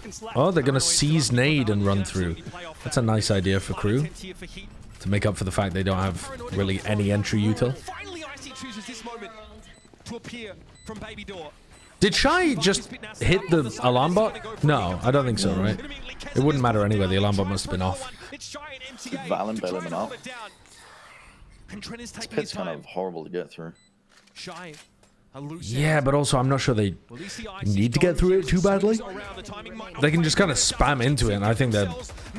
Yeah, they're going to get it eventually. He's on the money. MTA just has to make a play at some point there. The player disadvantage is way too big. Alright, yeah, G2 are clawing their way back in. That's not bad for Lotus defense if you convert that second half pistol round. They're starting to get into the game, and honestly, it's Icy doing it.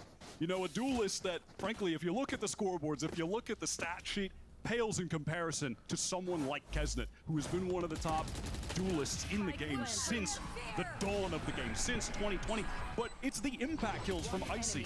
Chat, does anybody else like it when they get like an E-data couple on their team in rank? Crazy, right? You have Icy, the system duelist. He's locked into the structure versus the maverick of Kesnet. He's the one that is making these decisions, trying to be proactive and leading the way in many of these I'm a attacking fan rounds. of it. You can see the contrast play out there. I like it because usually the duelist player will fucking go nuts because they're just determined to impress the duo partner. They're now forced onto that timeout. Really respect Adam as a coach. Where has this come from? Because I had like 2 games yesterday where I'm playing with like people I'm pretty sure were like e-dating because they were saying some like weird shit like in the text chat afterwards, but both times it was like a duelist player that just went nuts. Like they're dropping like 30 plus. Right. Consistent run that they had with those 5 wins in a row, and I do think he really does. I'm like, yeah, I'll take the put me in your backpack. Are you guys looking for a third wheel? Are you looking for a third wheel? Hello, can I join in on the date? I missed her was not it yesterday. I'm pretty sure we lost that game. In so many of these agents, he's just not touched. Zhao Mei 112. He wasn't e-dating. He was just Zhao Mei 1218. Thank you for the tier 1 sub. Thank you. Find his way as that role player, provide the utility needed. I'm not looking for him to light the world on fire. I'm just looking for him to do his job. Crew have more than enough firepower. Kesnet, how good Melser's been this season. Heat, that new addition. Again, aggressive posturing here, but Okay, Icy gets caught. No haunt breakers. Delayed haunt. I mean, they were pre-aiming for it, but it just came so late. Yeah. Presence and Jonah P mowed down as well. One after another, G2's defensive architectures are being torn to pieces. Smoke from Valen to control tree. That was the first time Crew really burst out A and fought very aggro early. No one from G2 were ready to break that haunt. A misplay, and it cost Icy his life. Would you e-date Sliggy? Okay, there's 3 Sliggies. Sliggy in ranked, Sliggy co-streaming, or Sliggy on plat chat. Those are 3 different people. They love that. They love taking contact. They want to push out on you early in the round and fights. Sliggy on plat chat? No, he'd flame the fuck out of me. Sliggy in ranked? No, he'll just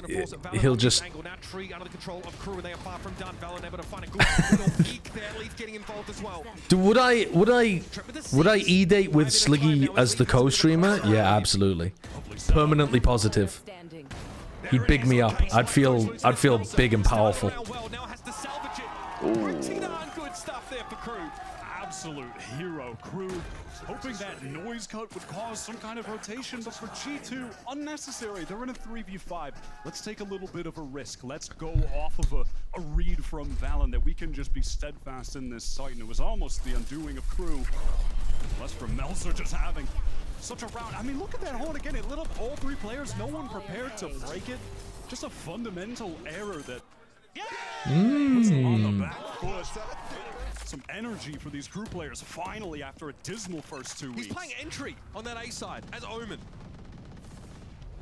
I think at this point has even overtaken Kesnet on the scoreboard, which is pretty wild. And now Crew are back to that slow start towards A. You know, they have that KJ turret, watching for any push out towards Mound, which is something G2 really haven't.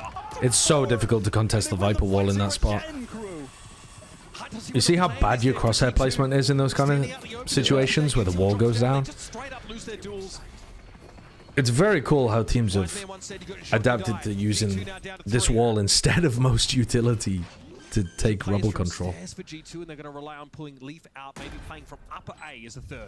It won't work in your ranked games, by the way. With the economy in this dire of a situation, do they want to be on eco? Oh, brother. For the final round, they've never had. Dude, what are you doing? Wait, finds one. That's the best he can hope for, though. And now they're stacked up for Kesnet. Okay, all good. It was Crew's round anyway. Rare indecision there from G2, and frankly, you just have to go for the save, man. 3 players alive. Look at the economy when we get back in. It is tragic for their side. In the modern Valorant, does having a job doer duelist like Defo was, who isn't really a star player but makes space and relies on their teammates to frag out, is that enough to push for a trophy? Okay, on that team, when you had like Nats and Chronicle and Shados, that's the equivalent of having some absolute monsters on your team now. Their confidence, their willingness to be so proactive. I still don't think it would really be enough, though. Throwing them off their game a little bit, but you know, you expect better fundamentals here from a team like G2. They have the unmitigated confidence of your average reply guy right now, Crew. They do not care.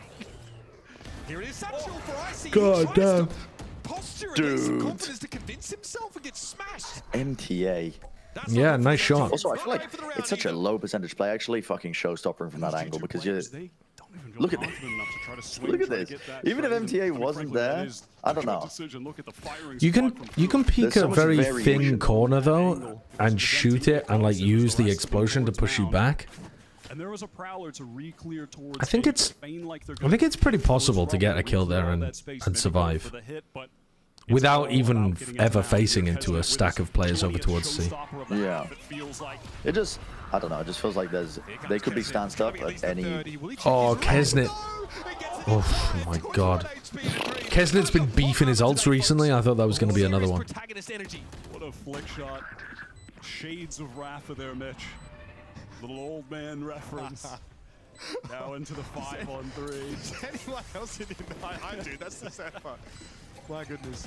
What was the reference? I missed it. What is Wyatt throwing out there? Old man reference. Miniboo is the modern Defo? No.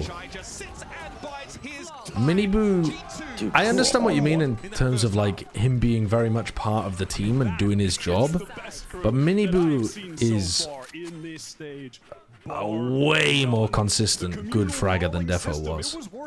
And also Miniboo is much more aggressive off his team's utility, even though it's like part of the team setup. Defo used to let the game come to him a lot. Like Icy or QCK are the modern Defo, not Miniboo. Making them look so out of sorts. And the confidence is there. It's absolutely brilliant. Kesnet 17-7, Melsa 14-5. Much more to come from this series in general. The second half of Loyals will be up on the other side of this quick break. Oh yeah, this is the new runner show, huh? Ah. They're just doing a break at a halftime for ads? Yeah, so they're doing a 2-minute break instead of a 3-minute break the rest of the time. And then they're doing a 1-minute break here with a halftime out the back of it. So they make all of the breaks shorter, but add one during halftime as well. Huh.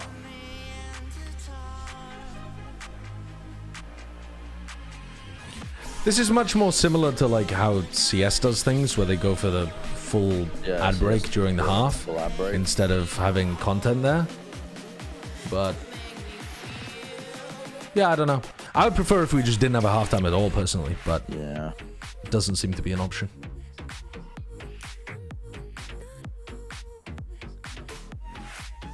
EMEA is weird though, because at the global events they still have a halftime. So if I was a player, I would be annoyed with EMEA, because you're practicing constantly without any opportunity to like properly talk to your coach and stuff. We're in the middle of a halftime here on Lotus between Crew and G2. And then you get thrown into the Masters events and you have a totally different setup. Extend a formal apology to Kesnet. We were not familiar. But I would like them to just cut the halftimes in the global events as well, personally. In any case, though, let's move on, though. Talk about Kesnet. The man has been on fire, Ender. Nothing can stop him. Yeah, and so much so that on round 2, after losing Pistol, Shy buys Kesnet a Guardian. Kesnet buys himself heavy armor. Yeah, this is where it all started going wrong. To win out here, they didn't buy anything that else. snowballed a lot for them. Exactly, because then it's shutting G2 down, so they can't buy in round 3. Yeah, honestly, the attacks I'm calling have been pretty simple. But Kesnet has ultimate already online. He uses that. It's been working when they hit every fucking shot. Yeah, and also I think they've worked around it nicely. Like doing rehits into C looks simple, but I think there's a lot that can go wrong with that. Yeah. He did wake up saying to himself that he was ready to play. I guess that interview was real. So yeah, I mean, you know, that's the benefit of you know, running something like this where you don't have an IGL. You really do have the freedom to do whatever you please. Can G2 put a comeback together? I don't think so. I think this is classic G2 get rinsed map 1 and then we have a competitive series after that. Abyss is going to be in for playoffs, Fluma.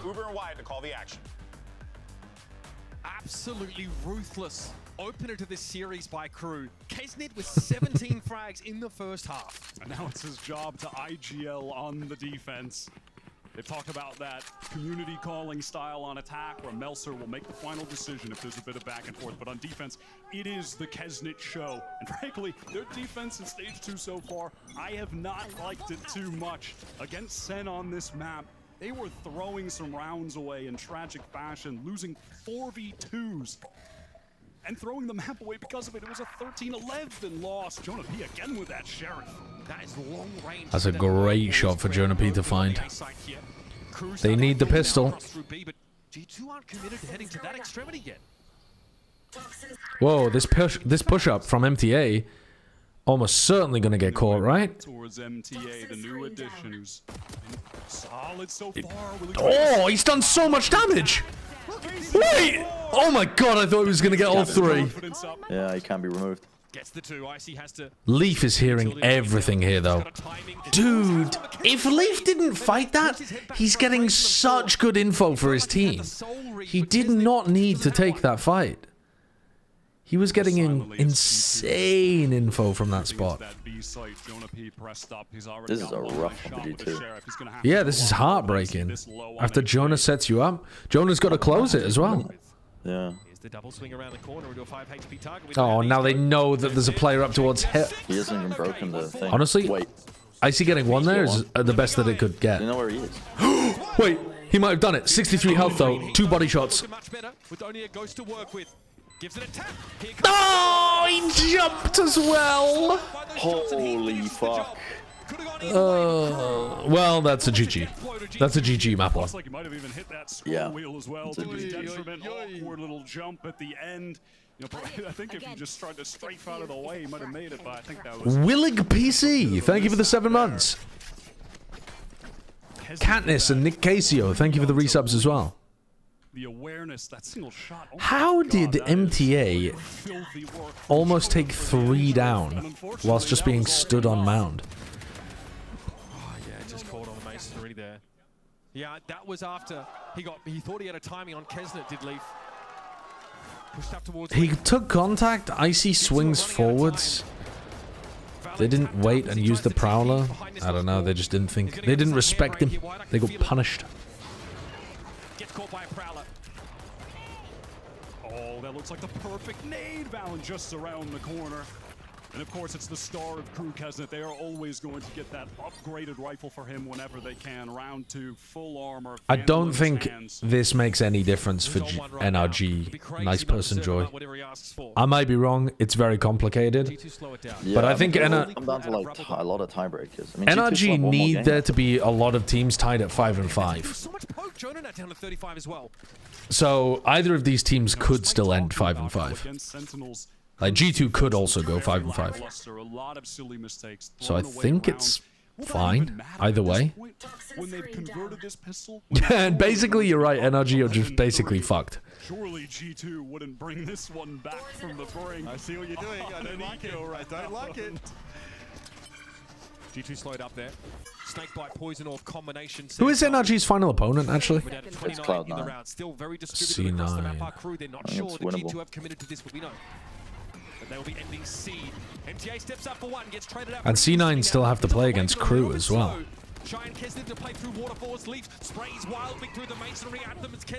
It's possible the C9 could go winless. Second stage. Oh my god. Oh, oh, it's over. Shy's done so much. Arguably the weakest weapon brought in the round by Crew, but that's a side note, and they have converted 11-3. Yeah, that's what I'm doing. So guys, if you didn't hear, I'm playing Stuart Little 3 Big Photo Adventure for PlayStation 2 tomorrow. It's a sponsored stream from Sony, who are really trying to push the PlayStation 2. Thanks for the 5 months, LJ Breeze. Shy barely crossed back in one of those moments with 6 HP from sight in the waterfall. One of those straight right-click classic bullets hit him. Oh, if I was going to play some PlayStation 2 games on stream, though, I'd be playing, like, Jack 3, any of the Ratchet and Clank games, either of the Lord of the Rings games. Holy shit, they were so good. SSX, SSX 3, SSX Tricky, like, fucking, there were so many good PlayStation 2 games. They don't look themselves, I'll say that much. No, they really didn't. I wouldn't be playing Stuart Little. I can say that. Excuse me, mental reset after this map. PlayStation 2 was so fucking good in terms of game quality. And it doesn't feel like their heads are in the game right now. Josh RT, their long-standing. Were they that good, or is that nostalgia talking? For the time, they were fantastic, Ilarion. 7 months now. The Jack and Daxter series, the Ratchet and Clank series were amazing games. Into partnership has been such a great coach with the team, but with only change the title, someone? What is the title currently? One coach do. Oh, there we go. Yeah, I'll change the title. It's a little bit of an underpowered bonus, but boy, do they have a buffer of rounds to work with, Wyatt. Melser heads up, purchases that Outlaw G2. All light armors. One shot from him. That connects will result in a kill. That's why Melser's playing an off angle over towards Mound here. Not the usual one. But he won't see any action this early. Crew are really stacked up towards C right now. You know, perhaps a little bait play. They're hoping that Melser maybe gets that first contact, teleports off. Oh, here we go. We're going to see. The read is good. G2 have done this quite This looks very much like it's only Melzer holding C when he plays like this. This is a nice idea from Kesnet on the bonus. You're really hoping they accelerate in. Behind that smoke here and give control of Mount to G2. But do they dare commit? Does Valen have the read on this? That boombot doesn't even catch heat. Does he have the cojones for this? Yeah, Kesnet's IGLing on the defense side. Some presence on C. Yeah, actual Keck W G2 accelerating. They've forgotten where the gas pedal is. Yeah, they don't do that. They don't do that. We don't do that here. We don't do that here. Push before the first 30, the last 30 seconds of the round. Oh, we don't do that here. I think you've got the wrong team. 23 seconds left in the round, and now G2 need to take this up a gear. Prowler into tree, clear it. Satchel now into showstopper. ICC's nothing, nada, zilch. But space has been You created. just fucking go all the way over there. That's it. And just send it onto the corner. You want. Finds the right side of Melser on the B side. What happened to the ult? And at this point, Crew, they'll be It just didn't catch onto anybody. Went around the corner of the box. Valorant knows it. He's about to get double faced here. MTA first and Shy second. Whoa! Nice movement from Shy with the stinger. I hate the stinger. Not what he's looking for there. That was ugly. Hello, Icy. Whoa! You have a nade to work off as well. The rest of the cleanup should be relatively elementary. Icy hard clearing for fucking Flatman, whatever he's called. The two-dimensional man that could fit in that corner. What's it called? Flatley or something? Will be bowing out as G2. Oh, give up another. Flat Stanley. There we go. It doesn't get any easier, Wyatt. I couldn't remember. Inching closer to getting the showstopper activated again. In the first half, he had a 3 rounds into the game, and he's almost about to do the same. Just 3 orbs away now. Shy with all those kills earlier, close to the lockdown. And frankly, Mitch, this is the trouble with trying to make comebacks happen in Valorant. Eventually, everyone is going to be able to press Q and probably win that round. Press Q. Actual Overwatch reference dropped. Casting with Mitch and throwing in the Overwatch all press Q reference is so funny from Wyatt. Decent conversion off the bonus, I suppose. Damage-wise, Valen. God, that haunt is disgusting. Oh, G2, please. I mean, these are the mistakes that you would never expect from a team like this. 2 times now in Rebel fights. No one breaking the haunt. Several players getting lit up. 3 kills for Crew. So easy stuff. Man. So unlike them. We're talking about the most meticulous, disciplined team in Americas. Right now, they look extremely scattered. The haunt's really delayed though from Heat, right? Because he sees nading, I think, at the beginning of the round, and then he throws the haunt afterwards. So they're not ready for it. They cannot miss. Where's the fitting? Thank you for the 20 months. My ult key is bound to Q in Valorant. That's insane behavior, in my opinion. Look at this on, and then it brings up another player there. Easy spray from Melser. Oh, this is... The Fade util has been sterling at the start of these rounds. It has been. And Heat, one of 2 flex players on this team that used to be a duelist. Him and MTA. Keep them coming. That's been the recipe for success, apparently, on Crew. Maybe things will work out for MTA, Mitch. Once more, G2 probe A. And in previous rounds, they pulled out to trend towards C. This time they linger a little longer. 2 Vandals bought into the round. Yeah, I'll go back to TF2 Esports when they announce the TF2 Major. Surely that should be any day now. 2 sheriffs for them. Trent is 1 orb away from that nightfall if they can find it somewhere. But that's going to be tough with his presence from Crew on this A side. Alarm bot at B2. Crew know about this. They can set up for Baby Door now. Oh, Melzer just expects the player to have left Rubble completely.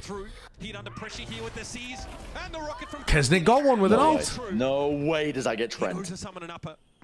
It's Icy playing safe with nothing but that Sheriff to work with here. And the spike is still heading over to A now. Oh, you fucked. Oh, he was just a little too slow with the wall.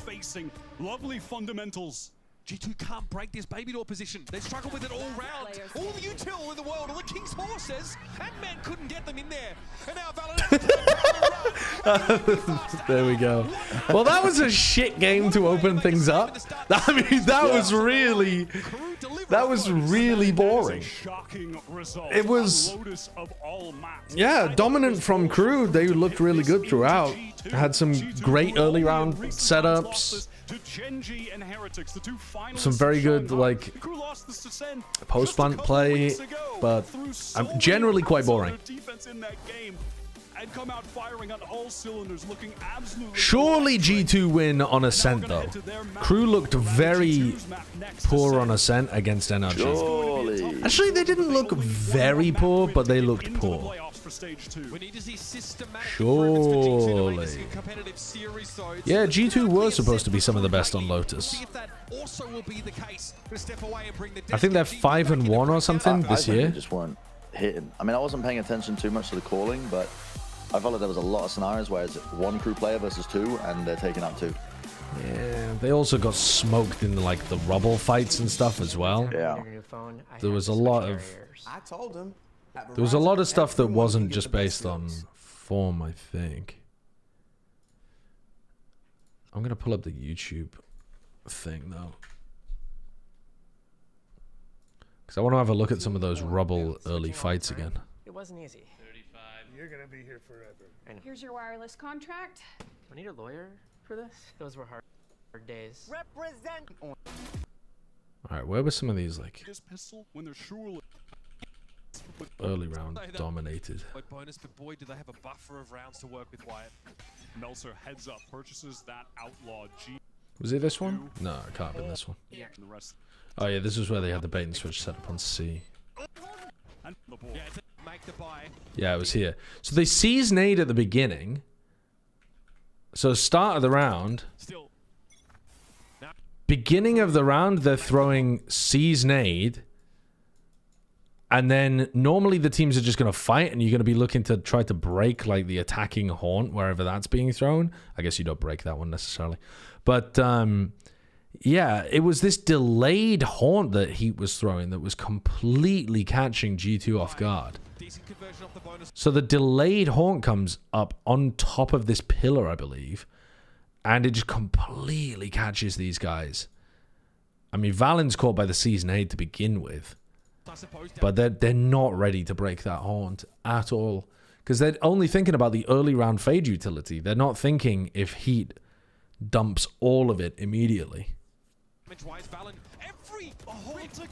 But they got smoked by this. I think they were getting smoked by it on the other side as well, weren't they? That's what Bren was talking about. Let's see if we can find an example. That being the case, but good from. Let's see if we can go to round 4. Now play the course, injury, the paper Doesn't look like anything would have happened this round in particular. And immediately it's going to be that Odin just spamming away towards A main. It's so common. Yeah, they wait out any kind of Odin spam. Spam onto that ult orb close by as well. There's the delayed haunt from Trent. Wants to move up here. They drop their own wall with another haunt. So that's how they play round 4. What do they do round 6? Round 6, they just throw one off rip over towards C. And Trent almost got caught by this one as well, making it feel like they were over towards C. And this was the B post plan that they played well. To find fence, you know, they've had to. I mean, win to make and win offs. And this rejuvenated crew may just stop them. Okay. Paranoia off rip. They use C's nade at the beginning. Just to build some bank. And again from crew, they're really just not bursting now. So when does Heat use his haunt here? They use it for part of the B exec. We are going to have a Venn diagram. Well, truly wait for the action here to show And then this was fucking crazy round.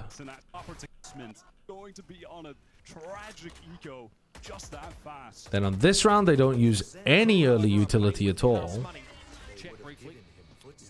Haunt to take some C control while opening the door. Take that moment to push through the pit. And then they go back over. And then they have Haunt for A. I don't think this means anything for NRG.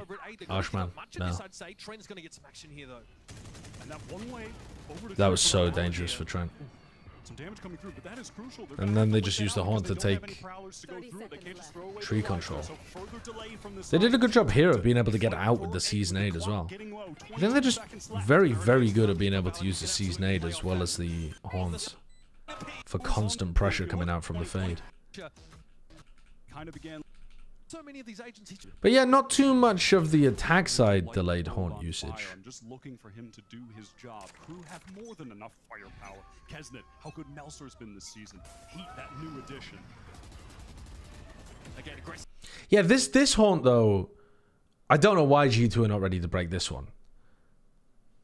Because this is basically just straight off rip throwing it up top here. heat that new addition. Again, great. Yeah, it just completely owns them. Why is this? Is this because Valen is now using Paranoia at the beginning of the rounds? So he doesn't usually do that? Is he usually the Haunt Breaker? But now he can't because he's not out of his smoke animation quickly enough? I don't know. Again, aggressive posturing here, but I'm just speculating. I don't know for sure whose job that is on G2. I don't know them well enough. through the wall means that yes, crew still want to go for this. They have to expect some more baby door presence. But yeah, they got completely rolled by it there. Such a round energy, which is pretty wild. And now crew are back to that slow start towards A. You know, they have that KJ turret, excuse me, watching for the open as much as that util drops down. They stairs the final round. Yeah, to be honest, they didn't really get caught by the Haunt on the attack side that much. It was just that one round that made it feel super obvious. Not great for the round either. Yeah. Anyway, let's go back to the Twitch VOD, back to the desk.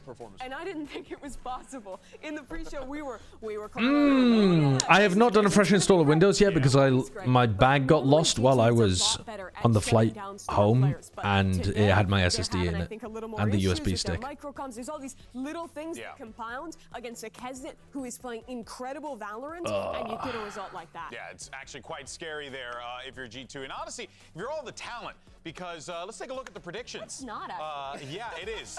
Patante, thank you for the 54 months. None of us predicted crew to do anything. Golden Boy, Golden Boy. What have you blame us? Series isn't over. Can you blame us though? Series it's isn't so over. True. Sassy did the same thing to them. Sends seasonated, then Sassy threw the delayed Haunt, and then Tens aced afterwards. Oh yeah, I remember that round. Yeah. It's actually not that much a copium though, because G2 has had struggles in the past before with their opening maps, and I thought it was something that they solved. Do you believe in Sliggy's theory that the Haunts have a different timing on LAN? As in, people keep shooting too early because they're used to the timing of LAN shooting? That's interesting. They most notably took out NRG in dominant fashion. It was the only map they won. I have not thought about that before. Actually closed out a series because. Yeah, that's G2 though, they're really familiar with the comeback. All right, I'm gonna go and get some water and a snack, and I'll be back in a sec. They did get a win there. I wasn't totally convinced on the call, so I'm curious what they're gonna bring. Yeah, well, let's go ahead and jump over to the G2 camp and see what's going on with Josh RT and the boys, as we have Geek Heavy standing by, getting ready for Map 2. All right, I'm joined right now by G2's coach, Josh RT. So it seemed like that map kind of got away from you all, so I'm kind of curious what went wrong and how do you all plan on bouncing back come Ascent? I think we forgot how we wanted to play, and we kind of gave them openings thinking that like they wouldn't hit the shots. We weren't reading the map state correctly, and we made a lot of errors in like how we move as like a duo or a trio around the map. So I told the boys, like, let's tighten up, let's play coordinated, let's play disciplined, let's play the game that we know how to play, and we'll take map 3 or map 2 and 3. Yeah, hopefully we'll take this to a map 3. Best of luck. Yeah, thanks. Real answer. Real honest answer. It was the problem. G2's striving point is always the fundamentals, and they were bad in map 1. I think that is something, though, you can lock in. We know they're good to find that mental reset. They're not out yet. I do have one concern that I have here, which is something that we saw play out very much so is the individual capability of crew, and we constantly talk about G2 not really having those X-factor individuals on the team. Great players on the team across the board, but you don't have that person that steps up like the way I would hard disagree because there is a man with big poofy hair named Leaf. And that's fair. I agree. I would further say that on a map like Ascent, there is another guy who usually shoots around this dart that tells you where the enemy is. Trent dominates on this map. I actually would go the opposite direction and say this team has a lot of players that stand out map to map. No, that's Nox, thank you for the prime. Makes a lot of sense, especially considering the talent that's Another day, another donor wall. Oh yeah, thank you for the 54 months, Patante. I'm pretty sure I said that though. And I think what you're getting at is in the duelist. You're never getting that VIP back. The newest player on the team. His Icy over to Jet instead of the Neon. He's going back to the Jet though. I thought that Neon put him out on his own way too often to take just straight up 1v1s that he was oftentimes losing. He's really comfortable on this jet roll. It's a standard on the map for a You aren't actually silver? I did get placed in silver on my NA account. I genuinely got placed silver 3 on my NA account. Crazy Kesnet rounds. He's starting defense. If this guy gets it off, they win pistol. I got back up to plat 1, and then I had to fly back. But at one point in my career, I have actually been silver now. Before that, I'd never been silver before. When I first ever got placed in Valorant, I was gold 3. I'd never been below that. I'd only gone upwards. And then this month, I went back down to silver 3 somehow. Slimothy, thank you for the 59 months. Only so much time did G2 have in between that first map and this one here to catch themselves, because they were reeling wide on Lotus. Reeling. Massive reset required for them. I have not seen... All right, let's fucking go, G2. Fundamentals is on that Lotus map in I don't know how long. I don't think this... Perhaps this entire year. Certainly not since the Stage 1 playoffs. That was very out of the ordinary for a team that I look at and think of fundamentals. I mean, a testament to that in that game was that they only converted 2 of their 7 first blood rounds. That is shocking from them, frankly. That's bad. This is their map pick. It has been a tough one for Crew. And frankly, only one Deagle for Crew. Take this thing to split. G2 back to Jet, no more Neon for Icy. That was touch and go at times for them in their previous game. Here we go, set up towards B. This one going to be pretty expedient, I dare say. Waiting out the recon dart. Cancelling. And they pull back. This is They've used quite a lot of utility, but both teams still have their paranoia. Oh, that's a huge kill. That is an enormous kill to get. All but the Sova here from Crew got pulled in the direction of A after that exchange. Against NRG, Crew really took a beating in tree around Not this going for the re-hit. That's where they suffered. Crew got the read. FNS really unwound them. Oh, dude, they're getting such a perfect read. That's unfortunate. Yeah, through the masonry, no less. That man with the sheriff is going crazy today. Up comes Trent here now, threatening. That paranoia looks like it's going to be sick as well. Well, they are for both teams, actually. Valen delivers now as Shy is going to make a little bit of noise heading to heaven, but Jonapi's not ready for it. It's Melza operating from the 7th circle there in hell. Trent deals what? Player advantage. Shy throws himself into this here. Runs in with the smoke and the recon, and they're just going to wait out the smoke. Is going to be the undoing factor here. I love that patience from G2. They literally just wait out the smoke and wait for Shy to be sat on the site like a bold duck.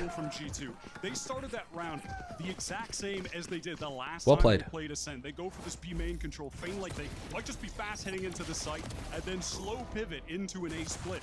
Variation this time, though, was that rather going for a traditional A split through the door with a player. Very nice recovery from Valen's calling on the pathing. And then that's a sick pick onto Kesnet as well. From the front and the back. A very cool adjustment to throw Crew off, maybe thinking it was going to be the same thing that they watched from that first week. That extra investment in Kesnet this round is going to manifest. Yeah, Shy got made to look silly there, though. Takes that over towards the B-side extremity. A lot of teams wouldn't be as patient as G2 were, and Shy would get value. G2, no one loves to slow it down more than they do. Yeah, that is a fact. They like to take their time. I love these slow rounds from G2. Do you? I associate it with exciting Valorant. Dude, I'm trying to beat the tree sentinel on level 1 in between each map. I might be able to do it at the beginning of the G2 round. Yeah, you might be able to. Can this be read by G2? Aldrone certainly will try it. Only spots 1 though. Shock dart, though, they are starting to trend away. This will be checked, though. 2 caught inside the 0 point. G2 do know there's a heavy tree presence as a result. Valen getting up close here. Enough noise to wake the dead. Falling off. And yeah, G2, classic round here, taking their time, working the map, finishing up mid now. Gonna pivot into 30 seconds. Dude, I don't like how late they leave the time on RT round. Yeah, like it's so fucking risky. It is. Usually I get proven wrong, but it always feels risky. But I think some of the difference is that they normally have really good information about like where the stack is. Yeah. Because they do this Leaf lurk with a pistol play so well. Yeah, it gets more proactive, right? So they get the info. Icy with the big gun. Holding that market angle. Yeah, there's always some level of info play. Take a shot every slow G2 attack round. Honestly, you wouldn't even get drunk because there'd be enough time for your liver to sober up in every round. My liver could process the shot in the time it takes G2 to figure out where they want to hit. I fucking hate people that understand the angles on the set. Yeah. I'm just never gonna do that. I refuse to do that. I mean, some of them, like that market one, you can ping a little bit, but I never get value using an Odin in B main. Odin holding B main. Dude, Yeah, I play solo never. on this map. Like, I've just been filling and ranked, and I've just been getting diffed. Like every Ascend game, I'm getting diffed by the enemy solo Yeah. because they know the fucking angles. You have to nerd it a little bit, and I just can't be asked. Absolutely, crew really need to step things up. It just feels fraudulent to go into a custom server and practice spraying people through walls. There's something disgustingly fraudulent about it. Like I'm learning to cheese people and putting time into it. It's kind of makes my skin crawl. Variation in their setups, a lot more proactive taking of those extremities. That was something that they were lacking in that previous game, no doubt. They tried to take an op there on occasion, but didn't really work out for Crew. Melsa here. Are we getting a reclear? Flash? Oh, and Valen's already read it and does 100 damage to Melsa. Dude, they're so good at being ahead of these defensive reclears. That's so nice. Not bad. Now 3 versus 3 as MTA tries to hold his ground. Even as it gets. Kesnit a little low, gets a tickle from that shock as well as the wall comes down. We want none of it. He'll break through Oh, Shy's kill though. Nice from Shy. He's just won the round for them. I thought that was well done by G2 as well, though. Getting back into that site, not giving an opportunity at all for G2 to try to scale in there, get the spike down in a safe spot. Kesnit with that pick onto mid, though, finding Leaf, you know. Obviously, frankly, everyone should have an idea in a situation like that. The KJ will be in tiles. They'll be walking towards mid on the A hit. I mean, we've seen this millions of times at this point on professional Ascent play. I feel like the epicenter of this defensive setup for Crew really is around Kesnit and Heat, who do want to play towards that tree side, and Kesnit wants to, you know, move between mid and maybe even heaven if he gets an op. Those two pivotal here to Crew's strategy. The amazing thing about G2 is they play so slowly, and yet they still do more than most of my ranked teammates. Yeah, because when teams play slow and ranked, they don't do anything. Understand that you still need to be active when you're doing it. I know. It's like they only have two It's crazy. gears. It's you hold at the spawn, or you hold at the barrier drop, or you rush side. That's it. Yeah. But like knife over towards catwalk, recon dart in mid, they already have Icy inserted into close mid, and then they freeze. My ranked teammates could never understand this. They simply could never. So the Omen is over towards that tree side. Now burst of speed from them here. Ready for a dash from Icy, and he goes across. Looking to test that switch maybe. 2 players grouped up in Boathouse now, and Kesnit might be able to find Oh, well played. I thought Icy was going to get ruined there. Here come the reinforcements, but they're all grouped up in CT. Doubled up with Jonah P, got the kill. That paranoia to scale out. Nelson with only a judge though. How does he I think you've got to assume that Leaf is playing B main, right? Fortunate for him, but still 3v4. Also They might waste some time trying to clear out a non-existent player here. Going to clear that. They get the info. That's the last flash, but well used to make sure they're not going to get backstabbed. Still a bit of time to work with here, but Kesnit doesn't really have... Recon is going to start coming back online. Trent's holding an angle though. Oh my Trent got minced. Melsa on the side, pushed up, one smoke to the right-hand side of Boathouse means that G2's options for swings are limited. It's Melsa giving it a touch. Kesnit approaching now at 40 HP. They get off it. I mean, what's the point in getting off it in that situation? Like, you have to hold it in order to win the round anyway. They're not going to win anyway, but like, it seems so silly when teams don't play to their outs at all. What choice has he got? Gotta stick Like, how around for pissed would you be if you were Kesnit in that situation? You get a sick 2K, like unbelievable spray down on the final 2 players, and Melzer just got off the spike for no good reason. Like, you'd be fucking mauled in. And they opt to contact. They contact clear B main with the, or rather they opt not to. They use the flash instead of. Stinger on Jonah P. They had nothing. Ater, thank you for the 11 months. Woo! I heard your ass was silver 2 in NA. Okay, they got that wrong. It was silver 3. I was never silver 2.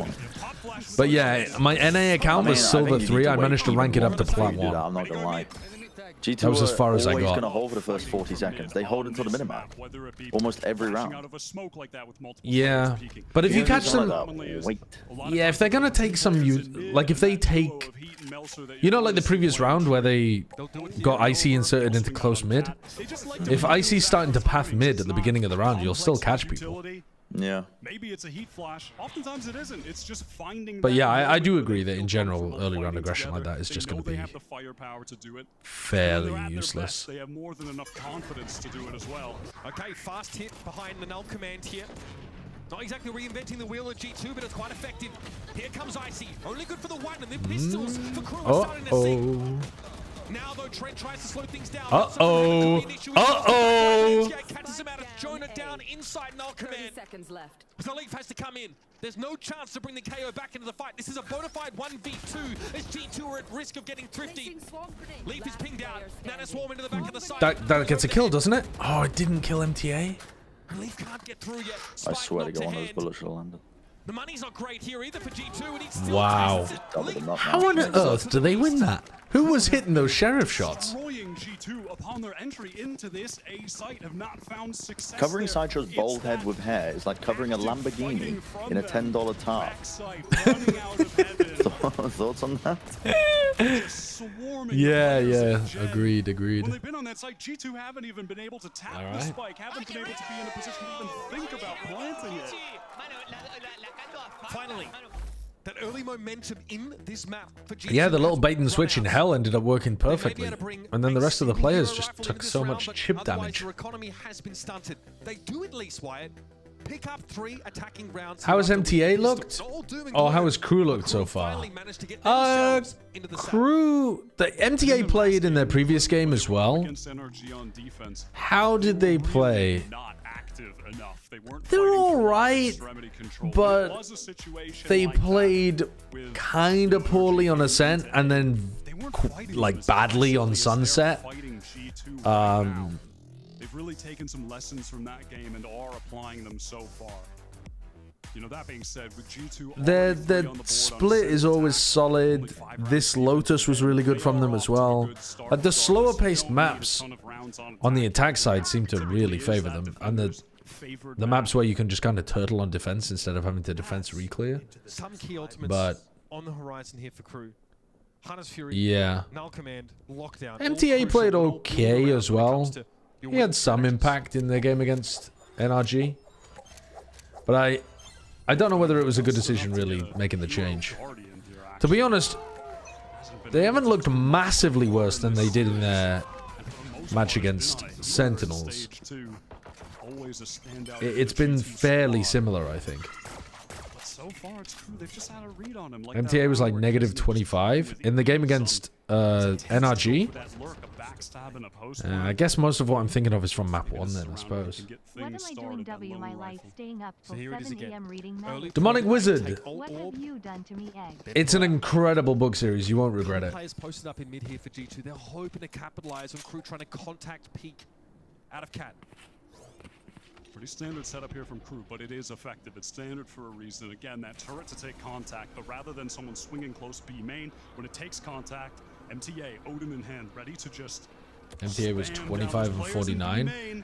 Okay, they know he's there, but the Guardian Was most of that from map 2 and 3? right now for G2. Because map 2 they just got fucking rolled. Map 3 they just got fucking rolled.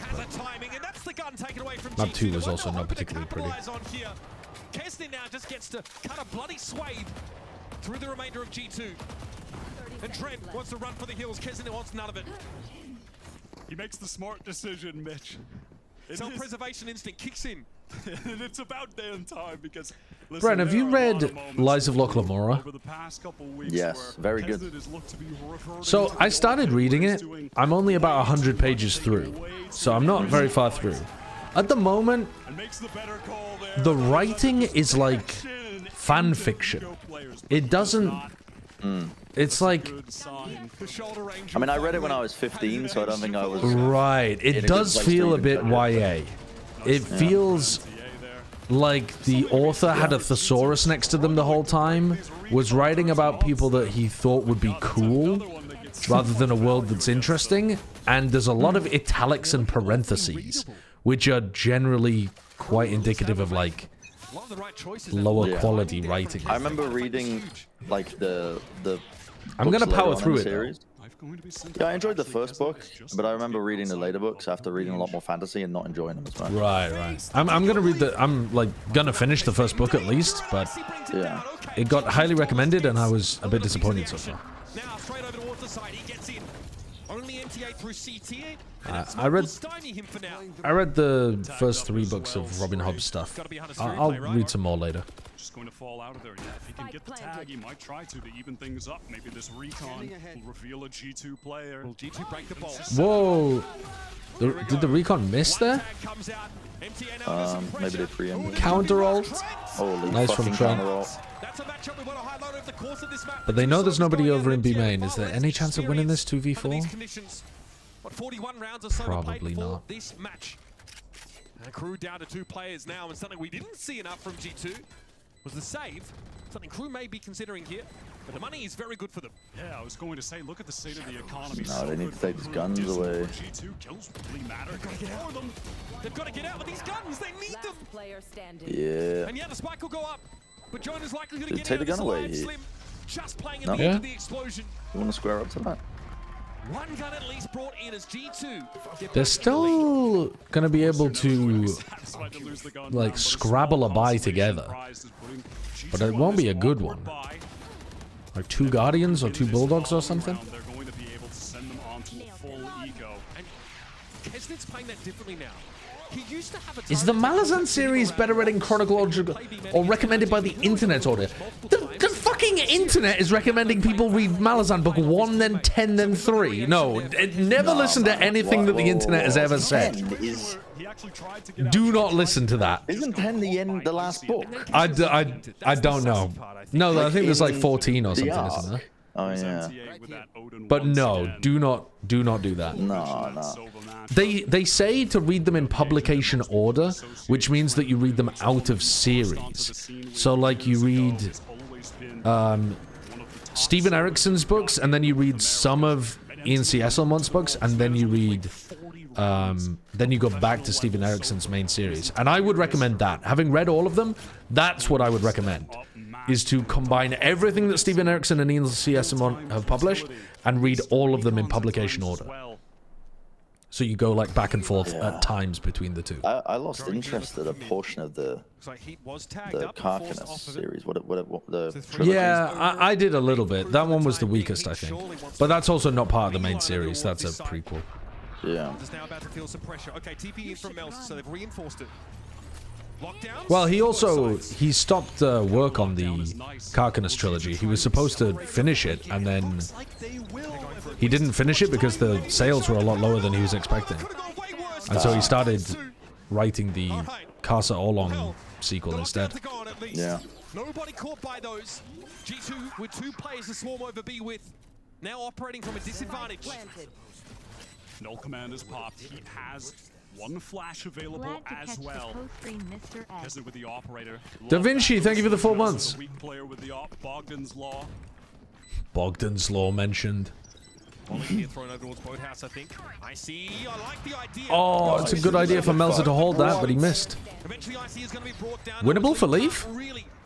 Oh, that was winnable as well. If he just won the duel against Heat there, the other 2 are 1-shot. Slightly defensively. A little moment of indecision, perhaps. You know, accelerating to try to break that lockdown, but they wasted a few seconds. Shy posted up and ready. MTA swinging to stairs, fighting together. against those G2 players pooling out of main. Yeah, I'm not going to read that hot take. I've already read it, but I'm not going to vocalize it. Actually, Brent, what do you think about this? What do you think about this hot take in my chat? Okay. Having a rough chainsaw fart is better than a silent fart because it can sometimes scratch that itch you have down there that one usually gets to. Love a little more coming out of this half. I don't know how to approach that comment. Well, just, I mean, do you think it's true or not? Like, do I think it's a hot take? Like, do you think it's a valid take? A hot take? Yeah. I think they just wanted to make you read it. Yeah, I probably. think you've fallen prey to some fetishizer. They wanted you to read it out loud, and you've done it. Oh, Mel's is whiffing. Kesnet though waiting patiently with the operator. Tough position to break. I agree with the take. I think. Rare whiff in this series for Melser. Really been on fire so far. Should have had at least one for free. If they're not rippling your ass cheeks, causing seismic waves, then they're not that satisfying. Smoke deep mid. Are they going to venture forward into mid? Try and break that alarm bot, because right now it's the signifier for crew that there won't be a B split, that this is still headed towards A. Heads up from Jonah to break. Alarm bot broken, but the door is still closed. And he's got a classic. He can't even break the door. It would take all of his bullets. He sees nothing. Kesnet they will wait. This is just raw contact from Icy. It could go wrong, but smoke comes up. Operator stifled for now, and Icy found heat there. Very low health. This is G2 trying to get value out of that Vandal. Boy. Link now on the side, has to plant No his feet, but bullets. Shy drops down. Spike down A. And it's Jonah with 5 HP to save it. Jonah doesn't maybe need to he could just kill die. everybody. He could kill everybody in 3 seconds. Yeah, maybe. With a classic. Not even giving them an opportunity to tap the spike. At what age do you lose trust in your farts? Well, I'll let you know, but I've hit the age of 30 and I've still got a lot of faith. So I'll get back to you every decade. We can check back in. The idea is fine, right? They embed Icy in Wine with the recovered Vandal, and he tries to find a play through A main. Quick peeks now. Has the cloud burst to avoid the op shot, gets a kill, but that's it. A lot on the line for G2 in this round. Everything invested. Trent with the Odin. Counter spam ideas from him. What? Yeah, get the fuck out of here. What is that? Outrageous shot. Was that from Trent Odin spamming in tiles or what? I've got to be honest, I was just zoned out. I was looking at my chat. No, what? Oh, he's been blinded just as he would have tried to take the fight. Oh, bro, you can warbang that? That's disgusting. Like through the barrels. Was he taking warbang damage? I think that was the nanoswarm damage, wasn't it? I felt like it was warbang. Don't know. I don't think you could go through the wall and the barrels. Yeah, I didn't think so either. I didn't think that's how it worked. But it won't go like through two materials. Trying too hard to it must have just gone through the wall then. Aggro floods, trying to fight when G2 are getting out of main. That was the one round where they did win, when they did exactly that. For the most part, this anchoring has struggled for them. How the hell did Trent get through there? I want to see that on the replay. It may have been a double swing that ended up being a line-up. I mean, if you're Shy, you have to know that Turret's going to take your contact there. You should be ignoring it. But he had his crosshair set maybe for like an updraft of Icy on I would like to see them at some point take a scent out and rework a couple of things. There will be a save for crew. Not a lot, because I think the overall map design's really nice. I like how important mid is. And that you can still pop into both of the sites. Or split into both the sites. But... 5 is enough on this attack. Bruh. Okay, buddy. Yeah, they line up. Lotto, but yeah, it's just a lineup. That's really tough. Trying to go for that active beam. Yeah, so he is getting wallbang spammed there. It must be going past the barrels or something, or like through the middle of a barrel. If it's just attached to the wall. Surely it's not counted as all one material, is it? The wall plus the barrel. 0 points exchange over a day. I think only one player between the That two seems like a leagues. weird way of Now down coding the focus that. for G2. They haven't been clearing the alarm bot with the shocks. That's something NRG were able to do routinely against crew. They'll do it the old-fashioned way. Hail of bullets accounts for it. Smoke towards CT. Kesnet's in a tough spot. from Speedway. Catches Icy on the fadeaway. Shy gets backside as well to support quickly. Oh, he ducked underneath the bullet. The duality of Kesland again rears its head. This smoke as well is so good that the defense teams are throwing. This patience from G2, just controlling the space. They don't accelerate off that pick. This noise cut is so excruciating for Crew. Yeah, just keeping options for themselves. It's really not that bad. I mean, he's getting good information over towards Gelato. They have info. They know that G2 have to go for a rehit. But Shy held that Speedway angle. Now hoping to double up with Melsa. It's just the two of them for the time being. Help is on the way though. He needs to get there. In goes Melsa. Oh, Valen, what a beast. He really is. Settle for the spike here in a 1 versus 1 with 20 to play. He has all his util. I think... Here it goes. Valen steps out of the molly here. Has to find a swing from Dice. He makes some noise. Oh my god, he's so good, man. That's so well played. Valen is nasty good. Not only does he lead the team with such expertise. God, he's been incredible this year. He's been incredible. That angle in spawn, making the right play. Yeah, I don't know where Mitch got this comm from, but apparently some other people say this as well. I brought it up in my chat last time, but the Speedway call. I had never heard that before. That's called Speedway? Yeah, the like lane. I've only ever called it lane, but apparently some people call it Speedway.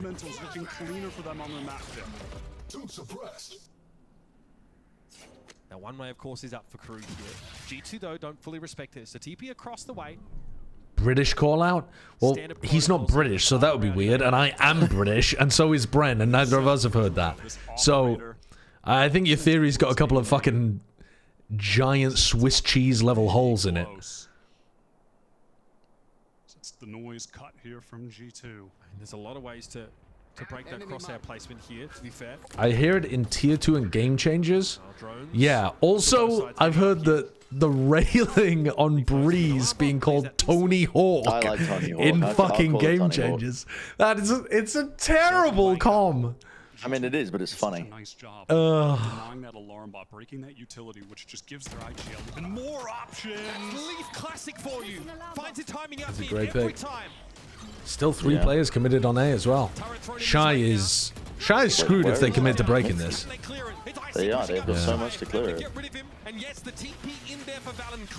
Dude, I was watching MIBR play against 100 Thieves, and MIBR just missed their Soverall on the lockdown. Yep. Yes, they did. You see that shit? Yep. Yeah. God I was on the desk. I was damn. watching. I was like, "There's no fucking way they just missed that." They just then like 2 get missed. detained and they lose the round. Yeah. Round 12 on Icebox. It was shocking. There's no way to retake this. G2 certainly going to get 7 on the board. Phenomenal attack half.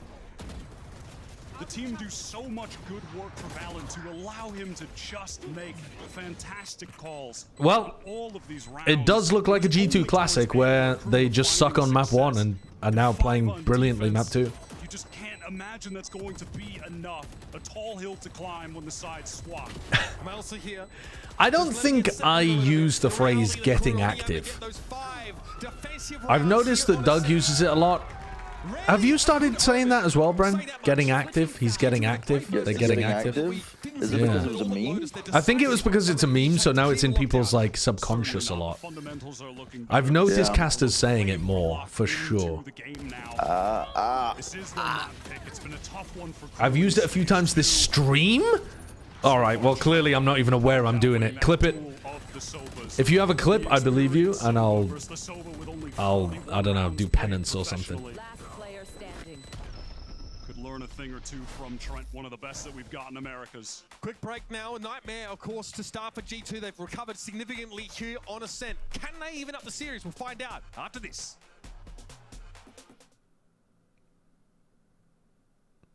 Okay, if they need to have the audio blend much better if they're gonna run this break. It's like 5 seconds before the break audio comes in. It's so jarring.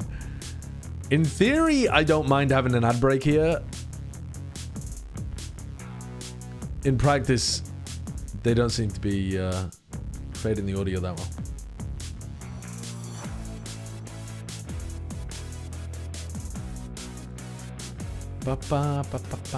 Getting active is a console FPS term, if I recall correctly. Really? Okay.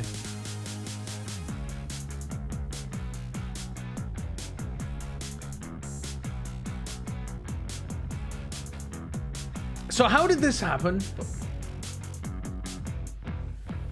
Where's that clip that someone just posted? Where was the clip? No. It deactivated. Oh, here we go. Communication looking like I got the chance to listen to the crew voice comms to see how they're doing on that map of Ascent, and I can tell you guys that it is pretty much what Adam said. Meltzer is having the last call on those decisions, on a general idea as well at the beginning of those rounds, and then everybody else is adding into the general idea. Oh, let's add this as well. Let's do what we did in the round before. Let's also be aware of these little things, and that's the way that the communication is going to work. Also, Kesnet is maybe the most vocal in those mid rounds. You see him always very animated, and when you see towards the end of the rounds, the Vice Merchant seems to be a little bit of shy, and also MTA celebrating all those rounds, also make sure that if something went wrong, they're able to fix it for the next one. One more thing as well, MTA and Shy are working a lot together, so you get the chance to see them having the communication in between them as everybody else is having the general idea of those rounds as we talked about. There's some cool ideas there. The vibes are good, I can say, and Meltzer 100% the IGL on those big rounds and big decisions. This is everything that I have listened back to the casters for the second half. Okay. Thank you very much, Dan. Well, that's very interesting. So it sounds like Meltzer is doing more IGLing than one of the toughest challenges for your calling game in maybe than they want, but he's certainly like taking the primary IGL position, even though they don't want to call him that. Never leaves the pool. It's a map where IGLs have so much experience, can excel. We saw I like Valor it. do just that. Such a wrinkly map. Never leaves the pool, man. Yeah, I saw Boostio behind Bren while he was doing the report on 100 Thieves. Boostio, I don't know what he thought was going on, but Boostio really was. He was getting active. Takes a crack at it, forces away from Melsom, but it's going to be Mischievous. Kesnet though bites his time. Was able to find 2 from Logs in the end. It's 3 HP left on Melsom. God, Kesnet pop off pistol round. Okay. 16 for 7 already in this map, despite being down. Icy, and Lone Duelist. Too much counter damage there. Big round, Kesnet. Big round. On the defensive side of this map. Good way to get what is back this, to 2-0? parity here with a pistol round win. Yeah, fantastic start. I love that position from Kesnet. While the rest No, of I the don't players think are so. storming I into don't the think site. so. Just plays a bait position in Logs, expecting G2 to try to flood quickly out of that CT smoke. That's exactly what they did. Waited for a sound cue of a flash coming through. Swings at the perfect time. Lovely play. Interesting for your Jet Perfectly. to be the one who plays like that. All classics for G2. Valon here still wants to try and at least signal some strength at A. But crew don't really seem to care. Pushing right past that one-way smoke. Kesnet has full armor and a Vandal, by the way. Another day at the office for your superstar from crew. Steps away from that recon now, and he might look to challenge Trent. A little bit of damage, he's happy with that, sidesteps it. And now crew will embed This kind of positioning is just bonkers to me. I guess Great molly. Oh, it's very solid positioning until you get into the exec, but he's got a nice timing here as well. Happy with any damage here, but it's not looking likely. Because they're building close to those knives already. Going to be cleaned up with ease, but it's after this anti-eco that The classic looks so weak in those situations. It's like a pea shooter. We've talked so much about it. It's been such a massive shift for them. Ugh. And against Valon, one of the toughest tests you can get for it. Such a fantastic IGL. But not so far in this series, really, if you at least consider Lotus. We did not see G2 really look decisive at all. They really took the initiative. They gave up so much of the map.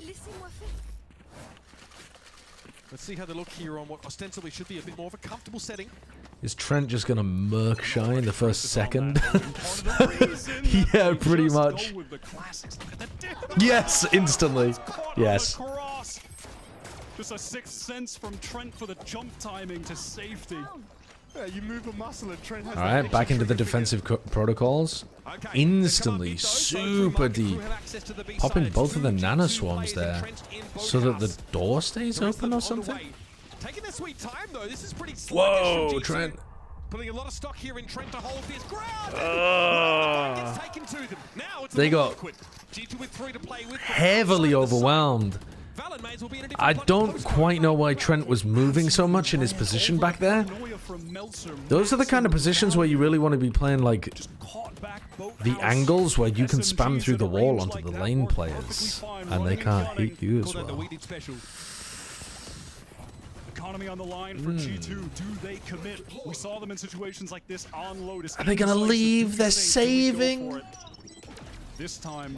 Tragedy, man. Tragedy. Leaf and Trent have got to do better than that. Bonus round converted right. Yeah, but that's kind of crazy, you know? Saving when all 4 of them are on the plan.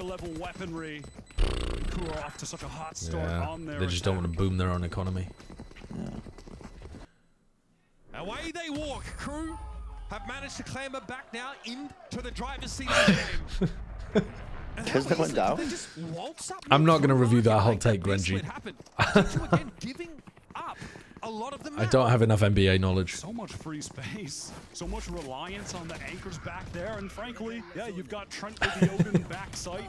Leaf, you're going to expect those 2 guys to pop off. Trent runs this map. Look at this, the run and gun, the shock dart. They got totally overwhelmed. MTA was right behind Leaf. G2 saved for this round. They saved those 3 weapons for this. 3 suppressed. Still kind of a half buy round here for G2, even though they saved 3 rifles.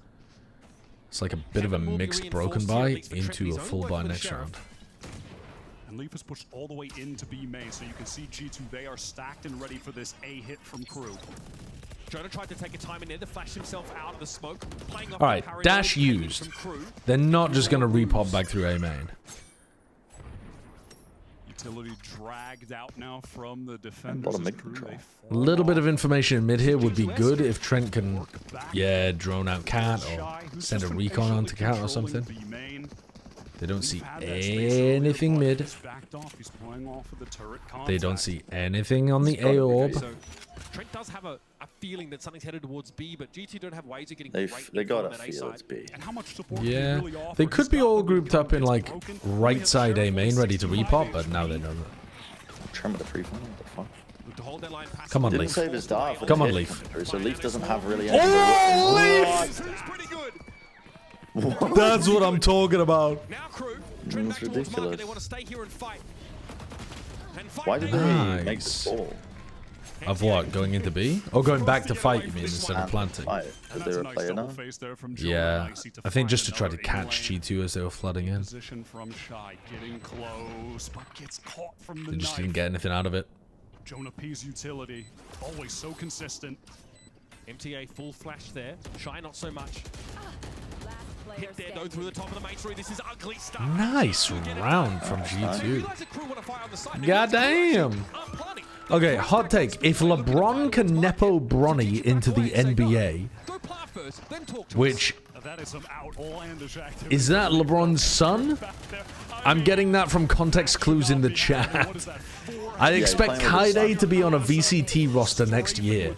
To be honest, she's probably a better shooter than Finesse. Just absolute no reason for Finesse to be taking strays during the middle of that hot take. But there you go. We had like Nepo bench hires last year. With yeah, Ethos on NRG was like a Nepo bench warmer. Well, that was basically just a streamer, right? I mean, Ethos was never gonna play. There's that one. Well, that was just because they had to. Yeah.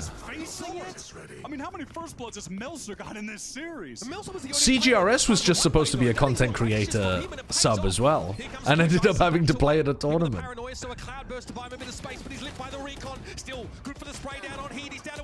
Go on, Icy. Oh, no way. Good from Leaf. But the Outrone's going to slow it up a bit. 2 versus 2 here. So much early action in this round. And Trent still has an Odin to play off. Leaf is 10 HP, Wyatt. One shock dart from Oh! What a perfect timing! Right as Melzer was about to go for it. Low on HP. Only a shock for Trent. No one at Gen. That was a off-angle plan here for Shy. Now into hell he goes. G2 have to unravel this. And game a clue to find where Shy is waiting. I don't know. Oh, right now. Double bounce, send it into hell. Do you spam hell now? They got thinking, yeah, that's so much damage. Oh my god, that was kind of close. There was a bit of a chance. That's a wild round that G2 end up winning that one. They almost got completely overwhelmed again. Icy trades one back, but then maybe saying for a little bit more. Like 3v2 until Leaf gets that kill. Like Leaf did a lot there, taking it from a 2v3 to a 2v1. Even it up 2v2 as well. That was the crucial one. That's a high impact kill. And what did G2 do about the Odin is so powerful. The Americas teams don't abuse it enough. They're starting to though. They're starting to. They weren't at the beginning of this year. Perhaps they're a pop flash to fight it would have been a bit I would better. love to see the Odin get a nerf. And there it is. They are fighting it way more aggro. There's that flash. No way. But even still, Kesnit's gonna try to pinch these players through cat. And relocated towards catwalk. They want to apply pressure elsewhere with this operator. Dangerous. No, that off angle by Kesnit. It's the yay spot. Icy drops that operator to the It's ground. a lovely one. And Kesnit says, is there no one else? Also, heavy A main pressure at the beginning. You don't really expect the Jet to be stood there. Can't be mad at that. Smoke is going to go down mid. You know, feign that it could be a cross back to B even. Kesnit just stands his ground. I don't really have that much tea, to be honest with you, from Overwatch. They are expecting this pressure on Cat. They've got a bait set up for Jonah in the corner. Valin takes 2, and he's played Jonah in perfectly here, surely.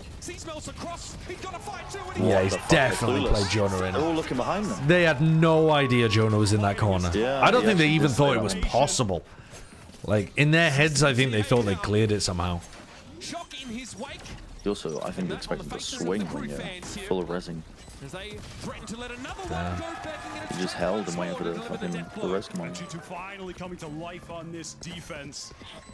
Listen, sometimes you just take a convenient little spray through the smoke like Valin did, but I love that Jonah didn't press the issue.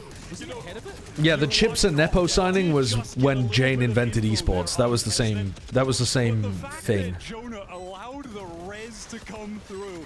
That is a great sell. They had no expectation he'd be. That really was so good from Jonah. His stats, what are you saying? Sure, yeah, just allowing him to get res. Sorry, Valin, that one's mine. VLR looking good for Jonah. Yeah, Mini Boo was an enormous Nepo pick. Imagine hiring your little brother for a team. That's egregious. It's a good job that he ended up being a goat. Waiting for them to try and trade, make a later peak. So true, Grenji. They'd maybe start to get nervous with the lack of info they have about mid in general, but they had Trent set up. He actually, I think, lights Shy with a recon. So G2 don't feel the need to overheat, to rush, they wait. And that patience that's so characteristic of this squad, again, pays off. Jane is going to invent esports. Jane got so much shit for that. I can't even remember what he said, D-Town. What did he say? Something about esports is not going to invent itself. I mean, I can't remember what he said exactly, but it was fucking bonkers the way he phrased it. Oh, really? Jane is now Sarah? Oh, sorry, I didn't even realize. You know, despite that man advantage, they perhaps make it a little bit too clear cut to Valin, and I mean, definitely so with that setup. We did listen to them for a long time, but it was a long time ago. All right, this round is important though, chat. Trent is going to pop that. So many ults this round. Ridiculous amount. Did they...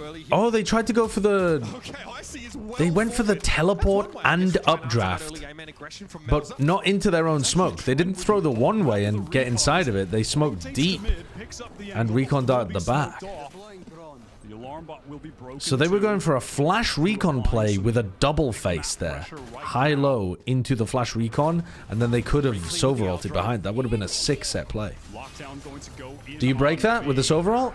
Had actually pushed up into A main and is now going No. to TP back B. Cancels. Crew have market though. Kesnet might have had a timing here. I mean, Kesnet's going to get detained. He was hoping for the window between No, he's going to get out. to give him the space to deal with Leaf as he returned to the side. It doesn't happen. As they come back in, you Sova ult. There's no one to really watch mid. Oh, they're getting fucking melted by the Odin, man. They're getting melted by the Odin. Funeral dirge for Crew. Yeah, access to the site for Crew, but here comes that Hunter's Fury, going to go a little bit wide. Shy was trying to plant in an unusual spot. To his favor, he will survive. He won't get tagged. And now a smoke cycle for Melser will go down onto spawn. Do they want to play forward? Yeah, they do. That's MTA getting aggressive. The new man for Crew pushed up close, trying to make the play. Shadows traveling. Valon's about to get busy here. MTA's good for it. Very clean work. Now from CT, the Oh, that's filthy. MTA, racking him up. He and Melser have the crossfire. No need to go aggressive and yet Jonah! How has he spun that one around? Double swing. They get so How has he spun that one around? The angles, crosshairs in the right spot. What the heck? It was G2 to be forced to make a move there, yet it was Okay. Crossfire and waiting. Oh, absolutely nothing. MTA. It felt like Jonah was getting swung there by 3 people at the same time, and he killed all 3. But there must have been some timing things that were off. Onto Icy prediction, seeing the dash. 1, And then it's a 3 versus 2. 2. Oh, and he just insta whips back over to MTA because he knows that he was there. God damn. See some excitement from Icy, who in the first map was head in hands. Talk about letting the game come to you. That is exactly what G2 want in a situation like that. And Crew, those old tendencies bubble to the surface at a Good from Shy to just get out of there and not get caught by that set play. Already down to 87, no armor. Oh my god, really good by Shy. Completely caught off. Kesnet just barreling through tree. Wow, Valen just tries to take a timing forward instead. Jonah is popping. Nice for Kesnet. Spike out in A main. Double facing with Icy. One is good. Has the dash wave for the second. And Nice, no knives. For the time being. Oh, buddy. Just a pistol. 1v2 for Jonah. And some things are inevitable. Despite Crew being down, winning or losing, Kesnet is just going to drop a bomb. He's 20 and 11. What a shot that was with the Blade Storm. Turret takes contact for Shy. That's a lot of damage again. Jonah P. He's feeling it. B, but they stay at A instead. The knives are there, but Shy. Well played though. Big round from both of these guys. Crew get one back. Not a moment too soon either. Nice double face, Jonah undone. Fair attempt from him. What shots from Kesnet? I mean, he was sending it through tree, full aggression. Shy catching Leaf on the walk down. It's a nice round though. 3 players create a lot of distraction, make it look like an A-pop. Jet runs through Cat, whilst the Lurker Killjoy defends them from mid. Nice. It's been close though. G2 won 4 rounds in a row, and after losing just the one, they're already down to a half buy. Their economy being taxed round after round after round. So Crew have a chance here to convert once more.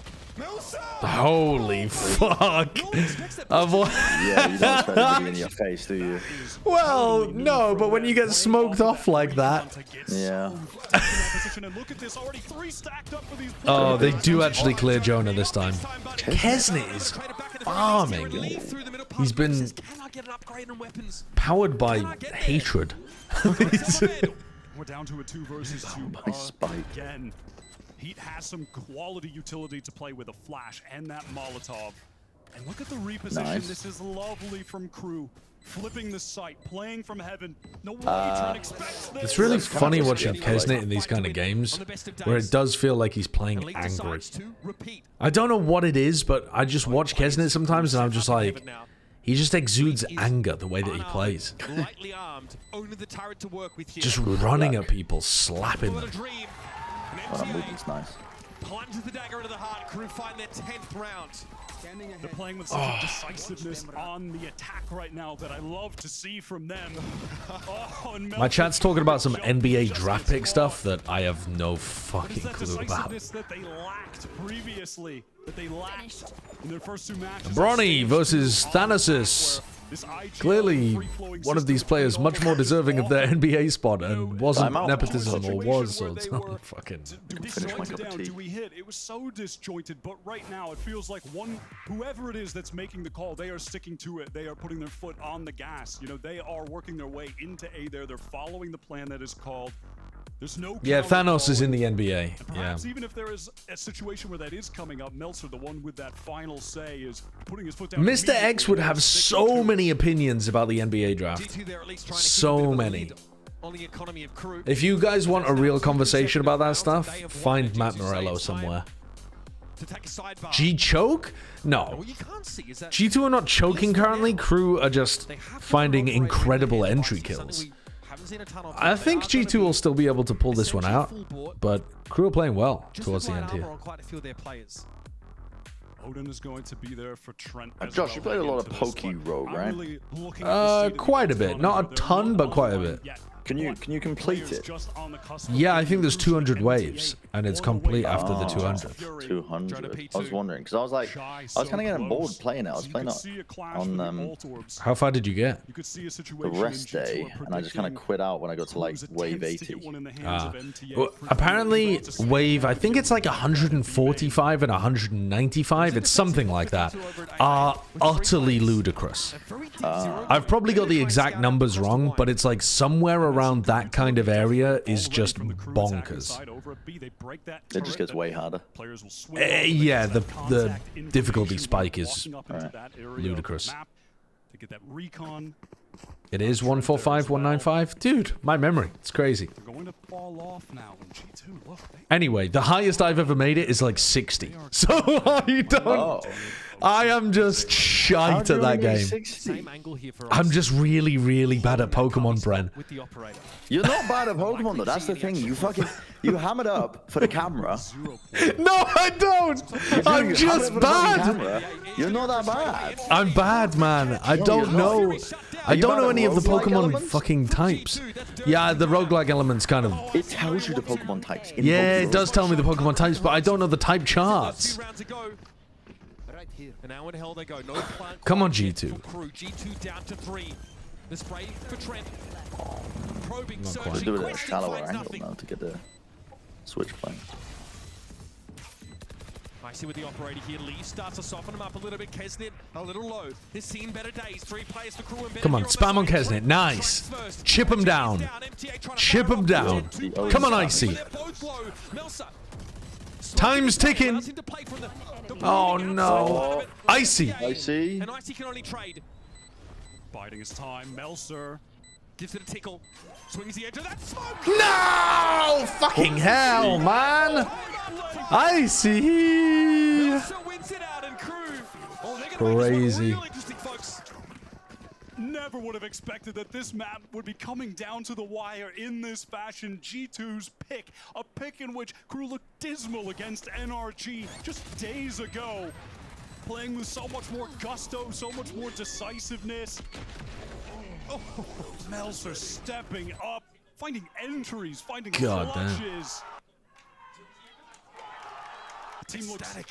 An electricity Vamos! from them in the first couple stages. God, G2 banking on getting to overtime here. They did get caught by a Thrifty though previously. G2 will work with so little, just dregs, fumes. Pushed up into B main right now is Leaf. One off the lockdown is he, as is his. A knife over towards Leaf's position really makes it feel like Leaf isn't playing here. If Jonah P knifes this corner, it's going to make it feel like Leaf isn't there. They're trying to break the drone. They're trying to break the drone before Leaf gets cleared. Yeah. They're just trying to take him out of the animation with the shocky. Yeah. This is so good from them. That pressure in B main. It didn't work. It's given them the information. They know that forcing them I think it was too late. Hey, look at this rotate from G2. They are on their way. Valen still has paranoia. Oh, no they get one as a freebie. Valen paranoia doesn't catch. Oh no, he's already won the round. I think. Here comes Kesnit now to follow it up from heaven. Here comes the push from G2, but Icy! Oh, He's popping off! This? He's made up for the failed clutch in the previous round. They didn't see. They're running the spike over towards B. Oh. Icy again, man! Icy's on one. He's fucking what a on. round! Kesnit has no choice. Guess they 1v2. 10 seconds left. And there are two Vandals headed his way. 75 HP planted for stairs. Playing backside. Oh, the He's been drone. the star of this series. One of the best duelists that we have in the world. Does he? No, he's not going to take a Something position on once site more, a after the pivotal drone. round here. G2 looking to start to build an economy for this last Really worried push about main. to take the map. And they're going to be doubled up. Coming downstairs. Surely Kesnit, though, G2 don't has a lose feel this. for Doubled up. Here's them squelching through the mud. And he's missed the shots, and I don't know where Yeah, he is. it should be over now, surely. Then tries to take the fight proper, Half. still needs to be safe about it as Icy's going for the defuse. Does he know? Oh, Trent! Shot by Trent. Dude, I see. You going to bed? Okay. Went fucking nuclear. What a masterful call from Valen in that mid-round. After they fought for B main, forced Shy back. A 0 point came in from Jonah. It caught no one. He was expecting after that moment, after they had to give up B main, their plans of a B split over in What a that round moment. from They knew Icy. they were gonna have to rotate What a towards A, nutty round. beat them to the punch. The entire team got to heaven, flooded out, fought on site. No reaction from Trent at the end there as well.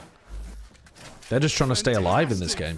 From G2 in that round to convert the eco. I'm blown away by how heads up, how intelligent that was from their IGL. What a call. Stage 2 playouts on the line, and these two are leaving it all out there. Crew have wasted no time in getting up mid, is what they do on these saves. And here it is, Null Command. They want a fast hit towards B. Not the most original, but definitely effective. G2's defenders all fall back to the site now as a lockdown is going to be deployed by Shy. What are you doing about that? Leaf isn't on site. You've got to leave, and they're holding for it. Oh, what a call by Crew. That is such a good call. You take control of all of these angles by making it seem like a B split, and then you ult, so they're forced to leave. No way. No fucking. Okay, thank God for that. Right, 12-12. Dude, that is a sick play by Crew. I can't believe I've never seen a team do that before.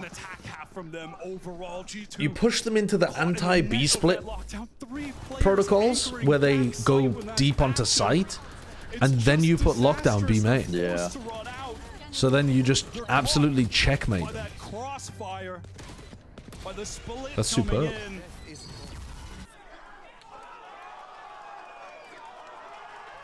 Fantastic back-to-back rounds that we've seen from one team and then another. God, the crew fans really thought Jonah P was about to win that. Yeah, I mean, I did. Those were the final few moments of the round. There was despair on their faces there when Jonah P killed 3. They may have averted it here. They have come alive. MTA with a respectable showing here on this map, on this server as well. Overtime. Absolutely. MTA has been playing far more solid than he had in that NRG game, beginning to find a bit of comfort on the stage, playing his role, doing what he needs to do.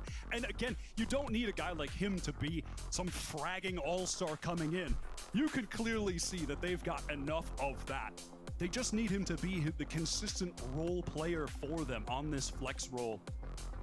And he's doing that for them today. That's what I'm confused about, though. Wasn't Klaus already that? Lovely job so far on Ascent.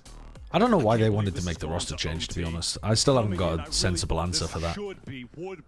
Even if they wanted to change RGLing, but Maybe it just didn't feel comfortable. I don't know. yeah, I mean, Klaus's fragging is also not that great, so maybe they thought it was going to be an upgrade. But I don't think it really has been an upgrade. MTA has vibes? Yeah, maybe. Did Klaus not have vibes? outplayed by Crew.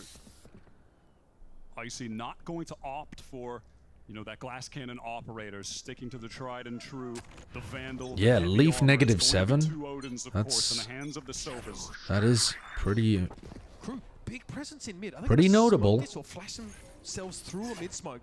They are contacting. They are gonna go into Leaf at some point in this round as well. Leaf. Breath is just striding Holding out in the for it. open. He could have a round-winning opportunity here. I mean, They obviously are all looking so for common him. for a KJ to be in tiles. He's in a missed it situation completely. Like this. The 4-1 hit, so common on Ascent. Okay, stacking the tree and look how low Jonah God, they're really quick onto this. God, the speed off the back of that 3-person contact push down mid is nasty. What a call from Kesnet. Shuts the door in his face. More than happy just to keep this guy busy, and the kill is a bonus. Icy found one. In hell, make it two. Kesnet though. Wait. Oh, I thought there was a chance there that Icy could have dashed across to the other side of hell and made something happen. Ah, that was a really nice call though, that 3-person push. The generator, the util was lovely. The swings for each other were perfectly timed. G2 players isolated that presence in hell. The smoke came down from Melser there to cut that angle off, which allowed them to isolate the player at Gen.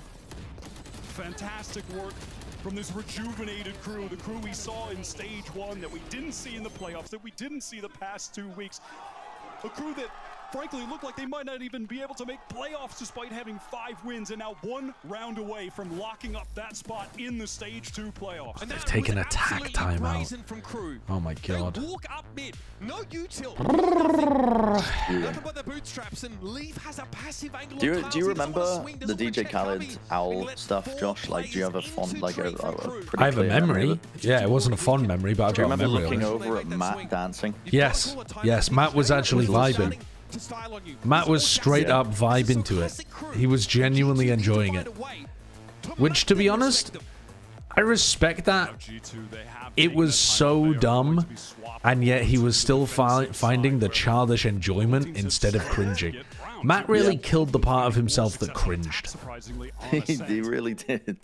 Can they step it up? He was just like, this is stupid, I'm enjoying it. And again, with a series win here, Crew will clinch the playoff spot. They are 1 round away from achieving that goal. I heard it was Matt's decision to get DJ Khaled. Yeah, I heard the same thing, Custer. Yeah. Matt was like, I've heard this great local artist that's on the come up. And then losing the lower bracket. And that's when things get a little dicey. Now a chance to rewrite history and peak at the right time. Icy with the operator. Picked up glass cannon, angled down mid. Here, as it's Valen working his way. Valen's gone into wine. Oh, this is everything. This is everything. This really does not make it feel like he's in wine. They've flashed, no peek. They've used both. Oh no, they've only used 1 flash. Oh, they check it. Valen hit a headshot through the wall onto Melzer. Yeah, it's unlucky. It's unlucky for Val. Oh man, brutal. Icy's holding because he thinks it's TP across, or he thinks he's still there. And he must even Over across. I think he gets spammed now. His body's open. Kesnet's in so early. Jonah's got to win this. Jonah does win this. No way. Oh my god, they're winning. And Melser down to 4 after that exchange with Valen needs to make something happen alongside Heat. They know that Melzer's 4 HP. Valen must have calmed it. Only 4 HP from Melser. This shock darts one. That's big. Could take him down. And it finds him, it's just Heat. That's a nice swing. That's a perfect swing from Trent and Leaf. Let's fucking go. They got a little lucky with Icy's kill while he was blinded, I guess, but then after that, the dart and the kill from Trent were lovely as well. If the smoke comes down and they get into the site, apply all the pressure to just Jonah, and then he's forced to retake with an op. That's basically round over. Josh, someone sent me a clip of you when you shaved up your eyebrows, and you remind me of like a Harkonnen. I know. I have seen that. That's the life of a coach. Is that the Jake is going to Atlanta? Yeah, Jake to Atlanta. I don't even remember what you said. What did you say in it? I was just bullshitting that Jake was going to Atlanta. Oh, I see. I don't think he ever did go to Atlanta, did he? That was just the rumor at the time, and I knew it was fake, so I said it on stream. And Leaf looking at a bit of a different approach through mid now. And this is so cool, just facing from Cam, facing from Cam, it does the work for him. I mean, Leaf needs to be bailed out by his team. Hello, the drones missed him. Yeah, they just weren't expecting the player to be all the way up there. He's done so much damage there, Trent. Surprised he didn't get that kill. It was a great opportunity for Trent. G2 are going to try to accelerate game. No paranoia, no smokes for the retake here. I think this is a great call by Valen to just explode into A. Oh my god! So fucking risky. Jen protected G2 for the most part. Aldrone sees nothing. Trent's really thinking that they're going to flank because the alarm bot's down. Two in hell, one behind Jen is. We see Jonah look over towards that tree direction. Quick cloud. Oh my god, how's Jonah died that quickly? Now Icy and Valen can come alive though. And they've got A main covered. This plant is shite. This plant is shite. Oh! Yeah. Dude. Horrible plant spot considering they had the whole side to work with. I think that's because Kesnit was pressuring them from door. When Kesnit was spamming from door, they didn't feel like they could plant safe. Or like plant properly. I guess not plant safe, they had to plant safe. Dude. The smallest things just make such an enormous difference. Could have gotten into the 4v3. It won't I need a third map here. I can't be doing with a 0-2. on him with that glass cannon operator. It paid off on their previous. Will it pay off again? Just takes one sometimes. He'll be posted up in mid. A different look. Normally he takes an operator over towards tree and holds that cubby angle. 0 point. Catches out Melser in A main. And he'll be falling off. You're so down for an 0-2? What the hell is wrong with you guys? Turret is actually going to go down to a nice placed molly from Shy. Aldrone in. Okay, Kesnit spotted now, trying to make That's a nice tag onto Kesnit there. For a time. He still wants it. Can he still dash engage? Yeah, he can. Still has time. Icy's in. Icy is not ready. Icy's not ready at all. Wow, they're flooding off the paranoia. Extracting MTA. And our crew are in disarray. Down to 2. Sparkles picked up at Speedway. It doesn't catch. But they're definitely worse for wear. Shy. No way. Huh? Oh, he sprayed all of his bullets. Yeah, I don't know how I didn't fucking hit at least. Call of Duty tutorial. And now it's just heat. 30 seconds left. They're playing this very nicely. Far too canny for that. They see Very nicely. Very good, man. Very good. Icy's like flood defend into B, where he dashed into his own smoke in order to help the B player. Trent was lovely, but he was not ready. Icy was not ready for Kesnit there. But then this paranoia that comes through from Valen, they played off that really well. Kesnit gonna go for 13, probably. He's two more kills, right? The sight together, fight together there. Tooth and claw have G2 been fighting to stay in this. Always seems to be crew defending first in this overtime, starting with that round win. MTA sees much there, as Leaf is playing pretty passively out towards B lobby. And that Aldrone just catching the KJ really doesn't give a lot of information. It's so standard for the KJ to just monitor B main passively like that with, you know, the turret on the roof there. Wishful thinking, Kesnit actually takes a stray bullet there as he jump peeks down mid. This is heading into an A split. Serious pressure on Heat. He just gives it up. Doesn't want to face it on his own. Falls back to the side with Melser.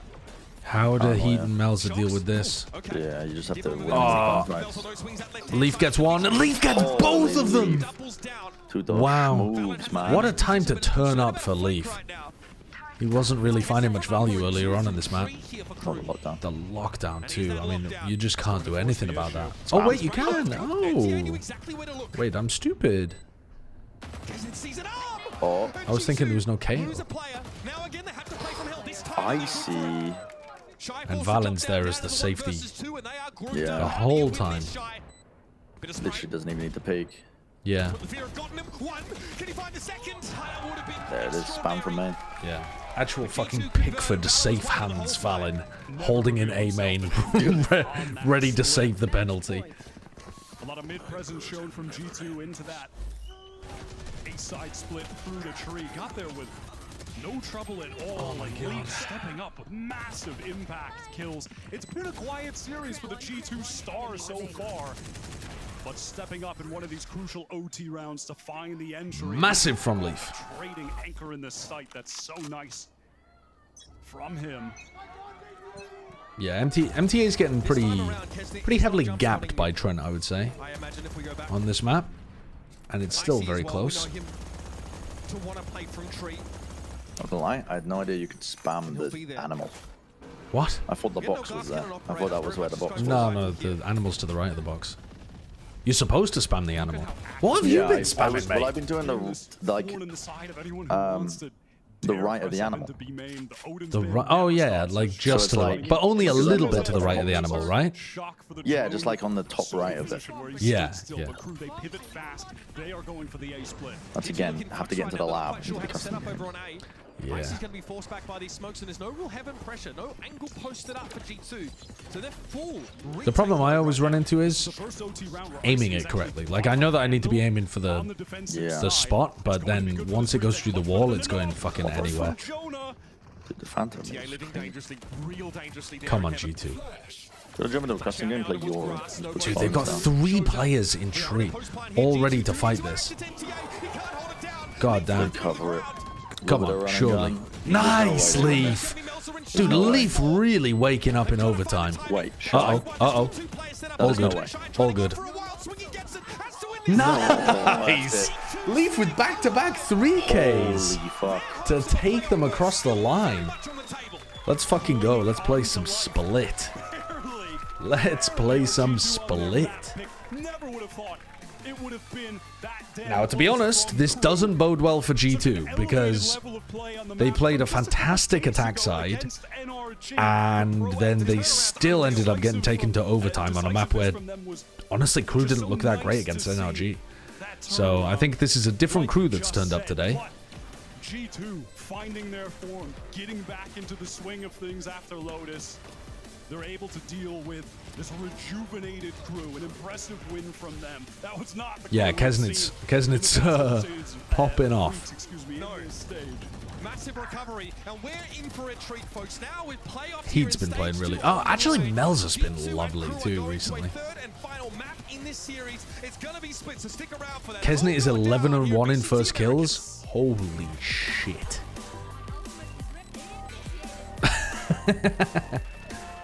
Why did your Windows license die midstream? I was wondering the same thing, actually.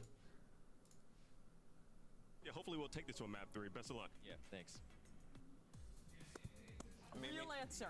Real honest answer. Yep. The very moment that my Windows license died, caught on stream. Windows license is active.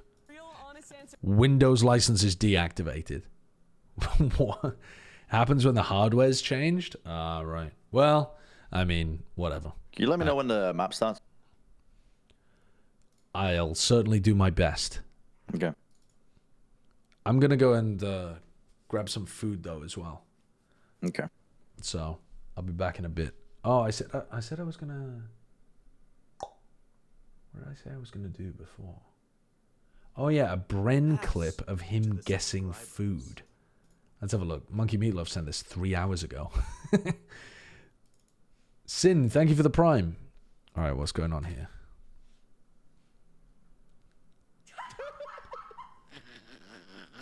Guess the country this dish is from. All right.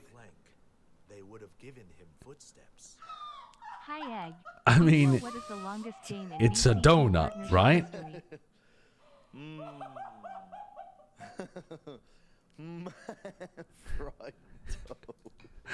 history? Wait, I think I'm missing some context here. So wait, how does this game work? Do you have to like you have to click the ingredient? Oh no, ingredients. Oh, they're just laughing at how easy it is. Fried dough and it's a donut. Fried dough. I mean, I would guess the USA. Yeah. But also maybe it's like, yeah, it's USA. Yeah. I mean, I feel like I'm missing something. I don't feel like that clip is that funny. It's just very easy. Shall I try some food guesser? Oh, chat. Do you know what I found today? I found a website. I saw that Ludwig had done a US citizenship test as one of his recent YouTube videos. And I was thinking, is there a UK citizenship test? Like, is that a thing? And so I looked it up, and apparently it is a thing. And so I got my wife to take it earlier today. It's very easy, though. It's very easy. The US one, I think, is supposed to be quite tough, right? Like, it's genuinely difficult. The UK one is super simple.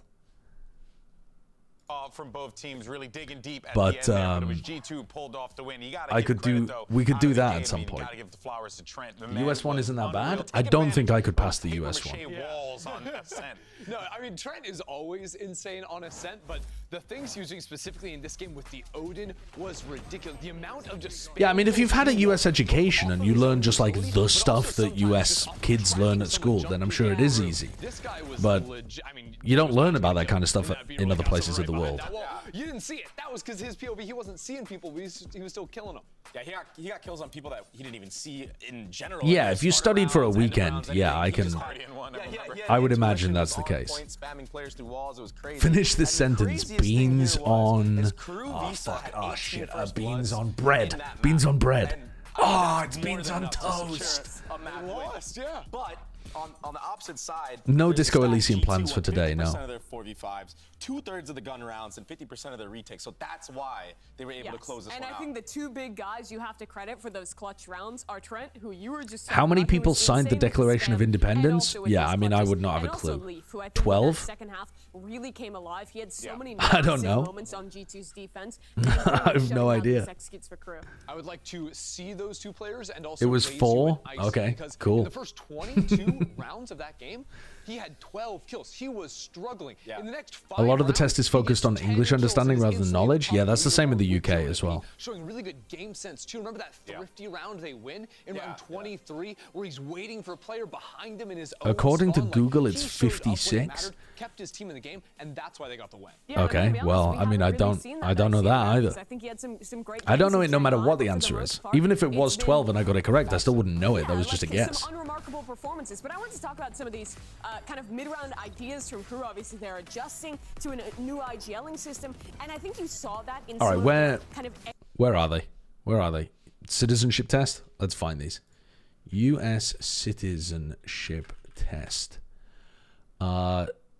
Civics, history, and government questions for the. Okay, wait. This is like the answer sheet. I don't want that. Preparing for the oath. Okay. This guide lists all 100 civics questions along with correct answers. Can I... Fuck. I don't want the correct answers. That's the problem. Test yourself. Start the test. What is the supreme law of the land? Okay. Okay, wait. This is what we're looking for.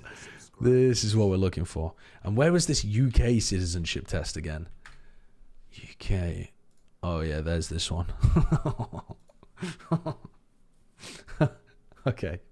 Oh, wait, shit, this one's timed. Can't do that one yet. Okay. I think a lot of members of G2 have to feel really good All about right. that one. But Next break. Next break. We're going to pop off. We're going to become real citizens of the US and the UK. Host Dog, thank you for the prime. Definitely do not. And, folks, this is it. Winner wins this match. You get a clinch. Can the president of the USA drone strike a political opponent? Yeah, of course. if Crew with extreme prejudice. Why not? Why not? You got to be beating yourself up if you're Crew. You were 1 round away from clinching the playoffs, and you couldn't secure it. Why not? Absolutely, but this means, I think, the most for G2. Their next match after this and their final match of the season is against Sen. If they lose here and lose that Sen game, It's absolutely out of their hands bonkers that with that's the how case, by the good way. they have been this season with their run all the way to Shanghai. If they're not cleanly clinching a playoff spot, if they're maybe having to rely on championship points or other teams to perform, that's unacceptable. They need to win.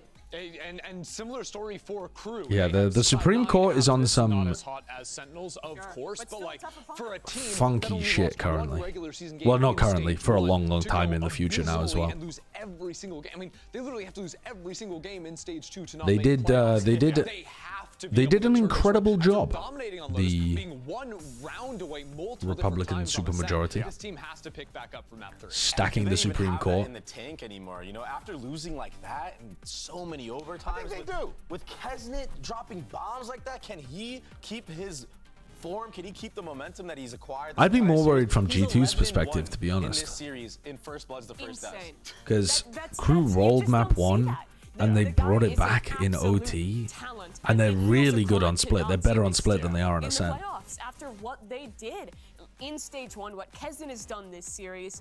There's a lot of experienced guys on this stage who have been with Crew for a while, have been with prior editions of the team before, but this edition is new, and I think this is really, like you're saying, a big test to lock in, come back from that map 2 loss, and find the series here on Sunday. I don't want to approach it from a glass half empty perspective. I'm going to approach it from a glass half full. Kesden's going to start. Dude, we've been all over the place, Bite-Size Learning. We've been all over the place. Show us otherwise, right? He has been great this series. We can go back to talking about, what was the word? We can go back to talking about chainsaw farting, if you want. Should be able to bring that performance, whether or not the rest of the team can follow up with him. G2 are just going to pop off and win the 3rd map. I think Crew are going to keep a level of resistance. I don't think this is going to be similar to the narrative, where G2 just dominate final map. When you get into like overtime, extra hours, it gets crazy. It's a whole different battlefield at that point. But there were opportunities even before overtime for Crew. Very true. Very true. Very true. I mean, like I said, if you don't get thrifty, you're on match point. Yeah, that's true. Exactly. Okay, I've completed the prediction for map 2. Maybe if you have Kikito, thank you for the prime. Alright, and now I'm going to run the new prediction. But it's really tough to do that with so little practice. Who wins and on a map map that I think 3? is really, even though players know Split. it so well, it's still really tough to call the Crew attacks out of Ascent G2, buffer. you have 5 minutes. Let's go. It really does set the stage so nicely for this 3rd map. I mean, G2 has been in a Who position. do you think will win the Euros unbiased? I don't know, because I haven't been following the teams that aren't England. So I don't know who's good. I could go based off what teams that have been good in the past, like France have been good in the past. Netherlands have been good. I don't know. Is Spain going to beat France? No idea. France are terrible right now? Really? That's strange. So I'm interested to see if Crew's just going back to comfort and can maybe lock in for this 3rd map. Spain looks good. I always enjoy watching Spain. To be honest, I enjoy watching Netherlands as well. They're another one of my favorite teams to watch. The game's about to start. Oh yeah, I forgot to tell you, didn't I? It's been haymaker after haymaker from both of It's these okay, I'll teams, skip but mine. now only one team walks out of this series with that guaranteed playoff spot. And why it's split, fascinating map to have round out this pool, because we saw it recently for Crew and not Head-to-head is more important in the standings, unless it's a 4-way tie, in which case map differential comes first.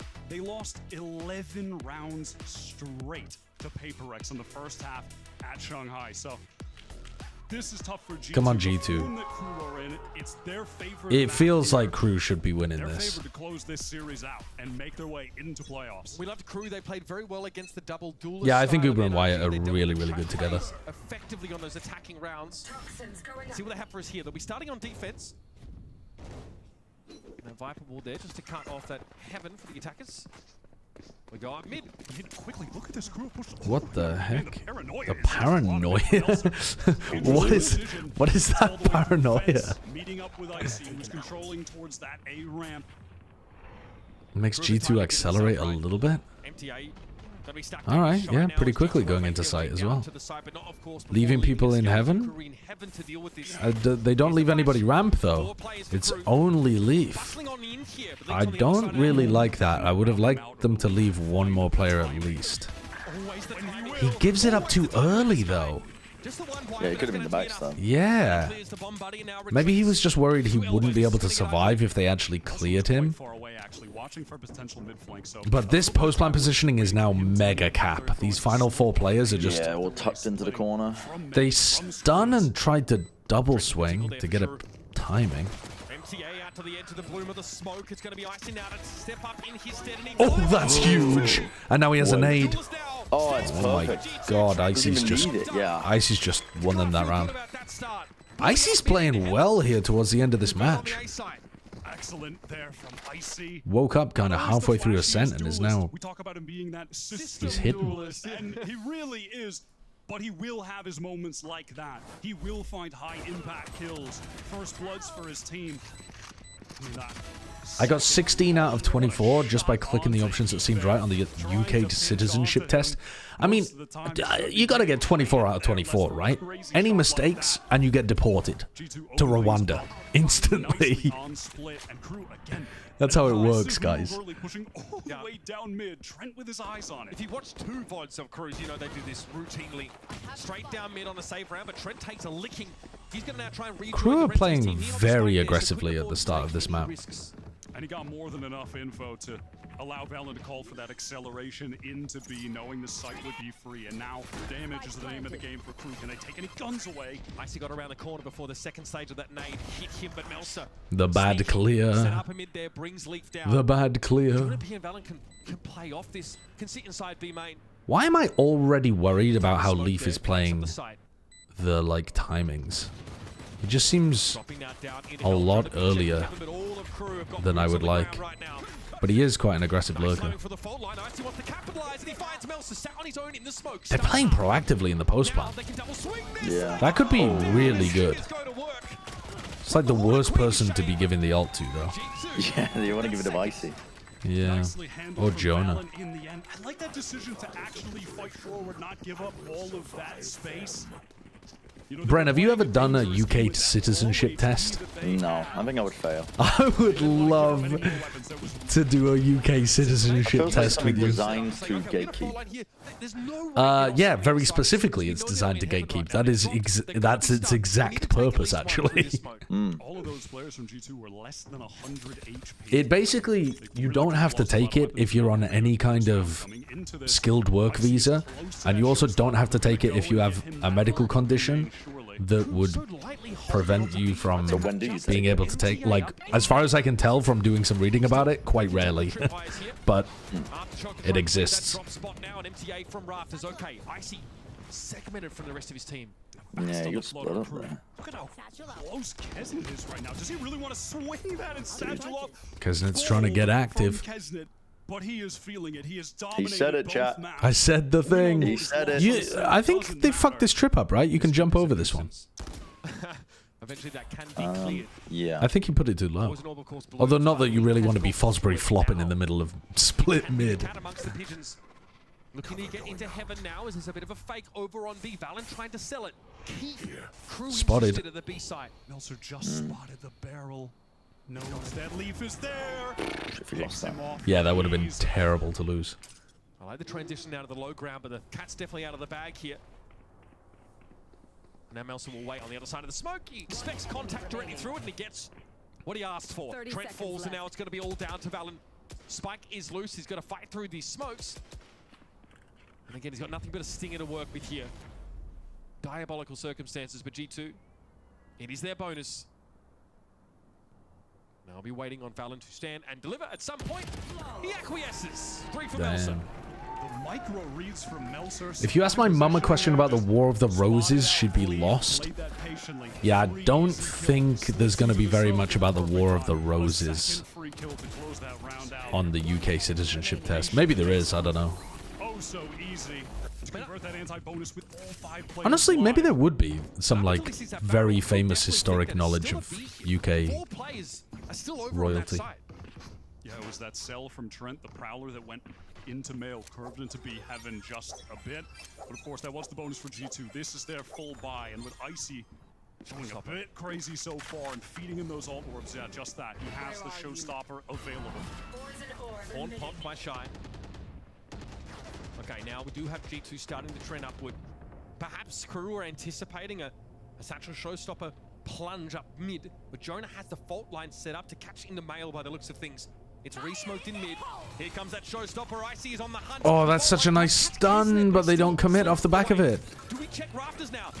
Wow! Okay, well, at least Icy gets MTA. That allows these people in freely through B main.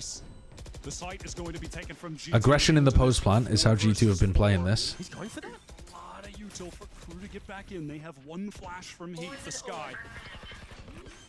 Okay. Throw out the horn here. Jonah wants to flash. Okay, now you've got a back though. You got a back. They're about to throw util at you. Dude, this is crazy from Jonah. This is crazy from Jonah. That's so bad. When he's doing something like that, I don't know what's going on. When you have a little bit of post-plant aggression, then it's good to chill if it fails. Trent's just got the most goated timing off those footsteps. Might not win it still.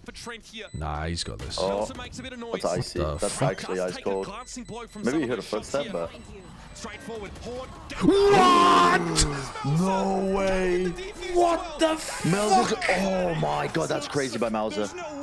How does that ever happen? How does that ever happen? Offsets the aim with the movement and then just follows the traces. Holy shit. That should never be happening. Also, if Trent had just taken any timing to walk through that smoke, he would have won anyway. That's crazy. That's ridiculous. That is ridiculous. And there's some days that only Crew can give you moments like this, right? Insanely volatile, but the talent is there. And Icy now, early round, so fast. They ramp take Melzer force back, playing it passive, playing it smart. Not going to throw his life It's a 4-player stack on A, though. I like this Crew looking for a chance to Yeah, I don't know. Surely they've made enough noise that G2 don't want to commit. Definitely they were feeling on the hot seat after that previous round. Jonah P again has to clear this. So he's going to insert Leaf and then... Oh, you can Jumbo. Yeah, MTA's messing this up. Yeah, do Crew know that that's a possibility? I mean, a trip like that to get information. If TMV was already molding about MTA, that's gonna send him. That's gonna send him into the stratosphere. Played quite literally 21 rounds of Cypher professionally only. That was just the other day against NRG, his first time playing Cypher. And small mistakes like this can add up. So this round is all about Jonah P manifesting a material advantage from getting on the other side of this trip, but it's still being checked. Maybe there's a sense that they know. The Crew know that this trip might not be set properly for them. Leaf goes over as well. And now we're in heaven. Okay, I mean, he's just walked out. They don't know. That's... MTA's now got to realize that the trip was too low, right? Shy almost. Wait, surely not. All good, all good. With these nasty crackbacks. 1 versus 3 for the man of the moment in the previous round. Oh, they missed the orb. Has to go large. Good for 1. No charges. Yeah, that's not good. That's really not good. It's so annoying. It's not even supposed to be there. Really? You're just trying to... It's supposed to be in window. And there's just no way in hell. Do Crew realize the error in that round? I mean, surely they do. Surely MTA realizes and fixes He must be that. placing it off of the staircase then. That's why he thinks it's... Yeah. I mean, even though that's off the back of a big mistake, it's still... G2 played that perfectly. They did, yeah. They're all typing. I think they're typing breach in chat, so I think they typed breach, so they were talking about who it was that got past. They're saying, like, was it the Omen? Was it the Raze or something that could, like, jump past it? Like, no, it was Breach. He took his time with it this time. Okay, let's walk up and see. Yeah. Come on, Trent. I want the Trent POV. Has he placed the trip correctly? This time, though, they don't just plunge down mid arbitrarily. Sometimes Oh, yeah, he's... That's like for... That looks even higher now. Yeah, that looks too high. That looks so high. I think it's probably fine, though. But that does look mega high. Rotate pretty quickly out of vent. How does a pro Cypher not know trips? Because he's not a pro Cypher. He's only played it one map ever, and that was like yesterday or 2 days ago or something. They give Alan time to work. Okay, so Melsa joins the party at B here, and G2 say, you know what? We actually have Leaf really advanced in towards A. Okay, this is all just going to be a fake into B. There's 4 players here. I mean, this has worked. For a bag of chips with a $100 note. Love to see that. And the thing is, crew have fully bought it, but also, Yeah. Why not commit to that with a snack anyhow, right? Jonah's going to die. So it just makes it so likely Maybe not. going to be there. So Just kidding. Dude, he's holding it down. Just kidding. Wait, why are they pitting as well? Do they think that crew have full bought? They must have thought that they full bought here. Investment actually dropping the pit from Leaf. I mean, how many times have they been through? They must have thought they full bought this one. Rascals in that regard. Kessin, of course, was able to pick up a Vandal here. The rest of crew see no reason Why would they think that? Wouldn't try to find a exit here. That's what they're set up for. It's a good question, but I... rifle, right? Yeah. The one-liners thing, yeah, they did. So if they had, that. well, not all of, like, Melzer and MTA couldn't have had half armor rifle plus full utility, but they probably didn't realize that they had to rebuy a bunch of util and just saw that they were at like 33,000 or 3.3k or something. I don't know. I'd have to go back in the VOD and have a look at the economy. You don't want their economy to get out of control. And look at how But I would say they definitely thought that was a full buy. You can get. Crew now on the full buy. Kesnet has the showstopper available. We've had that for a couple rounds now, maybe just the one, but yeah, because Jonah probably doesn't com that early enough for Leaf. Because Leaf ults, in theory, after he dies, but Jonah probably hasn't commed it. At least with enough urgency and clarity. They just sold ice to Alaskans there.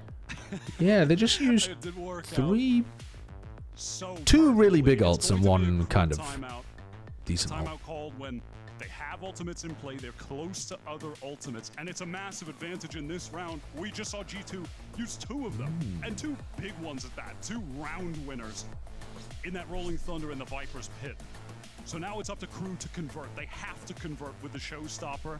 Shy won off his Viper's pit too, right? So this is going to be their full investment round. Ults on the line, economy on the line. Yeah, there's betting in Valorant.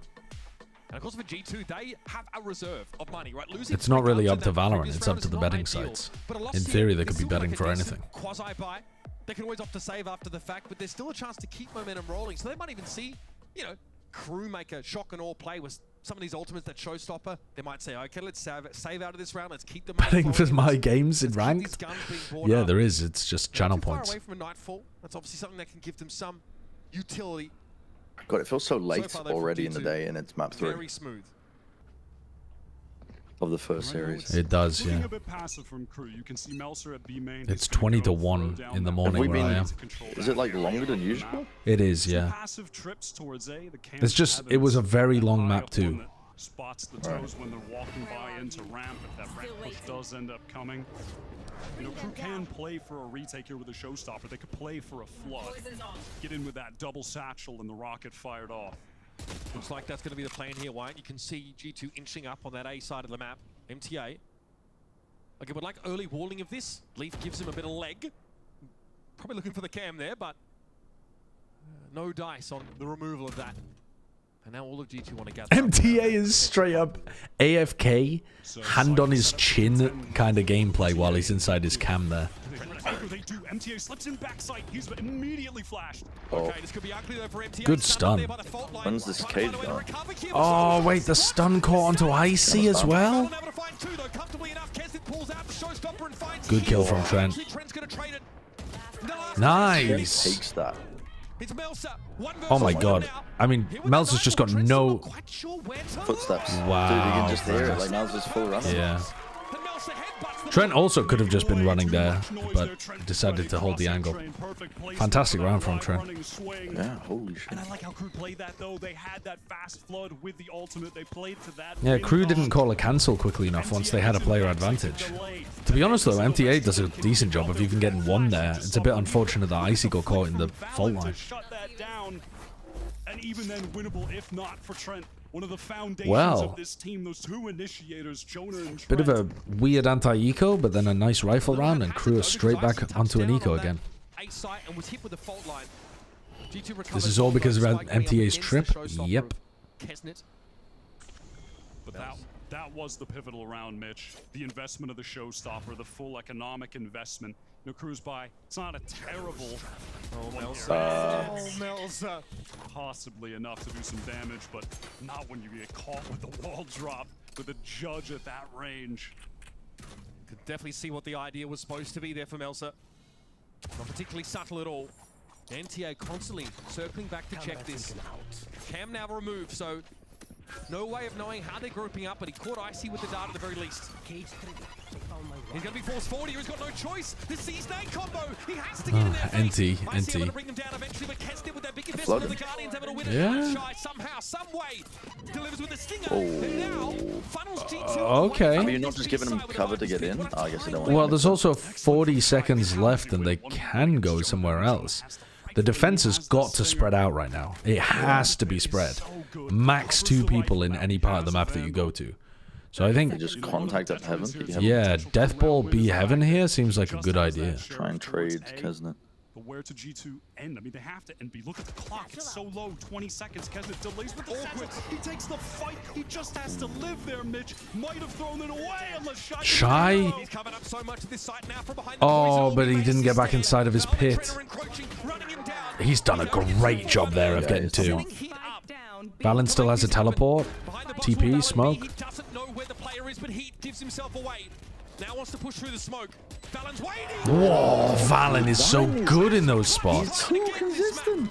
He's incredible. Mere seconds G2 make that happen, and they shouldn't have been able to. Kesnet overconfident, taking the duels with the Guardian. If he falls back and just sets up a cross with Shy, there's no doubt in my mind that G2's time would have expired in that round. They wouldn't have been able to win it out. They wouldn't have been able to plant that spike.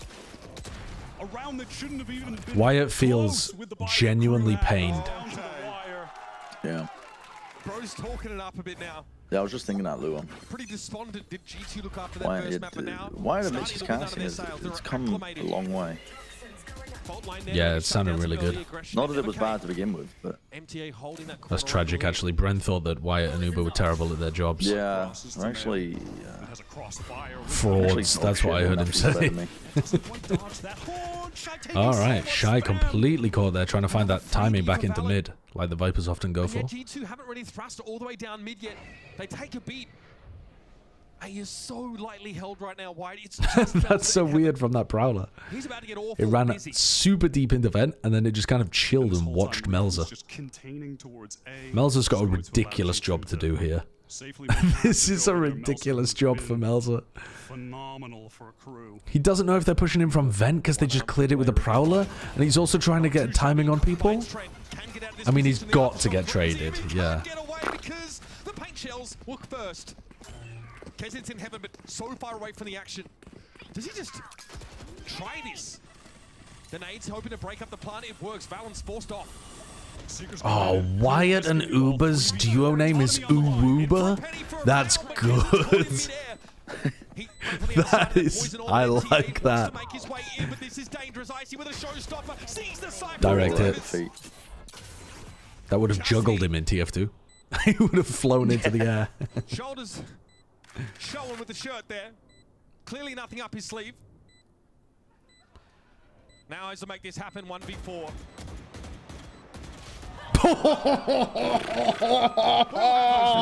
I swear to God, Jonah wasn't even shooting back. I swear Jonah wasn't even shooting back, man. Oh my God. That's incredible awareness, actually, from Valen. But Shy was about to make that repush from Male. a map that G2 have not had massive success on. This is off the back of them getting blown out by Paper Rex and Shanghai on split. It starts off with that freebie for Valen, the spray in mid, and G2 don't take mid. They get a ping. Okay, you know when you said the narrative, chat, of G2 get blown out first map, close second map, and then they dominate third?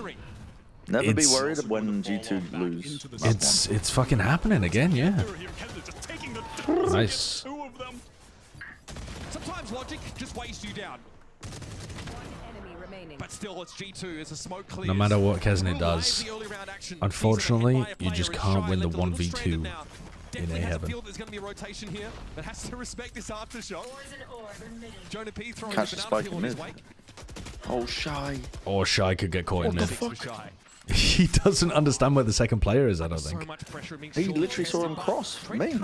Oh, did he? I thought he was trying to catch the timing on the main player. Yeah, G2 have a lot of time. They just want to make sure that Well, yeah, he knew that he exited A, but he didn't know that he... He didn't know he was where... trying to catch him. Oh, right. 1v1. But, to be honest, I would assume that Trent ran through spawn there. Should still be enough to get this spike to safety. Yeah, that's a fair assumption. Play that double face to close out the round. And not allow Crew this eco win. Despite Kesnet trying his hardest to get it, just winning. Yeah, I don't think Shy's got this. I would love to play Shadow of the Erd Tree, Vixen side, but unfortunately my PC is currently cooked, and the next time that I can fix it is in like September. So probably not. The variety streams are gonna go crazy in the off season though. We're getting so far ahead.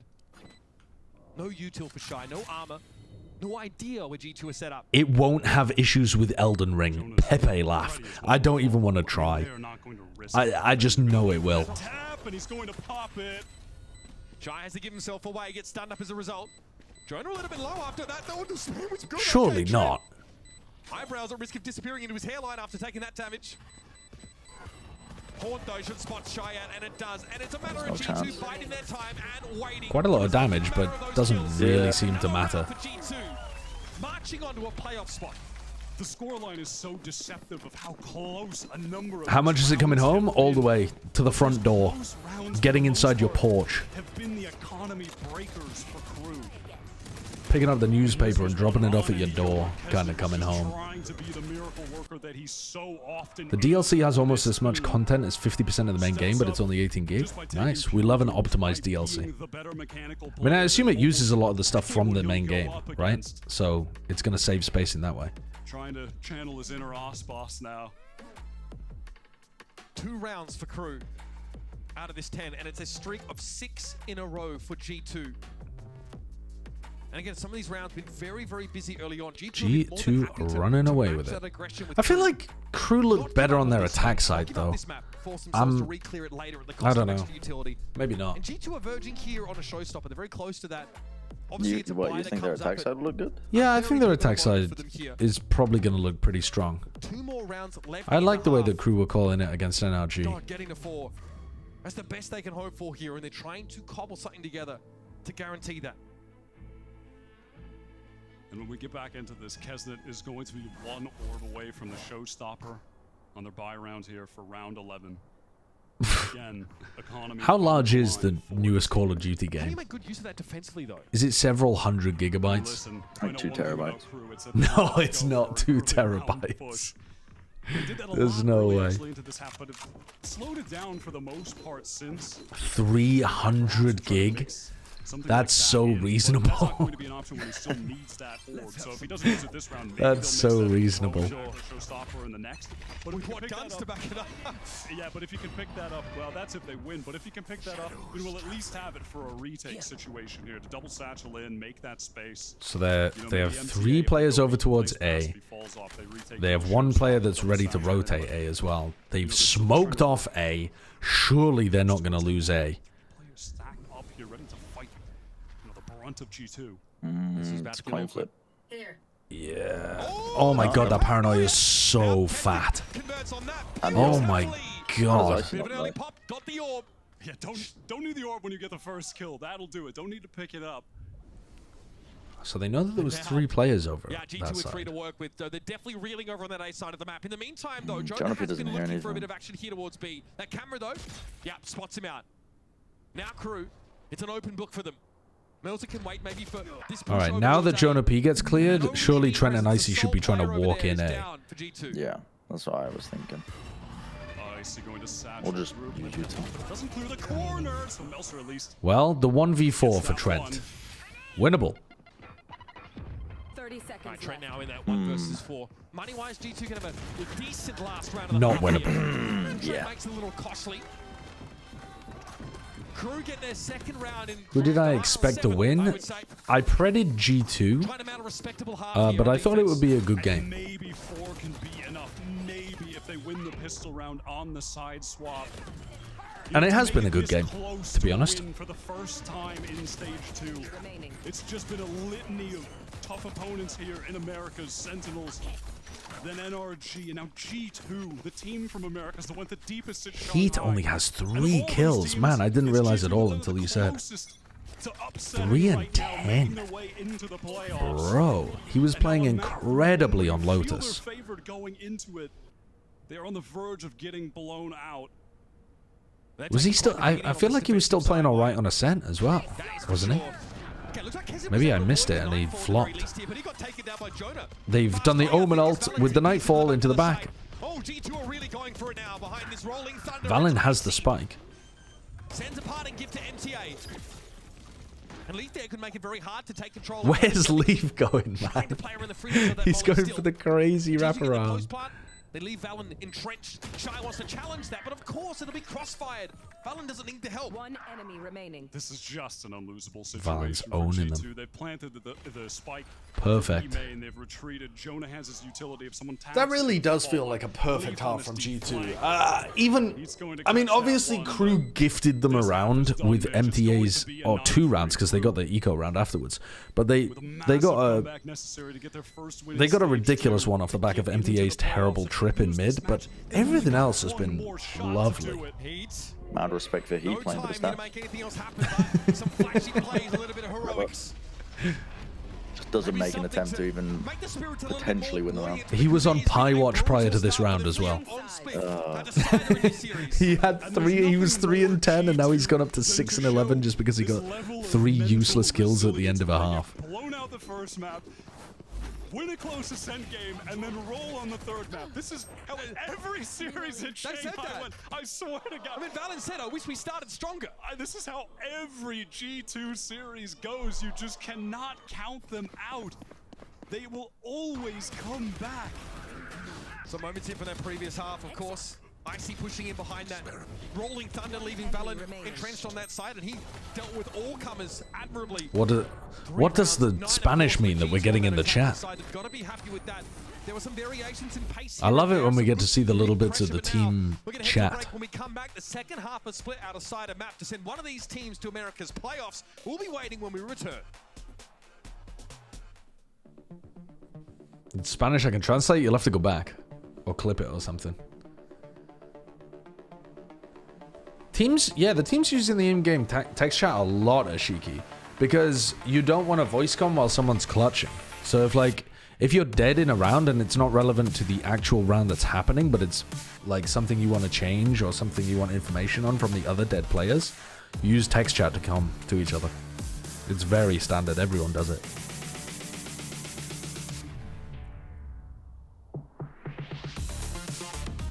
Can you check the top post on the comp subreddit? Now that fills me with... That makes me feel like something bad is about to jump out of my screen. ISO is fucking dead. Oh, this is your post. Okay, we'll do that. We'll do that after this. Actually, we could do that right now, I think, couldn't we? I think we've still got a little bit of time. ISO is fucking dead. ISO win rate dropped by 10% globally from patch 8.11 to 9.0. EMA had the highest win rate at 62%. It dropped from 20% to 7%. The only team to play ISO in week 3 in EMEA was Heretics. They lost on Split, the map they'd won the week prior. Yeah, this round, And they won on Haven, but the ISO wasn't working as well. The tripwire is placed a little bit too low. MTA hasn't played a ton of the Cypher. We only just saw his first game on the agent. And this mistake snowballed. Joe defines 2 kills. Yeah, pros thinking it was shit. ISO's win rate on patch 8.11 was 47%, dropped to 37%. Talon's the only team globally that believes in ISO, and they haven't won a map. I mean, that's pretty good. Wrap this up, G2. Just wrap this up. Yeah. The shield only lasting 12 seconds does seem like a massive, massive difference in pro play. For sure, though. Now they're only 4 rounds away from locking in playoffs. If they can achieve that, that means they don't have to rely on the Sentinel Series to get in, and Crew's chances to Yeah, I don't personally see this nerf as being more important than this one. I've been watching his games, but like in this instance, it's 9-3. I think this one is very true. I've been doing that very all the true. time. Such a brutal start for them on that Lotus map. Only 4 rounds. I also didn't know this until someone said it in my chat. Finally, they build that head of steam. They have slow starts is what they do, but now they want to close things out. 9-3 as they go into defense on the pistol. Cam from MTA will get that tag onto Valen, so going to allow Crew the information. Yeah, that's very interesting, Renegade. Thank you for running the numbers. Shy tries to work his magic on Valen taking that first peek into paranoia. It seems like the kind of thing that was going to get worse over time anyway. But yeah, the nerf of the 20 down to 12 is tough, I think. Ugly. All right, Leaf here from Heaven's going to try and drop down. Did Fnatic play Haven again this week? New tier for Crew, as they don't yet have a plant. They don't yet feel it's safe to cross. The Prowls will confirm their location behind the pillar. Have they played Haven on patch 9? Flank, but just going to meet up with his teammates. Playing that smart, playing to their man advantage. I'll be interested to see if they still want to run it on Haven, because they had a lot of plays that didn't revolve as much around the shield stuff. God, that's crazy flick from Trent. They had what I mean is that they had a lot of plays that revolved around the vulnerable as well, and around farming ult orbs, which are 2 things that are still really powerful. It always feels silly to say when a team is down by a lot that the pistol round is much needed, but it most certainly was. I would be interested to see if Fnatic still try it. Aftershock and Valen immediately swung wide to the left off of it. Because I think on Haven, if you continue to farm ult orbs, you can still just have a astoundingly powerful ultimate up a lot of the time, and you can still make a lot of the vulnerable plays. I mean, you can still make all of the vulnerable plays work just as well as they did before. But you probably can't get Althea running around killing literally everybody every round like he was. They turn the play for the orb into a bit more of a pop to take this map control, and MTA Oh, he's in trouble. He doesn't want any of that smoke. Being fucking chased down. Dude, he got Valen? Okay. That's I mean, that's so just a ghost silly. moment. I feel like the ghost is just not precise. It also you does just always want to be running with it. Yeah, it does a lot of body shot damage as well. So if you just spam it and you land a few body shots, it's pretty good. I always regret taking my time with the ghost. I feel like you need to take your time with the classic more. Yeah. The classic feels good when you slow down and you hit a couple nice headshots. Unless you're jumping around corners right-clicking people. In which case, it doesn't feel good, it feels funny. Get him rolling, you know what I mean? Get him rolling. Get him chirping up. Oh my god, Sed is here. Thank you for the 3 months. Get that snowball rolling with the economy, with the ultimates to get back into this game against such a formidable G2, a resilient G2, who got destroyed on Lotus. It wasn't even close. They didn't look like themselves. The fundamentals weren't there. That team play that What is ISO's win rate in ranked per renegade? You know, the whole greater than the Like, is there a large difference between 8.11 and 9? I would imagine there is, but I don't know how large those kind of differences can be. And for Crew to come so close against a team that you could argue is the best we have in Americas right now, and to lose. No, this map is not a monster T-side map. Would just be crushing for them. It depends what comps and what meta is being played, but usually it trends a little bit defense-sided. But honestly, it's pretty well balanced. To bring into the fray. G2, of course, armed to the gills. Ready to get back on the winning side. With these two teams, I would expect it to be a little bit T-sided. Respects these things.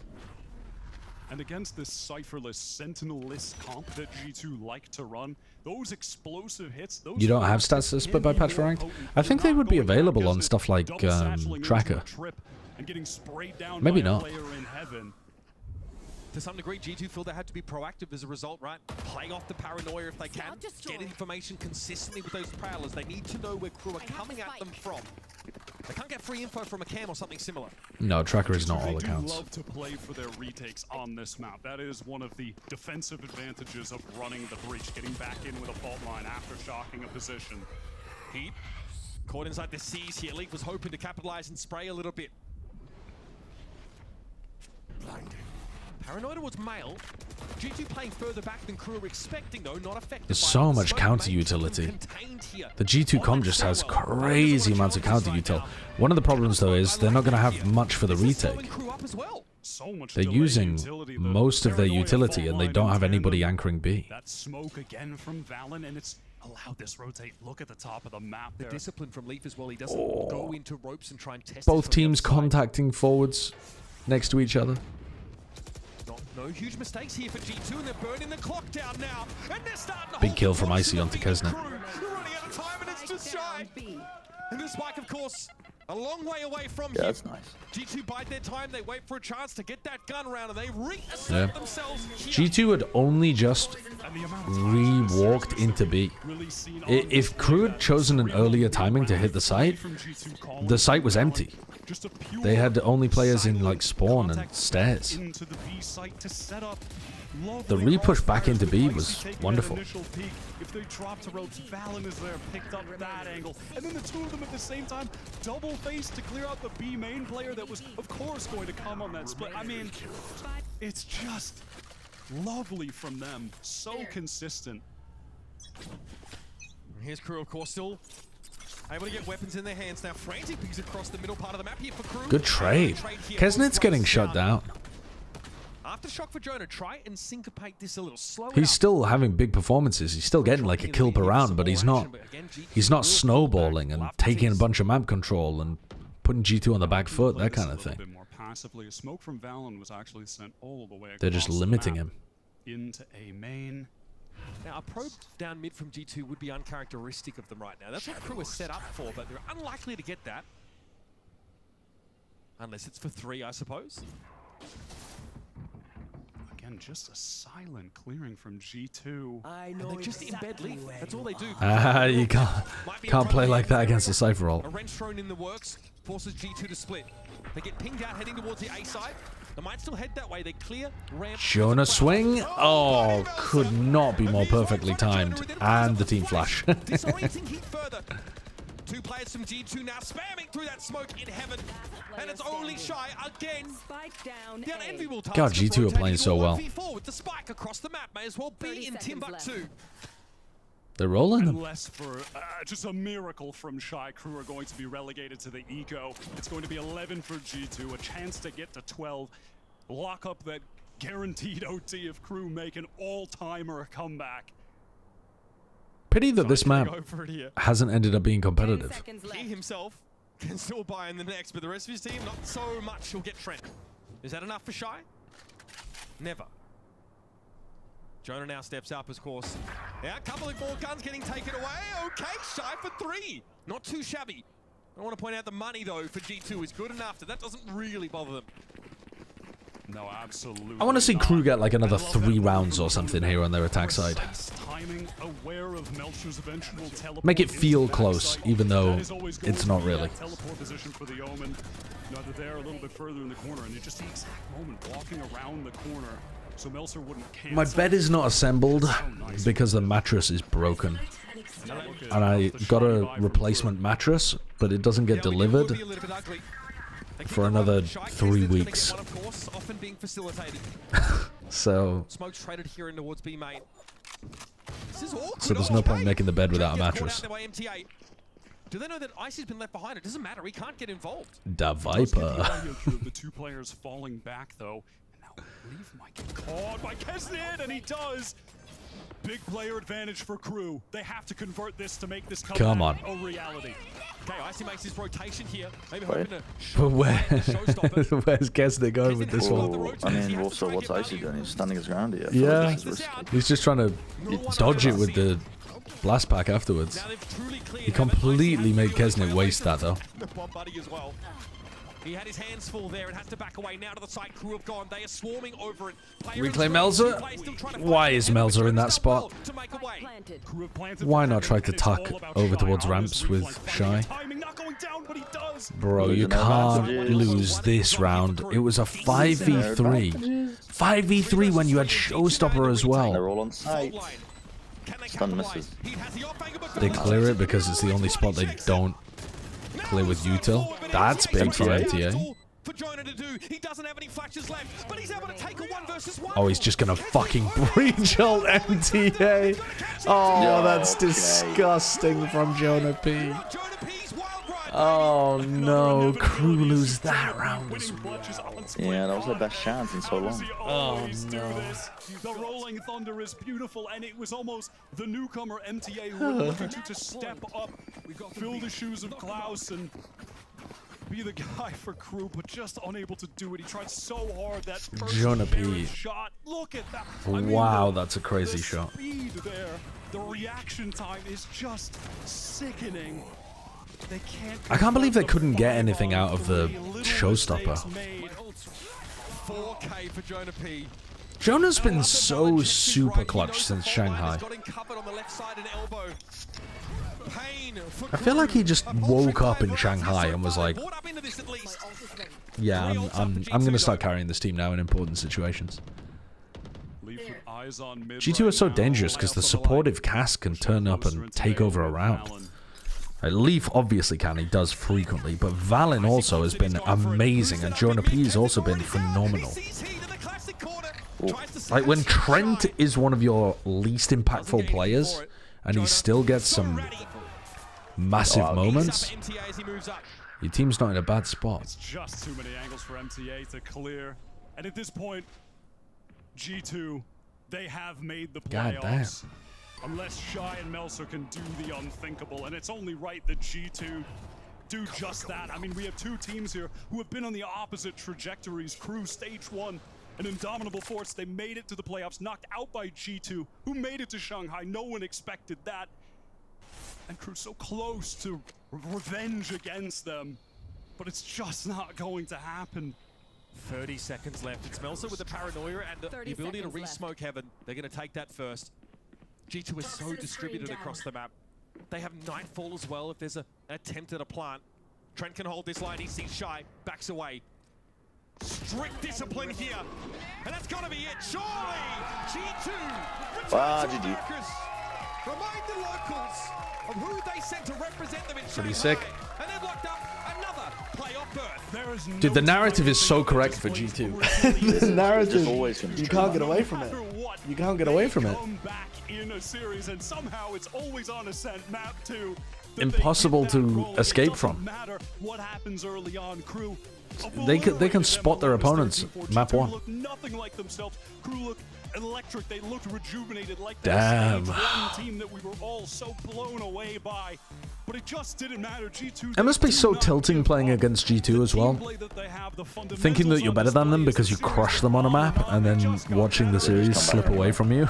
Yeah. I feel like playing G2 is just a test in the mental game. It does seem like it, yeah. I feel like dominating an opponent, and then they just come back like nothing happened. Maximum valorance for G2 to be played. Or rattle you. Alright, I'm gonna... Yeah, I've got to beat the Tree Sentinel. Brent, can I ask you some questions while you fight the Tree Sentinel? Can you do a UK citizenship test? I'll have to put voice activation on. Yeah, put voice activation on, and then I want you to do a citizenship test while you're fighting the Tree Sentinel at level 1. Okay. Okay. Can you hear me? Yes, I can hear you. Yeah. You can hear me? Okay, I'm fighting the Tree Sentinel. Okay. All right. Do you want US or UK? Preferably UK. All right, let's go for the UK one then to start with. Okay. Now, how I'm going to do this is I'm going to ask you the questions. It's multiple choice. I'll then read out the potential answers, and there's no shot you're getting the first one actually. Okay. And then I'm going to mute and tell the chat what I think the answer is. All right. Okay. At what age should people renew their driving license every 3 years? Is it 60? 65? 60, 80, 70, or 65? I think it's 70, chat. How much? What was it? What was the options? 60, 80, 70, or 65? 80. 80. I think that's too late, but all right, we'll send it. Who is the ceremonial head for the Commonwealth? The Queen, Prime Minister, Archbishop of Canterbury, or elected member? The Queen? Yeah, it's the Queen. A right to join in the election of a government is a freedom afforded by the UK to its citizens. True or false? I didn't hear that. A right to join in the election of a government is a freedom offered by the UK to its citizens. True or false? This is just a funny way of saying, do you live in a democracy? Yes, true. Which two parties formed a coalition after the 2010 elections? Conservatives, Liberal Democrats, Republicans, or Labour? What? Republicans?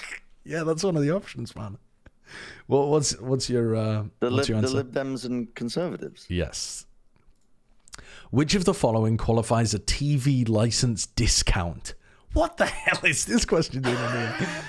Watching TV in more than one house, watching TV over the computer, blind person, watching foreign channels only. It's got to be being blind, surely. Blind person. I don't know why they phrased it like that, by the way. It doesn't make sense as a sentence or an answer. It's just, the answer is just blind person. And also, yeah, blind people can definitely watch TV, chat. That's not a Pepe laugh. What are the two ways local authorities are? What are the two ways local authorities are funded? Trade, central government, foreign investment, local taxes. Local taxes. Local taxes and central government. Central government. Okay, locking those in. Which of the following is not included in the European Convention on Human Rights? The right to life, right to a fair trial, protection of races, freedom of expression. Which of the following is not included in the European Convention on Human Rights? Which of these is not included in the European Convention on Human Rights? The right to life, the right to a fair trial. The right to what? The right to life. To life? Right to a fair trial. Right to a fair trial, protection of races, freedom of expression. Freedom of expression?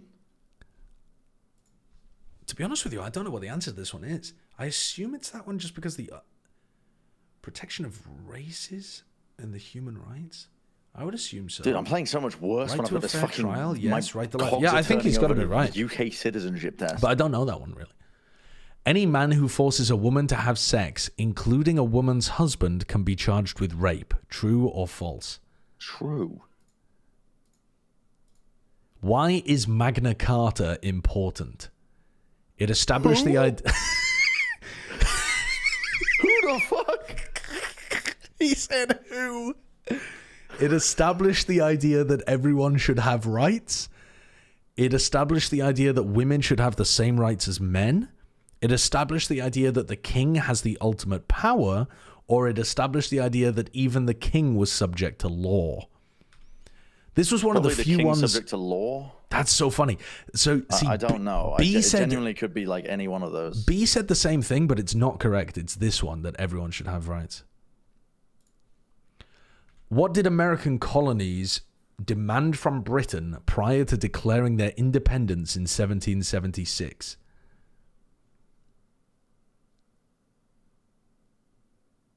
Represent. Oh yeah, yeah. I forgot I forgot we had to read out the options. Representation in British Parliament, more land, return to Britain, or right to vote for women. I love the idea that the American colonies are fighting for the Britain? Yeah, the American colonies, they were demanding the right to return to Britain, right? Is that what you're going for? I thought they were demanding Britain to return to Britain. No. What did American colonies demand from Britain prior to declaring their independence in 1776? Representation in British Parliament, more land, return to Britain, or right to vote for women? Probably representation, if I was to guess. Either that or land. Yeah, no representation without... no taxation without representation. That's the classic line. At what age do young people get their national insurance number sent? 17, 16, 14, or 18? 16, I think. Yeah, I think that's correct. I'm not sure, but I think that's correct. What do the 3 crosses in the Union flag represent?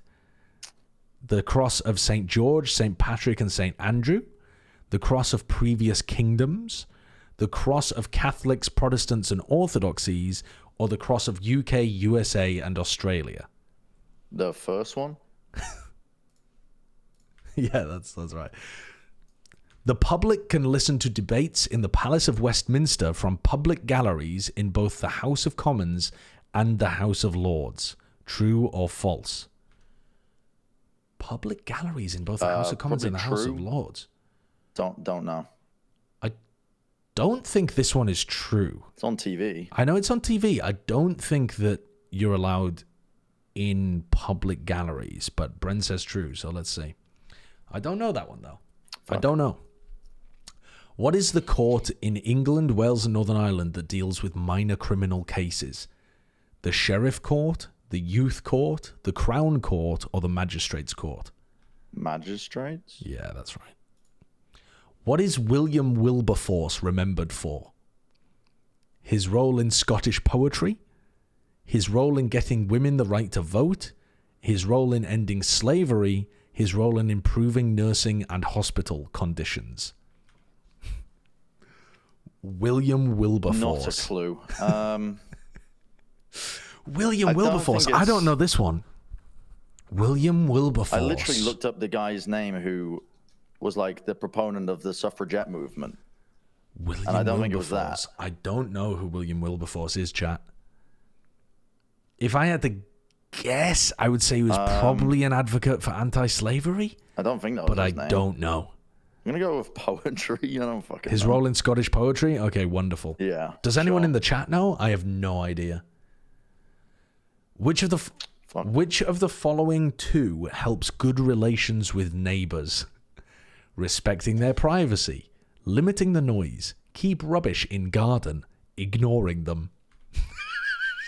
Probably limiting the noise and keeping your rubbish in your own garden. Keeping rubbish in the garden? Not respecting their privacy, keeping rubbish in the fucking garden. Yeah, just next one. Next one. Much of Britain live in towns and cities. True or false? True. Oh, fucking hell. What is the most famous horse racing event in the UK? Pre-Brexit. Yeah, this is from 2012. Yeah, but I mean, it's still very similar. Sorry. Which is the most famous horse racing event in the UK? Champions League, Open Championship, the Six Nations Championship, Royal Ascot. Royal Ascot? It's Royal Ascot. The others are mad trolling. What date is Boxing Day? 26th, 25th, 2nd, or 1st of January? 26th of December? Yes, please. Who is the patron saint of Wales? St. Patrick, St. Andrew, St. George, or St. David? This one is throwing me for a loop. Say it again for me. Who is the patron saint of Wales? I mean, you are Welsh. St. Patrick, St. Andrew, St. George, or St. David? I think it's St. David, but I don't know. Or David, I don't fucking know. Well, you got to pick one. Just give me 50-50. You don't get a 50-50. It's not Who Wants to Be a Millionaire. It's not Who Wants to Be a Millionaire. It's a test. It's a test to see whether I'm going to let you into the UK. I think it's St. David. Go with David. I don't know where St. Andrew would be from, though. What does the term restoration refer to in British history? restoration of power in overseas territories, restoration of Parliament's power after the English Civil War, invitation to Charles II to return from exile to restore the monarchy, or the restoration of Victorian age buildings.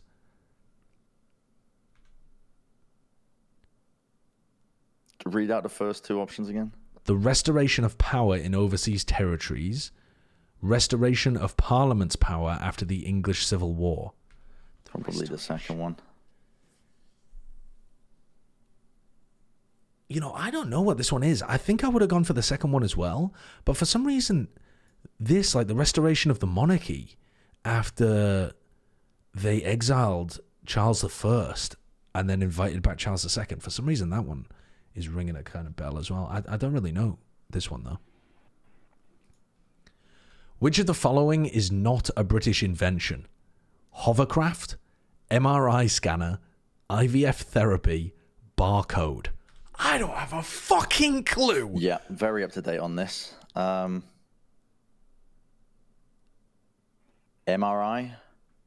I don't know this one at all. I'm pretty sure the MRI... Well, if you don't know, I'm not giving you help. What is the electoral system in the UK? Alternative... The electoral system? Yes. Alternative vote, supplementary vote, 2-round system, first past the post. First past the post. UK laws fall short of ensuring that people are not treated unfairly in any area of life or work because of their age, disability, sex, pregnancy and maternity, race, religion or belief, sexuality or marital status. I was locking in. What did you just say? UK laws fall short of ensuring that people are not treated unfairly in any area of life or work because of their age, disability, sex, pregnancy and maternity, race, religion or belief, sexuality or marital status. What is this, an opinion piece? Is this true? No, it's a true or false. True or false. I mean, I'm sure they're thinking... The way they phrased it as UK laws fall short of... Right, which is the true option. Sorry, just a true or false, please. I don't know what that means. What is it, positive or negative? UK laws fall short of ensuring that people are not treated unfairly. Fall short in any area of life or work. For sure, the UK is the best country in the world. Okay, here's some ones that you got wrong. People need to wait. What was your overall score? 1, 2, 3, 4, 5, 6, 7. You got 7 of them wrong. Out of how many were there? How many did you get right? 1, 2, 3, 4, 5, 6, 7, 8, 9, 10, 11, 12, 13, 14, 15, 16, 17. So, yeah, you got 17 out of 24. So, I think that's a passing grade. Thank you. Just. Thank you. I don't Let me really back into the country. I don't think you get to keep your citizenship though, to be honest with you. I can't get it? No. Which of the Okay, so I actually didn't know this one either. Which of the following is not included in the European Convention on Human Rights? It's the protection of races is not included in the European Convention of Human Rights. What? Yeah, I didn't know that. And what else? Oh yeah, William Wilberforce is remembered for his role in ending slavery, not his role in Scottish poetry. Yeah, I mean, I was never taught that in school. I don't think we were taught that either. That was the one that I was going to guess, but I didn't know it. Also, listen to this one. Which of the following two helps good relations with neighbors? You failed that question. I failed it? You picked... I mean, isn't that an opinion? You picked limiting the noise and keeping rubbish in the garden. Yeah. What do you mean keeping rubbish in the garden, man? What the Like keeping your own rubbish in your own garden, no? Like so it doesn't spill over? That's what I took that as. How often are you keeping rubbish in your own fucking garden? And why do you think your neighbours would be happy with that if you just had fucking trash in your garden? You're keeping it in your own. Another option was respect their privacy, and you went with keeping rubbish in the garden. Like, what was? Yeah, okay. Yeah, fair enough. Would you just keep trash in your garden? Well, some people definitely do. Wait, apparently the passing grade was 75%, and you failed. Oh, God. Wait, much of Britain lives in towns and cities is apparently false. What? Where do they live? In the swamp? The Romans were right? What the fuck is that? Much of Britain live in... just false? Apparently the answer was just false. I mean, that's nonsense, man. A lot of Britain... It doesn't say most of Britain live in towns and cities. It says much of Britain. That's objectively true. I'm pretty sure these are all just... It's designed to piss people off and get them and just, like, gatekeep. Oh, my God. The term restoration refers to inviting Charles II to return from exile to restore the monarchy. Of course. And also, the barcode is not a British invention. The MRI scanner is a British invention. Wait, which one? A barcode was not a British invention. Barcode? Dude, I swear the MRI got invented from fucking the Americans going to the moon. Don't ask me. Apparently, it was invented by the Brits. Apparently, I think we're just stealing inventions now. I mean, chat is saying that it was a collaboration between British and Americans. In 2022, the urban population of the UK was approximately 5x the rural population. Yeah, this is just... That one is just a fucking lie. I mean, that's not true. Yeah, that's exhilarating right there. Oh my God. That's what the game's about, baby. All right, you wanna try a US one together? Sure. What is I just beat the tree sentinel, by the way. What is the supreme law of the land? The Declaration of Independence, the Constitution, Articles of Confederation, or the Bill of Rights? I would imagine the Constitution. Yeah, it's got to be. Because they always go on about the Constitution. They don't shut up about it. So it's got to be that. Name one right only for United States citizens. Well, it's definitely not housing. They got rid of that recently. Run for federal office, call senators and representatives, join a political party, or freedom of religion. Okay, I think I know the answer, but do you wanna guess? It's running for office? Yeah, I think it's running for federal office because I know that you can't be the president without being a U.S. citizen. Yeah, but you can run for Senate. As a non-natural born. Yeah, but you don't have to be. You don't have to be natural born. To be a citizen. You have to be natural born to be a. No, you don't have to be. You don't have to be natural born to be the president either, do you? I think you can be naturalized. I think you do. Really? I thought you could be naturalized. Yeah. Chat, weigh in. You need to be natural born to be president? Okay. Oh, that's why the whole birther shit was happening. Yeah, yeah. They were trying to use it for the whole, like, Obama. Yes, yeah. What do we call the first 10 amendments to the Constitution? Federalist Papers, the Declaration of Independence, Checks and Balances, or the Bill of Rights? Mate, why on earth do the first 10 amendments have their own name? What do we call the first 10 amendments to the Constitution? Is this a Bible question? No. I think it's got to be the Bill of Rights, because if you're going to add anything on to the end of the Constitution, wouldn't it be additional rights? Yeah, because it's like the first 10 amendments, like the first amendment is about the right to free speech, then the right to bear arms. It's got to be rights. Yeah. I got to bear back. What did Martin Luther King Jr. do? Set up our government, freed the slaves, wrote the Emancipation Proclamation, or fought for civil rights? I'm going to wait for Bren's answer here, but I'm very confident that I know this one. Oh, God. It set up our government, obviously. We'll wait for Bren. Do you know what the Emancipation Proclamation is? I would assume that it was the actual legislation that made slavery, well, maybe not made slavery illegal. Maybe that was a different piece of documentation, but freed the current slaves in the US. I don't know whether they were the same piece of documentation or not. Wrong? Okay, well, what is it then? The Emancipation Proclamation. Oh, it wasn't legislation. It was a speech, right? So it was Abraham Lincoln's speech, but it wasn't official legislation. I see.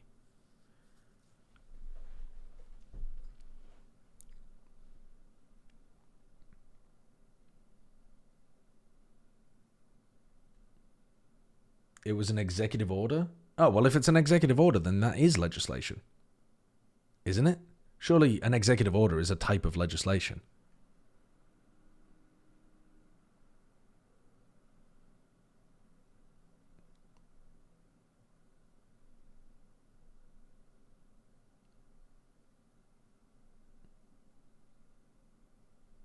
Yeah, I know it's a different branch, but it's still legislation. It just doesn't get issued by the legislative branch. I mean, legislation doesn't mean that it has to go through the legislative branch, right? It's still legislation by the definition of the term, as in something that must be followed, a law.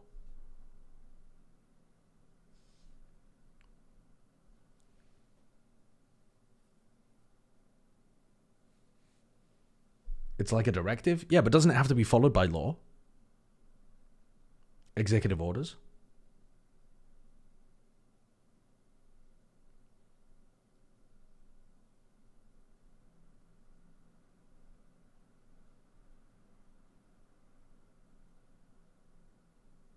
Yeah, I mean, I don't know the answer to this. I'm waiting for Brent to come back.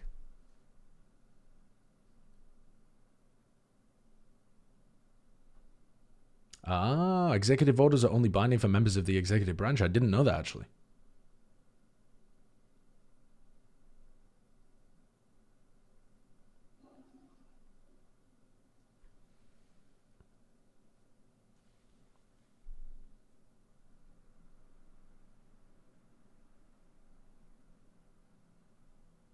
Where the fuck is Brent?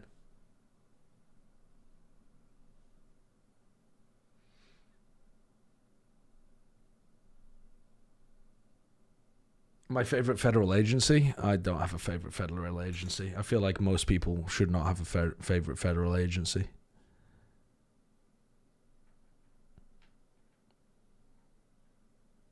Your favorite is the IRS. Oh, wonderful. That's popular. The walkouts are starting. Dude, we're not going to be able to get through this. Brent's disappeared at the worst moment. Tragic.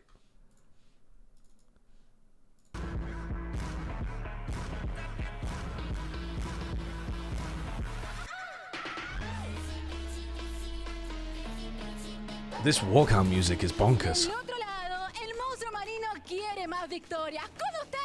God, this should be such a super banger match, but Loud are just not playing very well at the moment. I don't think. I would love it if we saw a Loud resurgence, though, for this game.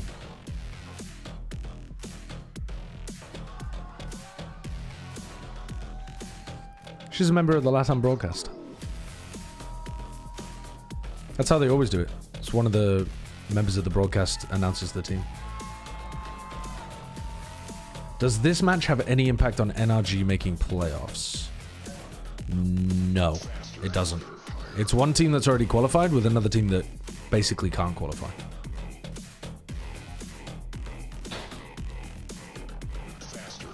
The stakes for today's matches have been high. For our first match, both teams wanted to pick up that win to try and lock in their spot. Hello. Are you American? No, I paused it when you left. Okay. And now we're already in the walkouts. Oh, really? Yeah. One game away, excuse me, from qualifying for champions. But for Loud on the other side, Can Loud even make it if they get to 5 and 5? Can they get to 5 and 5? They're not out of it yet. They can get to 5 and 5. All right, fair enough. And they've looked rough their last two series. If they get to 5 and 5, though, so I guess for NRG it would actually be better if Leviathan win. Maybe, but it's hard to say. It might be the case that NRG want Loud to also be in the tiebreak at 5 to 5 because that triggers the map differential tiebreaker instead of the head-to-head. Fuck knows.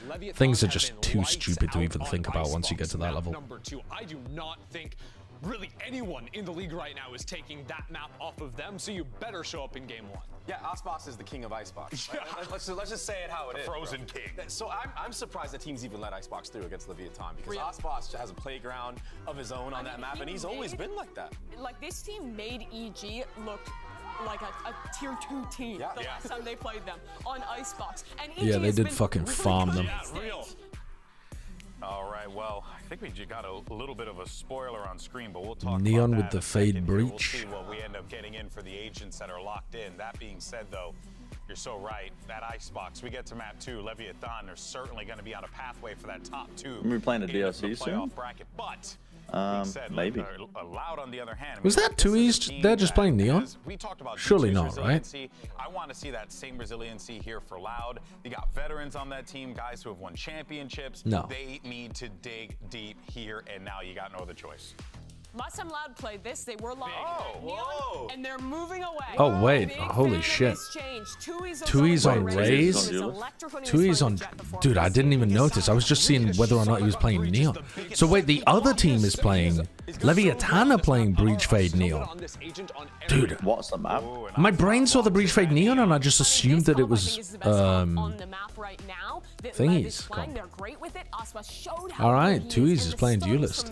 Were excellent, but damn, Loud, I think this is the right pivot to make if they want to save their season here. It's How time do to you, see if Loud made the right call, or can Leviathan how do I speed up my shut them horse? down Oh, despite shit. the changes? Let's send it over to your casters. Why not make 2E's Duelist at the start of the split? Because they felt like 2E's was a little too passive to be able to play a very aggressive agent like the Neon. They clearly believed that Neon was the way that the meta was going to go. And it's very, very difficult to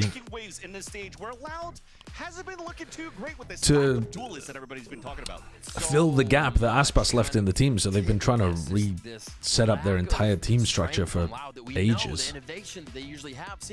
Very, very difficult situation that Loud have been in this year. It's incredible that they made it to one Masters event, to be honest. But then as soon as they made it to Madrid, they set the expectations too high. So we'll have to see what they have. Leviathan will start on an attack here. 7-1 is their record right now, looking like one of the best teams in the Americas. And they are going to start off aggressive towards this A-Rubble van. Interesting that both of these teams are going to be running the double initiator. What a shot. What an angle. Back to the Duelist and gets the first headshot onto Tex. Meanwhile, though, Leviathan has also come out with a different composition. Aspas on this Neon, on Lotus, and by losing on that first blood, they have to reassess how they want to work the map, especially now that Les has flanked from behind. We'll have to see how 2E's continues on the Raze. He's done a good job of repositioning. Like that to get the showstoppers going is going to be a very big boon for the side of Loud, and as well this push here by Les, just so much information. I think it's probably a good idea. I don't think it'll matter. That much, and they've already taken control of the tree area. So like not Duelist? Yeah. I think they'll still lose, but I think that doesn't mean it was a bad idea to put 2E's on Duelist. They spotted Aspas on the cross. Aspas is down to 34. Now Aftershock, he avoids it for now. As he pushed through though, 2E scores that second No way on the 2E's board, still alive. Answers right There's a back nade here again. at this doorstep. Picada trying to What assist the and fuck? avenge his 2E's is like the only person left alive after they put utility and 2 players pushing him. So the 3v2. How did Les get here? Damage everywhere right now, Vansili. Nobody looking good for this fight. God damn. Did get some information from that haunt, but too little too late. Now only one stands, Yeah. and it's 2E's to fall. Okay. And Bob, scoring 3 into the round, allows Leviathan to pick up the pistol. Really nice job by Leviathan to play within the utility windows. Over under Aspas 30, I think under because Loud are not going to make it that close. That's my unfortunate pred. Going to be coming into the site, so they slowly creep up. Leviathan takes a bit more space. Oh, clean shots by Kong. Over by stairs connector, but the team Really nice shots from follow Kong. through. They're just waiting for that next window, and a lot of patience paid off there for Leviathan. We'll see how Loud reacts as we get into this second round. Reacting with 3 players on the C-mount camera to even spot it up here if they could play aggro if they want. But it's a slide through from Aspas, scoring first. I always feel like buying a Les Guardian avenges his teammate, against the and that's the anti-eco. camera that gets broken, but they still have an It's not opportunity troll, to pinch but here with I feel like... inserted right at the revolving door. They could also be ready for this fault line too if there's more pressure coming out from Leviathan. I mean, in theory, the double body shot strat is super good, but in reality, the pros just all aim at the head anyway. I guess King doesn't. He just runs at them and body shots them, but I feel like a lot of people do. It also goes pretty pretty buck wild though as well when you spam it. So it's not even that good for double body shot. It's still pretty solid for like that. body shotting. Great example. Do you find that you miss a lot when you're just aiming for the body though? Spamming away. Yeah. Yeah. I've definitely had moments where I've been like 5 feet away from somebody and I've been like spamming them. That might be a skill issue. No, I'm literally paying an outline of their body. Like it has wild. It's a weapon that they want people to just be taking their time with. I think that's why they've balanced it that way. But I think the coaching change has made a big difference for Leviathan, but I think one of the things has been that they're not trying to play. They're not trying to play like perfect disciplined Valorant so much anymore. They're willing to take opportunities and fight together.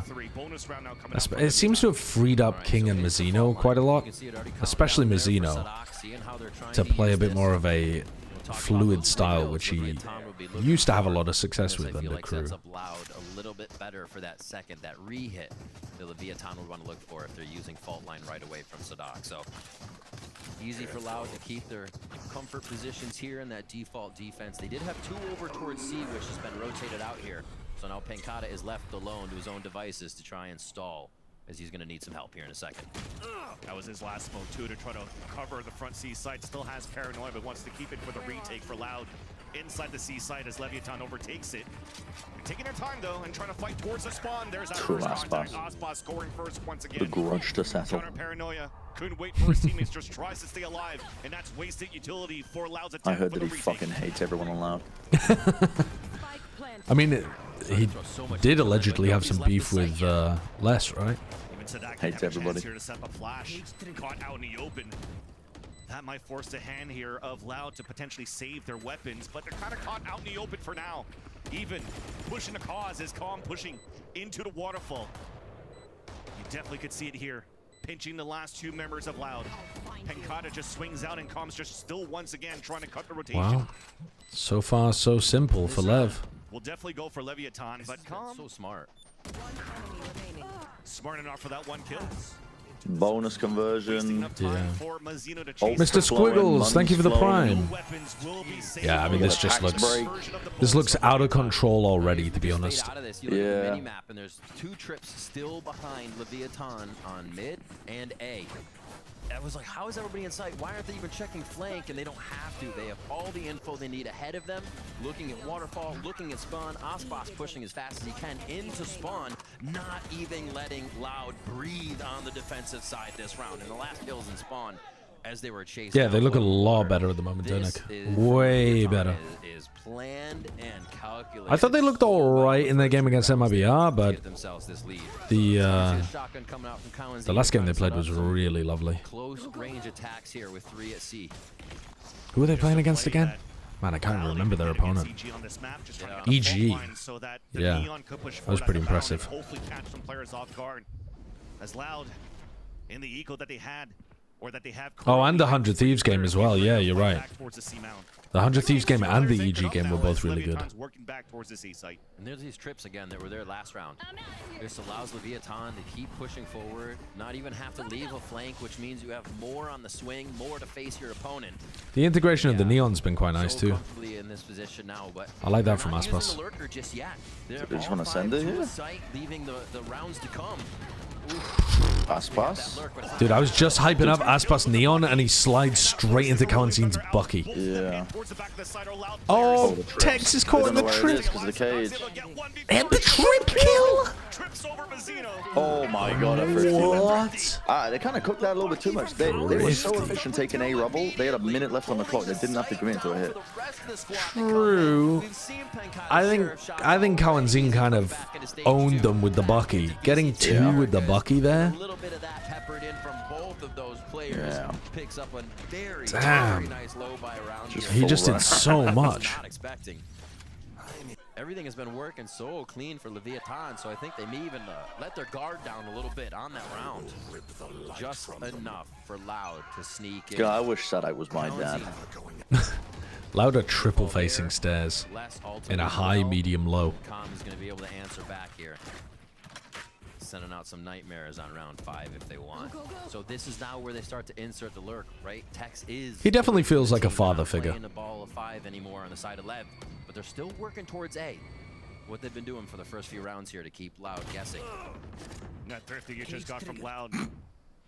Hands a little bit of hope here. The fuck just happened to his game? Close. It's so weird when your util bounces off stuff on the ground. It feels so weird. Happens with Viper mollies a lot. It's very annoying. Okay. Any pressure from Pancada? So a new strat in the book. Throwing the paranoia through. This Loud scene this game. With that kill, there's no Nightfall to answer back from the defending side. Oh, they pushed Pancada back through the door. That's kind of a win. Oh, what the hell is going on over there? Oh, no. Oh, God. Just when the Comstocks were looking up. Just when the Comstocks were about to rise. Oh, no. Wait, Loud is so back. Oh, that's an unfortunate fumble. Pancada getting away and standing on the other side of the door ended up being really important for them. Reconnected with the rest of the team. They play the retake, I think, just without needing everything that they would have on a composition they have full protocol on. I'm kind of looking at Tui's, right? The Raze is I think current spike is better than a 6 second without halves. They're kind of just going down to the basics here to get these rounds back because like getting half on the spike is pretty doable, and then that applies crazy pressure to your opponent, especially with Wingman being in the game. That was a defuse. Another round, they're going to put Lev down on a low buy here with a Hero King rifle. Few ultimates there. Straight into a B hit? No. What are they going for here? Opening door, clearing C? Yeah. They push up A. No. What?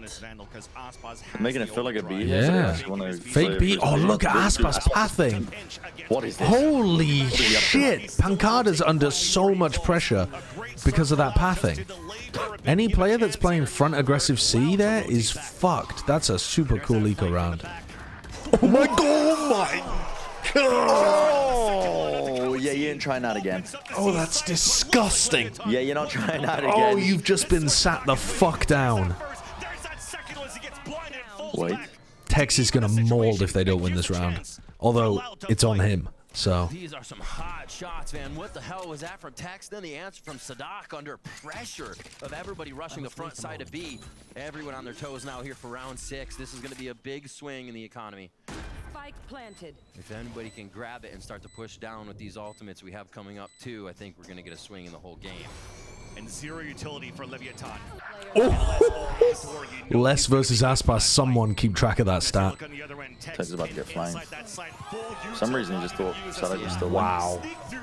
They lose that round. Amazing eco game plan, and Tex destroys the showstopper, and then gets 2, and they lose. How did they give 2 away to Sadak? I guess. That's actually, that's just Phil. Just caught Mazzino with utility in his hand. Yeah, just getting a bit sloppy. Lev love to play this open the door game at certain times and try to. It is strange that they didn't just plant on C when they had the whole of the C site. Maybe they didn't believe they had the whole of the C site. Maybe they were worried that there was someone else. I don't know. Don't know. We do get a timeout here. Like we've been seeing things are getting a little hectic. Yeah, I think they just overcooked by the look of things. See if they can slow it down. Should have been a fairly safe situation. 3 rounds across, and calling the timeout, realizing here on that previous round where it seems like Leviathan. They must have had a different read of what was going on in terms of the defenders. Snowballing back into B, but they were missing a little bit of that protocol where they kind of were antsy and they fell in front of the utility to allow for them. Yeah, the 2K was. I mean, Sadak getting 1 there was just him being good, picking off com, but the 2K being able to pick up Mazzino afterwards, that's a bit sloppy. Possibilities on the Brazilian team. It's coming down to the shots, fans. I think last round was a very good showing display, of that. Definitely. Display of the shots from Tex, and then Sadak had to pull his own out with all the util flying around. It came down to those kills back and forth. God, I'm tired. It's 2 a.m. already. Yeah, it's so late. If this game goes long, nice job though being able to cycle through screwed. These ults, but still have a few up. And like we said, this is the round they want to go to throw. Do you have somewhere to be tomorrow? Going over to the side no, I'm going to be in bed. Get them all by next round, so we'll have to see what Lev has. Switching it up again, just putting Sadak on that right side for this stall, a slow. I'm back in the fucking VOD dungeon. That's where I am. No, I have ignored the VOD dungeon. Like they want the same there.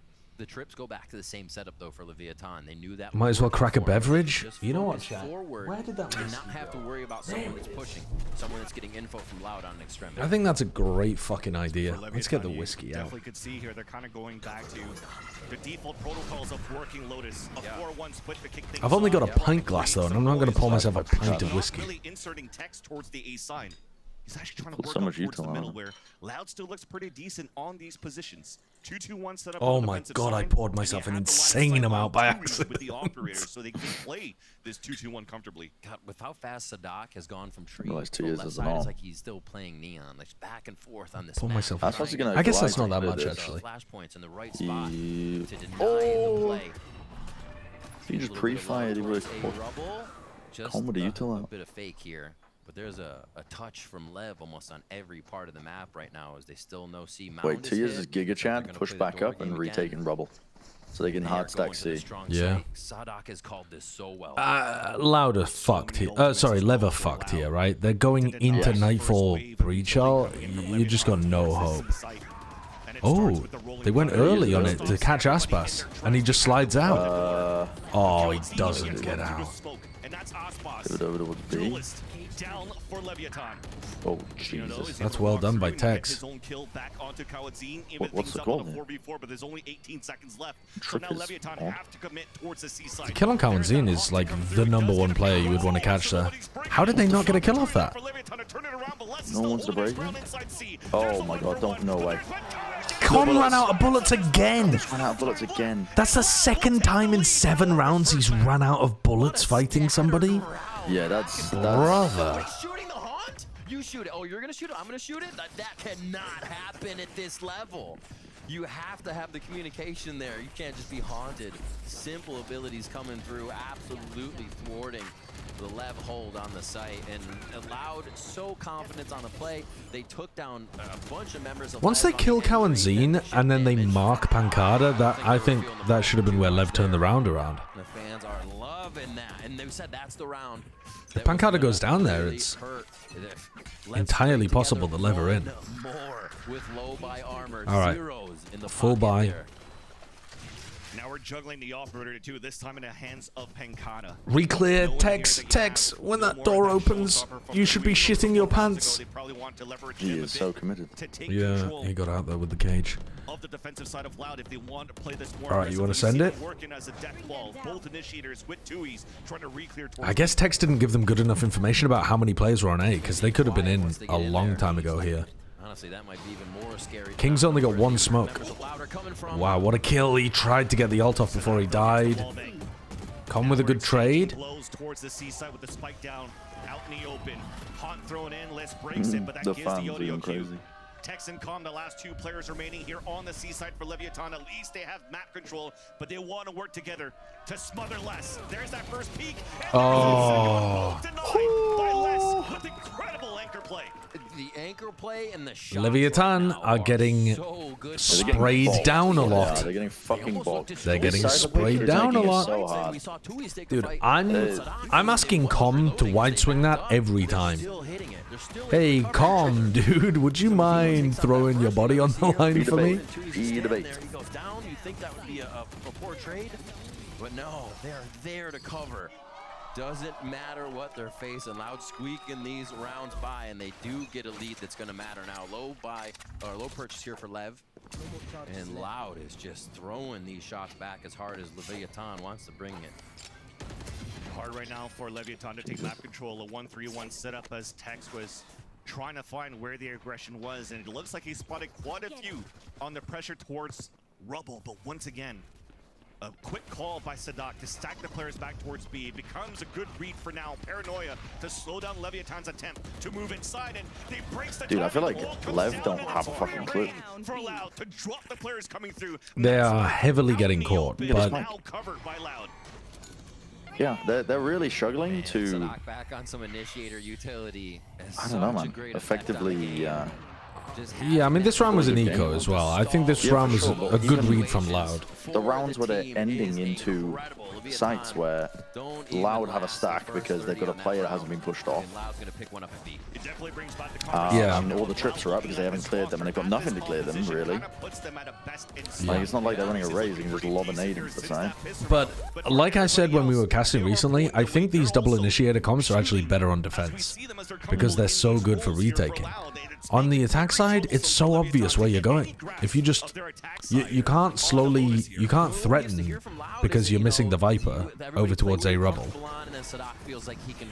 So unless you hard take A Rubble at the beginning of the round, you're just never threatening that area. Reclear?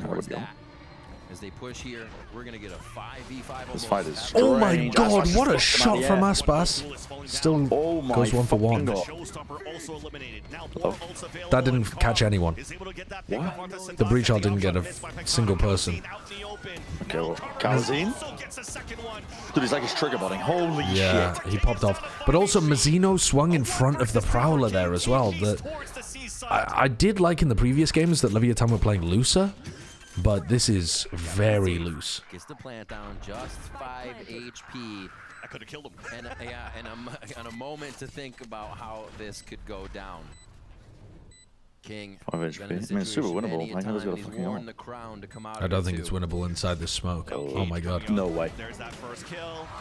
That's fucking ludicrous that Pancada gets that. The damage?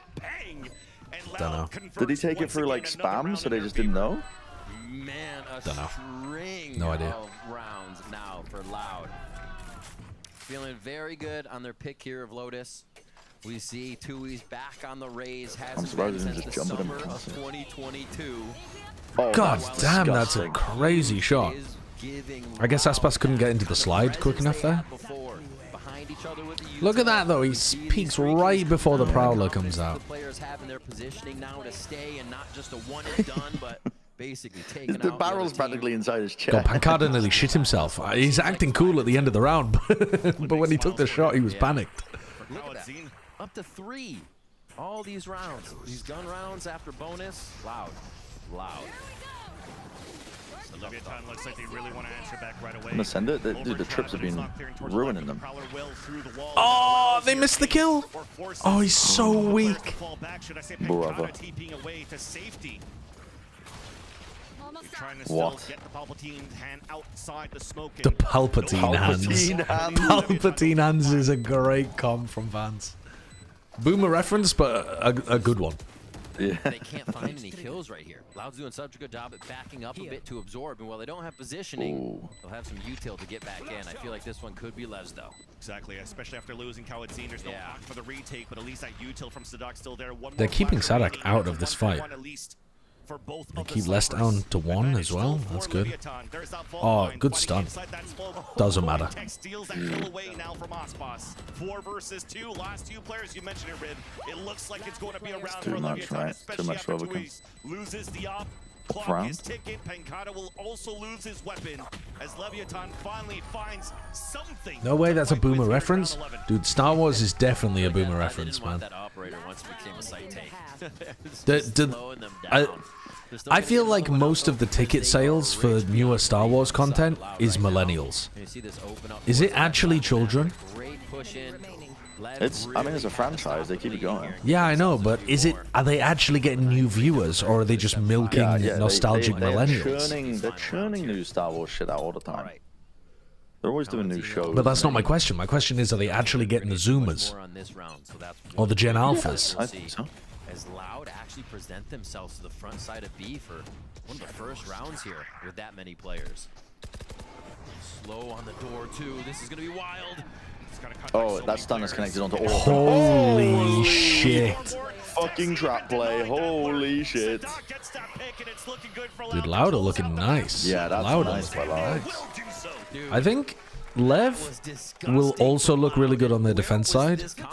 Maybe playing it differently, maybe playing a lot of like flood retakes or something, but I think Loud started to read it a little bit. I don't know if they'll play it as well as Loud just did. Then come back with a thrifty to carry out that many rounds with just a hiccup in the middle to give us this for the last one, a cherry on top for the first half. That was disgusting from Loud. The Mandalorian made a lot of Zoomers Star Wars fans. It's crazy how little taste the Zoomers have, apparently. How are you becoming fans of Star Wars from The Mandalorian? When there's all that good television around. It's fucking crazy.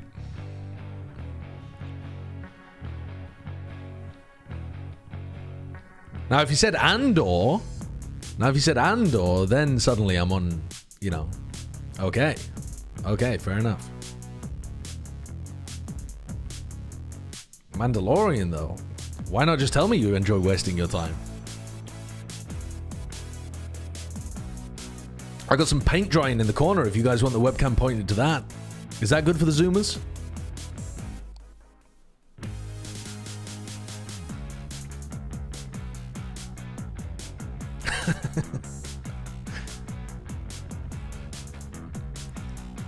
I think I just don't like... Do the people who like Mandalorian also like Cowboy Bebop? Why? Because it's episodic? Yeah, because it's episodic like Western. But it's like taking the Western and then, you know, tweaking it into a different genre, a different universe. Because I thought both of them were boring as fuck. I just don't like space cowboys, I guess, yeah. Mandalorian's fun to watch and turn your brain off, but it's not. You don't. I don't think you watch it for. I mean, this is the turning point. This eco round win for I thought it was extremely meh. It was the kind of television that I turn on and go, I don't want to spend my time watching this, even though it would be alright. Yeah. The production value was like very high on it. I thought it was just a good turn your brain off and watch. I think a lot of people like shows like that where they don't have to think. Yeah. And honestly, some good satchel movement from Tui's as well. I only enjoy watching things where I think very hard. If it came out that the fucking creator of Disney had been kept alive in the form of like an AI that's just been progressively getting better and better, and he came up with the concept of The Mandalorian, I believe it. Yeah. Yeah. Because it's just like, I feel like it touches on all the little things that people like. It's like, ooh, a merchandisable baby character that's like for sure tandem related to a very popular character. Ah, Kana, a man of culture, or a person of culture. Reading Malazan, based. For the second half. Definitely here, we've woken up from that fever dream and definitely looking like a Loud roster. Acolyte is too woke for me? No, I'm never going to call anything too woke for me, but I am going to say that Star Wars has taken up all of my goodwill and I will not be watching any of their new content unless other people have said that it's fantastic. No, because they're too fucking dull and repetitive. Huh? Okay, that's fine, all good. Now, of course, Les here is playing defense. The defense cipher wants to be mainly playing these spots so that they can defend the B site from attack. You want to make sure that you don't get timing by some of the attackers coming at you. Yeah. And now the double face. And Boss gets the headshot onto Pancata, so Leviathan will be able to get their own pistol round here. All right. See if they can keep it after the bonus. Golden Boy described Acolyte as being worse than Andor by far, but better than some of the seasons of Mandalorian. And I immediately knew I would not want to spend my time watching it. Last time we saw Loud play Lotus, it was the Neon, a little different comp, but they were playing that door a lot, so maybe Leviathan's trying to get in that game a little early. As the cam goes out, it's going to be a very slow one from Loud here. They definitely want to play some range. Tui's invested into a share, so did Les. They're trying to look for that long-range fight towards that A site where there's only Calm Jiggle peeking first, but there's still a camera up here by Tex. They continue to fight aggressively for Loud. There's an opportunity to get that information and get Calm ready for the flood towards A. Did that catch onto Calm? No. Delay. Oh, Som's putting himself in a pretty crazy spot, but this is good info. Aspas has already moved out towards Long C here on Mound, so they're opening the door over here without really doing anything on the rest of the map apart from pushing Pancada deep. Looks like Aspas is about to have a party. Come on, Aspas. Let's see what you're up. Yeah. He leaves? What a coward. Anticipating a pushback from Loud as things stay quiet on the I want to see Aspas farm his former team. Tui's now halfway through, getting the showstopper online. As we're going back towards the A side. So nice little protocol from Loud, just to make sure they put the most chances as possible once they get the rifle rounds in. At the beginning of this round, they started Mazzino on the left side. That's an insane first-time chat, man. That's an insane first-time chat. Oh my God. I actually kind of love that, though. You could trust them solo holding the Trust Aspas. He pushes out, gets more info.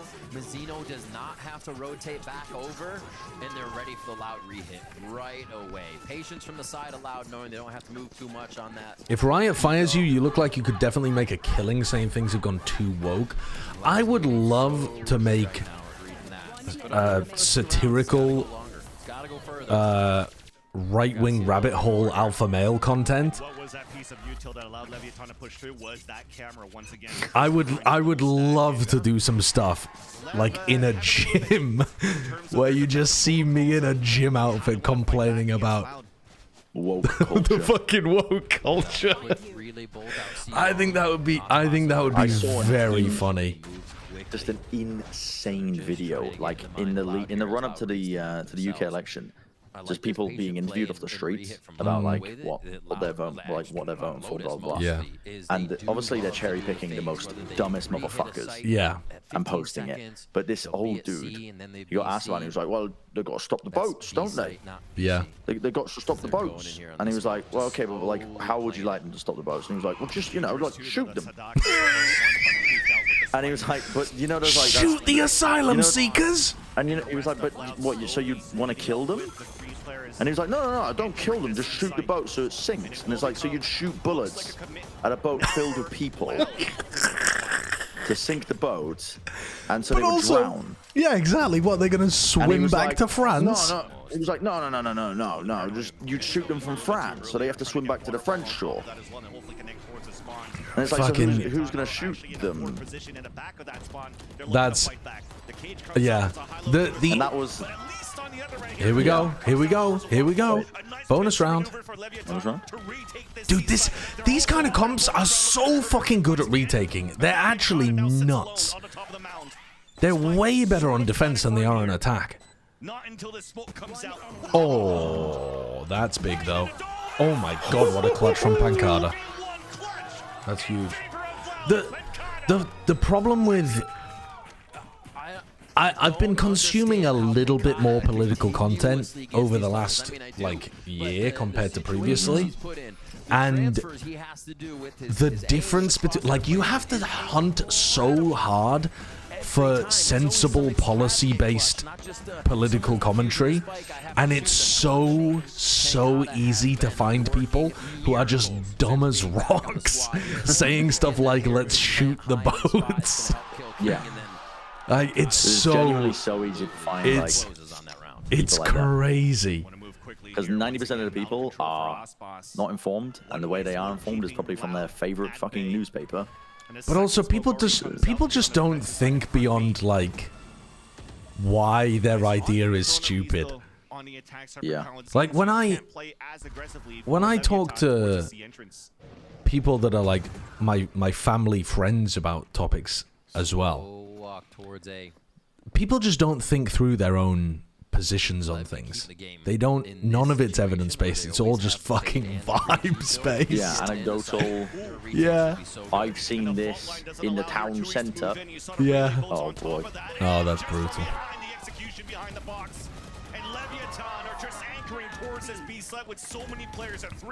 I think one of the problems, though, is that there isn't good information about actual sensible policy.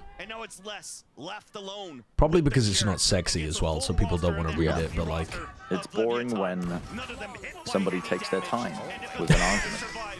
and details out step by step as to why, perhaps, like you said, an intentionally inflaming question is wrongly phrased. Who's really going to be there, right? Yeah. I watched a video of who's the leader of the Green Party, one of the leaders. Yeah, they're co-leaders. I can't remember their name. But they were on a they went on to a right-wing podcast in the UK. Yeah. And they just kept grilling them about the nuclear policy of why do you want to dismantle Trident? Yeah. And watching her have to stoop down to the level of explaining it to a child, of being like, let's imagine that one of the countries is a really big stick, and she tried to explain it properly to begin with, and then when it was just it wasn't going in, it was just trying to explain it in terms of the analogy of one country has a big stick, you also have a stick that's slightly smaller, and you're surrounded by other people that don't have sticks. The guy with the big stick is going to come for you first. The argument that the Greens go for is that you're more of a target. Right. Okay, they have the combo set, the protocol's ready, and they get the kills. Is that actually the reason that they go for? I think that's a silly reason. I think there's better reasons to dismantle Trident. I think that's why people use it to dismantle the Green Party a lot, but it's one of their policies they've had for the longest time, so I remember looking it up and I was like, yeah, the Green Party have a lot of idealist policies, but I really don't think that's too idealist. It was quite controversial when they decided to implement the Trident project. I remember watching when I was very young, watching an episode of Yes Minster. Have you ever seen that? It's like British political satire about the relationship between ministers and civil servants. It's very funny. It's very well done. And one of the things was the minister is asking, why do we need nuclear weapons? It doesn't seem particularly effective at defending us from our enemies. And they're saying the civil servants say, because France has nuclear weapons. And they're like, well, yeah, but France are our allies, aren't they? So if they have nuclear weapons, it's fine. They'll defend us. They're like, no. If France have nuclear weapons, we need the nuclear weapons. They've only been our allies for the last 100 years. Look at the rest of history, Minister. But yeah, and also just seeing the counter argument that they were using against it was, well, what if we get nuked? And she was like, if we get nuked, it's over. It doesn't matter if you can fire back. Life as we know, it's over. Yeah. All the members of Lev that were trying to be sneaky inside. Very spread out for a default here, as it looks like an orb grab start for Loud. And pretty big push from Lev here on their buy round to try and stick a fork in something that Loud's doing here. Just put an end to these rounds. Sierra Les hasn't really activated his camera yet. I was on the train back from London, and somebody next to me was describing the UK. I've heard this before, but I just overheard someone on the train talking about the UK is just a third world country LARPing as a first world country. And I was like, that's so fucking true, man. Just still hunting for the glory days of the 1800s when we were fighting the Opium Wars and colonizing everywhere. Ah, the Empire. Oh my god, I thought he got a spray down in the middle of that. That was a combo by Leviathan on that hold. Damn, things are getting real cool right now. Loving these retakes. Leviathan there just said, screw your utility. We're pushing through the site, and we will be there. People say that about the US, and it's so stupid. No. Saying that about the US is monumentally dumb. The US has quite deliberately defunded a lot of its state stuff, but that doesn't make it a developing country. But the UK has had massive, a decade and a half of austerity, and the economy is in a very rough spot. A lot of its state stuff has not been deliberately defunded. Well, I mean, it has been deliberately defunded, but in the sense that it's just kind of decayed. Oh, man. All right, towards mid, a little bit of a B play here from Loud as they try to put a little And it also, the other part of that too is, I feel like the UK was given a lot of extremely privileged positions in terms of world leadership spots, veto positions in enormous bodies of world political power based on how powerful it was in the early 19th century. Sorry, the early 20th century. Which, you know, prior to World War I, it was just massively more important on the world stage. Number 19 is this Guardian in the hands of Les, working together with Kawadzin just to try to see if Leviathan really wants to try to push out. And now off the camera, the US has this one OP trick called the world economy is paid against the US dollar. Yeah.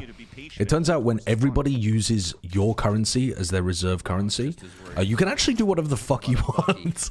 And they're like, they could do the same thing. Waiting for a low buy sneaky play here from Lev, but really Lev's just wanting to figure out. That used to be the UK, by the way, prior to, yeah, I mean, during the 1800s. Basically prior to World War I. Not going to leave anything to chance. It was definitely a combination attempt there from Loud, or Leviathan rather, as he had that Seize aftershock. Now Loud with 10 seconds left, have to move inside the C site. Calm being an anchor at this pillar. Dude, it looks so good on defense, this comp. It just looks really, really difficult to even get plants down. Yeah, the flood or like... It is big. Yeah, coming in strong, and I think that's a huge the immediate retake as they're planting, it's fucking bonkers. I mean, yeah, austerity was... I mean, I can't remember too much because I was like 17 or whatever the fuck it was when the Tories got voted in. But austerity felt like a very popular policy with the generation that thought they went through the war. You know, like they right, like basically the baby boomers, the people who were after the war. Boomers that like they just thought they went through the war. Yeah, I don't think it was based on war stuff though. I think my read on it is that it's like small business owners and people that have some basic economic literacy assume that countries should be run the same as small companies or like a household, where you need to balance your budget and you need to not borrow because these things are really bad for you because interest rates are super high, without realizing that for countries that's not how it works, and like borrowing is really not too bad of an issue, and that you can very comfortably run a country on enormous levels of debt. And so they think that debt should be like at zero, which is, I mean, your country would not function if you had debt at zero, really. At least not for countries like ours. They are, absolutely. And to see Loud come through here, we got to get Tui's going. He's not having a bad game, but to get that raised pressure in. When I was younger and the Tories were first being voted in after Gordon Brown's Labour government, I remember one of the big things being that the Tories understand how the economy works. Meanwhile, drove it into the fucking ground. But again, it's just because they run it as if it's like you said, they're gonna have to work a household. The Rolling Thunder, but also have their own here. Is Leviathan go Dude, back I spent this like, was it yesterday? Spent like fucking 5 hours, 6 hours researching like finance shit to get my finances in order, just with retirement stuff. Yeah. Because I've been so ignorant for so long, and I feel like a lot of it is unnecessarily convoluted. Definitely. To gatekeep. Yeah, I don't know whether it is designed to gatekeep, but it definitely serves that purpose as well. Yeah. More in the following rounds to come. Definitely see here they're looking for any of these players on both sides. Actually, no, I take it back. It definitely is designed to gatekeep, because I think a lot of it is designed as well so that you should be incentivized to pay somebody else to deal with it. It's kind of similar to like the tax situation in the US. Yeah. I was amazed at how shit the tax situation is in the US compared to the UK. In the UK, it is so fucking simple to file your taxes. It's crazy simple. In the US, it's like a billion different forms that you have to fill out with information you've never heard of in your life. And the UK is not, obviously doing your taxes is not the funnest thing in the world, but it's pretty easy.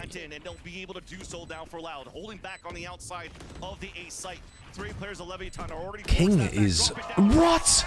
Dude. That's just won them the round, I think. Is King gonna get red at all by less here? I don't think so. He's just got a free kill. Yeah. Last player left alive.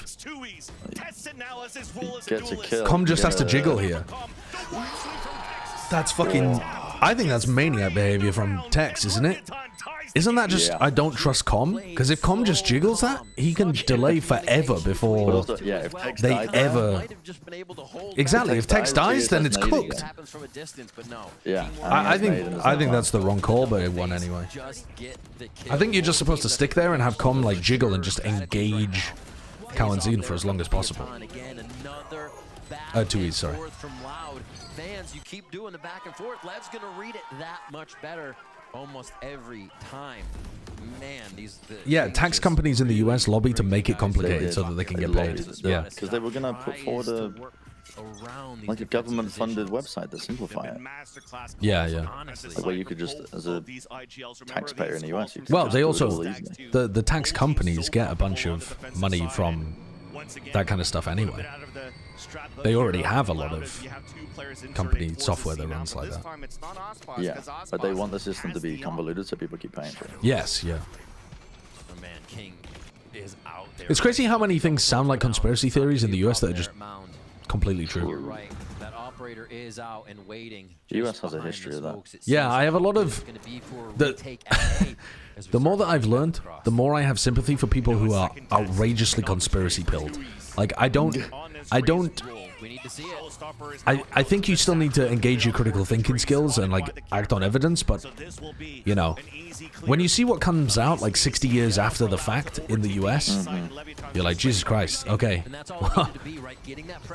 Yeah, you can understand why people. Well, maybe the aliens are really probing Jeremy's asshole every night. Yeah.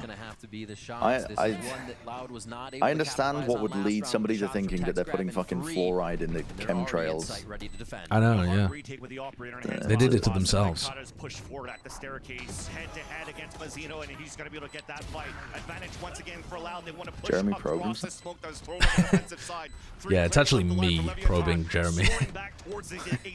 It's consensual though. But Jeremy's embarrassed, so he says it's aliens. Okay, Loud get themselves up a little further.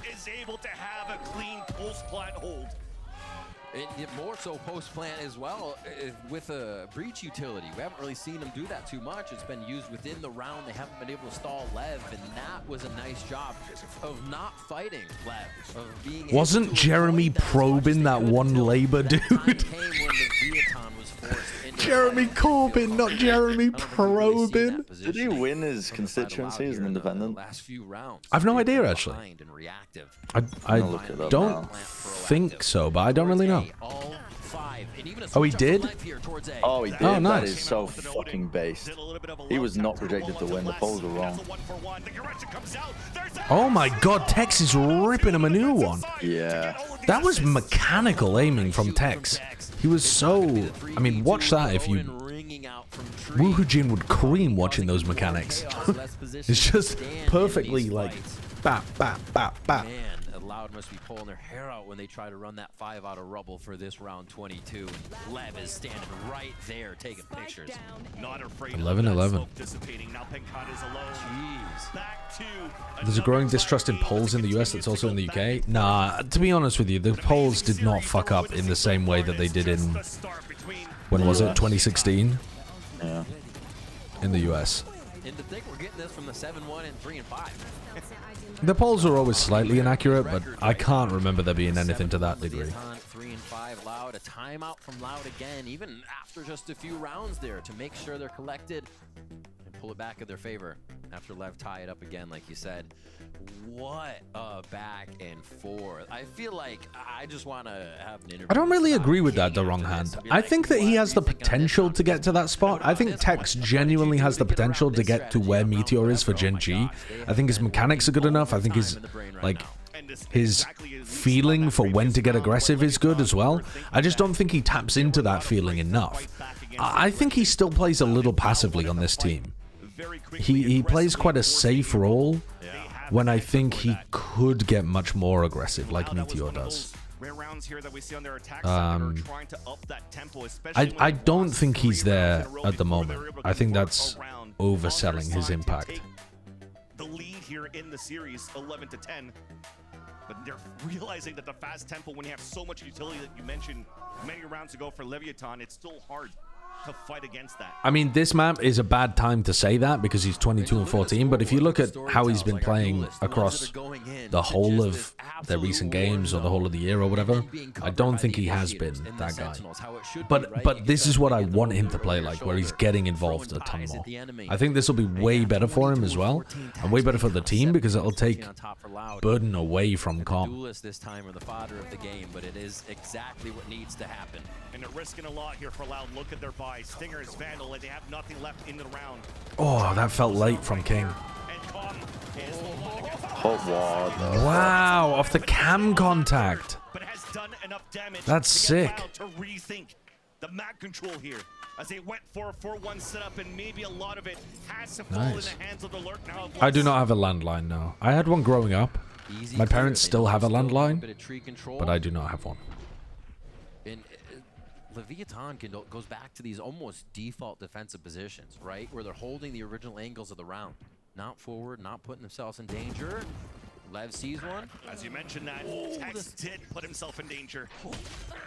Nice from Mazzino, immediately covering that. There's a Nightfall with the fault line. Aftershock into the site. It does connect onto one as Loud are forced to fight inside that side. I really like this more slapdash approach from Mazzino. I know it can create some of these spacing problems that we were seeing on the attack side, but I think Mazzino thrives in chaotic situations, and having him play super disciplined, like, I will always follow up on the utility, I will always flash exactly when my team needs. Nah, fucking wing it a bit, man. He's got a good sense for the game. Great movement around the utility to maximize how it worked. Why is he German? It's only been a few rounds. Comp's had that Odin in tree, right? So because that's the accent for doing things by the book. Well, there you go. Com literally just... You want me to do a Chilean accent? I couldn't even come close. I wouldn't even know. I wouldn't even know where to begin. I'd give you a generically Spanish, which wouldn't even be good to begin with. From last week into this week continues to be a pivotal initiator player for Leviathan's success. And now giving a chance for Leviathan to close up the first map against Loud. On Loud's map pick, a change coming out on their end, trying to pull out all stops, trying to stay alive here. Try to play off the ult. Yeah, expecting Kawanzin to go for it, I guess. Playoffs on their end, on the side of the Brazilian Here he comes. Kawanzin on the ult orb. Stun. Paranoia. Beautiful. It's beautiful. Oh no. Didn't have his gun out. Counter flash? Yeah. They actually lost a player. Aspas also had the outlaw. Weird time for him to have the outlaw. It felt like because he had the outlaw, he was going for the stun in the corner instead and getting posted from Mound. I think he gets a kill at least if he had a rifle there. Doesn't give them enough utility here to try to hold back the attack on the C side. At least the weapons will. King answering first onto Tui's attempt to enter the site. Tex has to feed them all the info here. Trip onto one, TP across. The trips are getting so much value, but Tex can't follow up. Oh, you shit your pants if you're Sadak there when that cage comes down. He stopped planting. Look at this. Holy shit. Look at that. From Les. He needs to be held. He's calling for his team to cover him. Oh, Aspas! And now Les is the only player left alive. He had a great timing on this lurk, but he needed the rest of his team to stay alive and keep pressuring. Wow, what a comeback from Lev. These comps, these double initiator comps, they look like they should own the attack side. They would on most other maps. But on Lotus, they're fully defense-sided. They're massively defense-sided. Double initiator is so difficult to play slowly on the attack. It's just like... It gives away so much information as to where you're playing if you use the initiator utility. And if you don't use the initiator utility, why are you even playing the comp? So you're stuck in this weird catch-22 on the attack side, whereas on defense, you just get the information that the other team is, like, where they're ending, and then play insane, like, plant denial, or flood defense, or set retakes, or trap plays as well when you play with the Cypher.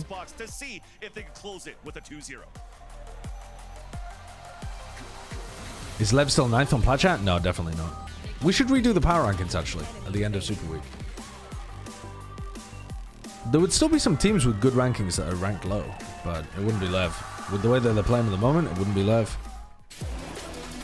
Do you think Double Initiator is better than the Fnatic comp? Personally, no, I don't think so. Because I think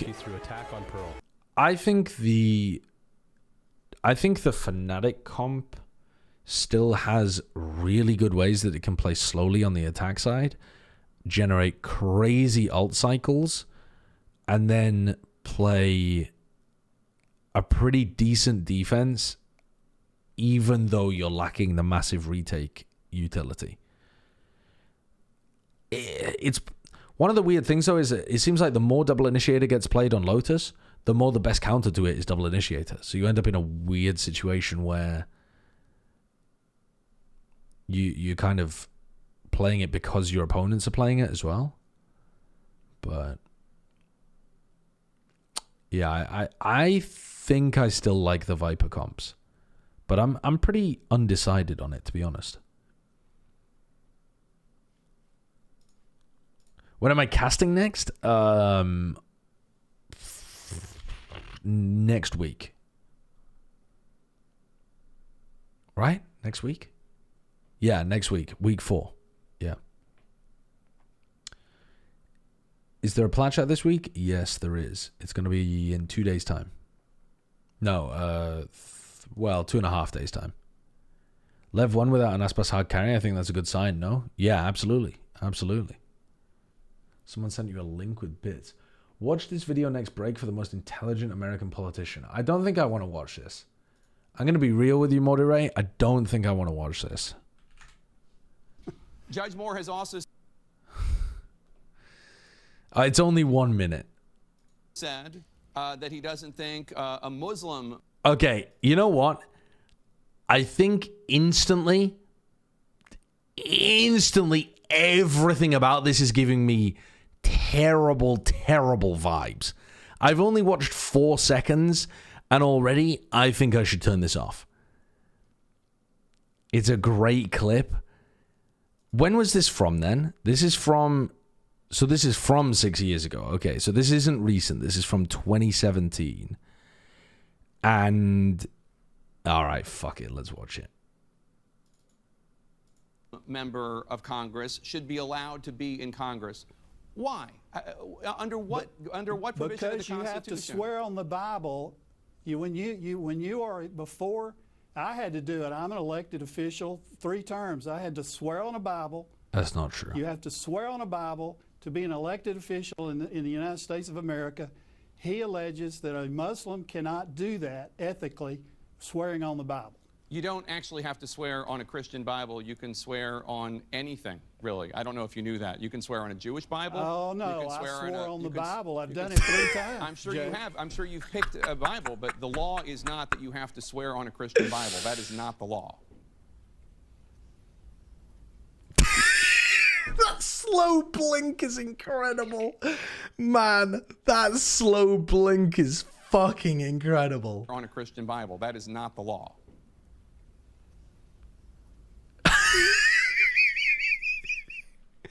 The problem is, though, this was 6 years ago. I feel like people now are much better at bullshitting under this kind of pressure. They will straight up gaslight and just argue that that is the law. They don't care about being caught completely wrong. You don't know that? All right, Ted Crockett. With I don't know. I know that Donald Trump did it when we made him president. Because he's Christian and he picked it. That's what he wanted to. That's what he wanted to swear in on. Ted Crockett with the More campaign. Good luck tonight. Thank you so much for being here. My panel will react when we get back. Merry Christmas, Jay. Thank you. I mean, yeah. The thing that separates that person from modern politicians is that there was actually some level of reaction when caught in the lie. Which makes me think that that person was genuinely ignorant. Maybe not stupid. I don't want to necessarily use that word, though it's probably accurate. But that makes me think they were genuinely ignorant rather than just straight up, gaslighting and lying. Whereas I feel like that's where we're at now. world changes, and we're putting him on the neon. This looked like God the damn, Loud man. that we've come to know before stage 2. For sure. It felt like they were able to not just like win the round Fucking hell. right at the starting in those opening engagements, but how they were able to rotate and then on their retakes especially. Tragic. We're fucking doomed. Yeah, Custer, I would recommend getting out. By far and away better than what they yeah, I mean, these two guys as well. I think like less. Have you seen that you can't grow concrete clip? No, I haven't. I don't. Listen, I don't need more ammunition for my failure of faith in the human brain. Okay? I already have so little respect for the average person's intellect. I don't need more. Clinch that game for them. At some point, you're gonna fucking break me, and I'm gonna run into the woods and pick mushrooms with Snillo from the Overwatch League. You'll love the concrete clip. Send me the concrete clip. Send me the concrete clip. Half of all people are below average intelligence. That's just a mathematical fact, absolutely. But I guess part of the problem is most of the people that you interact with that are in positions of power, authority, influence, you would hope would have some qualities that would push them above the average in whatever's relevant, I suppose, to the position that they hold. But it doesn't seem to work like that. All right, let's have a look. What is this? Morning. Morning, Mike. Oh, hello. What are you glued to, Cameron? Just your screen, unfortunately. Unfortunately? What do you do? Sorry, what is this intro for starters? Before we even get to this point, before we even get to anything. Morning, Mike. He's fucking looking all around the place. What is he staring at? What are you glued to, Cameron? What you're glued to is a crazy opener. What does that... If someone said that to me, I would not know how to respond. What you're glued to? I'd be like, what are you talking about? What are you glued to? Just your screen, unfortunately. Unfortunately? What do you do for a living, Cameron? I'm a carpenter. A carpenter, right. So how safe is that for the climate? Well, I work with timber, which is a much more sustainable material rather than concrete. I also But you work with trees that have been cut down then, don't you? It's a sustainable building practice. How is it sustainable if you're killing trees? Because it's regenerative, you can grow trees. Right. Well, you can grow all sorts of things, can't you? Well, you can't grow concrete. You can.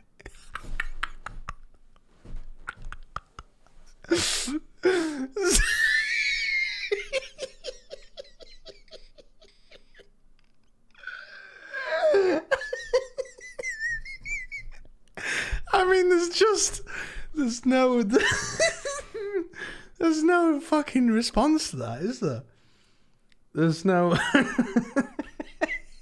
Because it's regenerative, you can grow trees. Right. Well, you can grow all sorts of things, can't you? Well, you can't grow concrete. You can.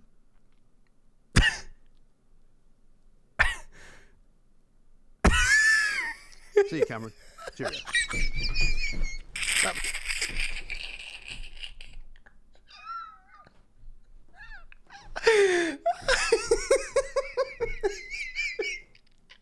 The decision to just not respond and sit there, just allowing the interviewer to bask in the idiocy of what has just been expelled from his chops, is crazy. And then he has a moment of realization and says goodbye. Oh my god. Holy shit. I've seen this clip before, but that's fucking beautiful. It really is. That's so good. Oh god. We'll continue the conversation here, but I don't want to let everyone know over on the floor had a little bit of a delay, so you're going to stick with us for a little while. Oh, once everything's God. all good to go, we'll jump on over there. But for now, we'll continue the conversation for Icebox for Map 2 for the series Fuck. overall. And let's, take a moment here to kind of Fuck, reset that's so things and, funny. set the stage a little bit in case you're coming in. Yeah, okay, I did love that clip. I did love that clip. the top of our standings, looking very Yeah, good he right didn't now. reply. Win He here will didn't secure even them attempt to in top 2 argue. He spots. just sat They there won't and have to said worry about that nothing. single elimination. They will go straight Fuck, to double you can elim, grow and concrete. one map is all they need In a to win. later interview, he claimed he was correct because you put it in the mixer and it grows. Okay, but okay, here's where you caught me. This is where my ignorance is on show. What are the ingredients in cement? What do you use to make cement? I know that it has quite a lot of lime, right? I know it's got limestone.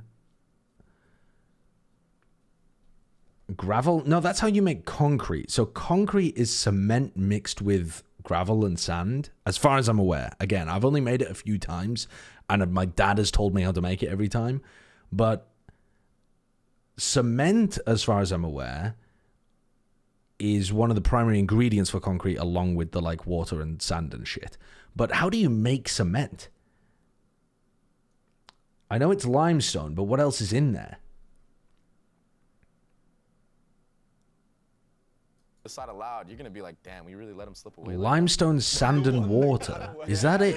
So is Loud has made both of the last two. I thought it was natural. It's not One of natural, them no. in the top 4 at the other one. 35 to 40% lime, 40 to 50% alumina, up to 15% iron oxides, and preferably not more than about 6% silica. That's a gut wrencher. Okay, but also, if you put that into basic fucking English, situation with MIBR and with Furia as well, it's been a little you've difficult. got... Tough year for Brazil. Yeah, tough year for Brazilian Valorant, excuse me. But we'll see though, Okay. whether or not Loud can bounce. My question being, It's though, something that I think we gotta reiterate. concrete is responsible for 8% of global carbon emissions. 90% of these emissions come from the production of clinker, the primary strength contributing ingredient of concrete. Okay, what is clinker when it's at home, Drew? That's the answer that I was looking for there. 90% of the emissions from making concrete come from the production of clinker, but I don't know what clinker is. A better time to form identity, and when you talk about Leviathan's identity, it has really been defined on this. Clinker sounds like a slur against androids 50 years from now. Yeah, it really does. Oh, I don't trust these fucking clinkers. Just the me when I repeat the exact same Northern Lion bit, except instead of saying AI or droids or whatever he said, I just use clinker instead. No droid and no clinker's gonna date my daughter. So yeah, what is clinker? Cement clinker is a solid material produced in the manufacture of Portland cement. Clinker occurs as lumps or nodules. It's produced by sintering, fusing together without melting to the point of liquefaction. Limestone and aluminosilicate materials. So, am I correct then in thinking that the majority of the carbon production of concrete comes from the high heat needed to sinter the clinker? That sounds like a crazy non-English sentence, but it's mainly the heat required in order to sinter it, right? He just doesn't feel that way. He plays either side. Yeah, for us, Huh. It's what's in front of him. It's the whole playground. All right, we'll see what Interesting. You know, we're learning. We're learning out here. B for Leviathan here. An interesting start. They're going to go ahead and just get the Cascade game going over towards A. This is the guy probing Andrew. Actually, his name's Jeremy. If you're going to complain on his behalf, I'd appreciate you learn his fucking name, okay? Love to have a bit of momentum on this game. Losing their map of Lotus was not on the cards. Oh my god, the sintering temperature is 1,450 degrees Celsius? Jesus Christ, that's higher than I thought it would be. That's before it liquefies. That's before it liquefies, and it's at 1,450 Celsius.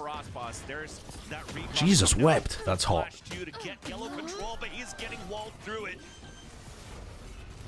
That's first blood now for Loud. Hello, Mr. Brennan. Mr. Brennan, are you back in the game? I'm watching. I'm learning about sintering clinker. What? Doesn't that sound like a fake sentence? Yeah. Yeah. It does. Well, we all made fun of a.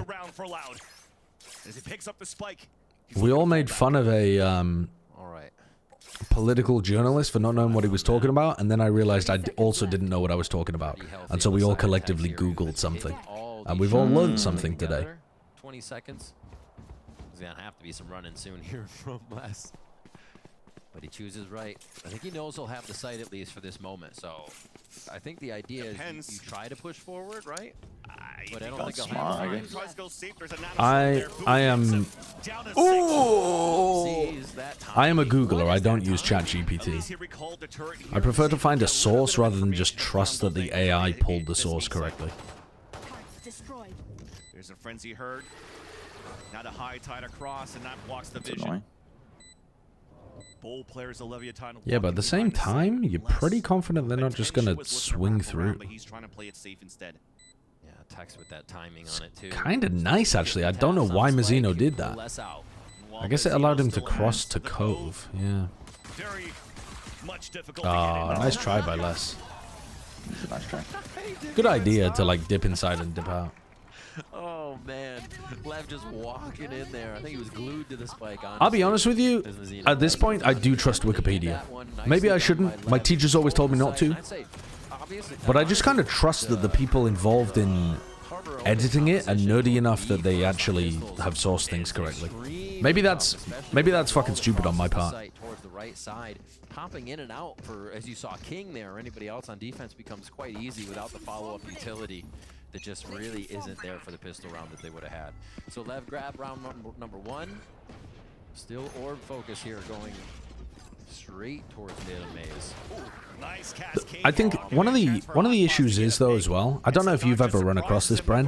When you see articles about things that you're like legitimately an expert in, like if you see things about like casting or Valorant or something like that, you realize how badly written almost any article is that would be used as an official source in any future journalism.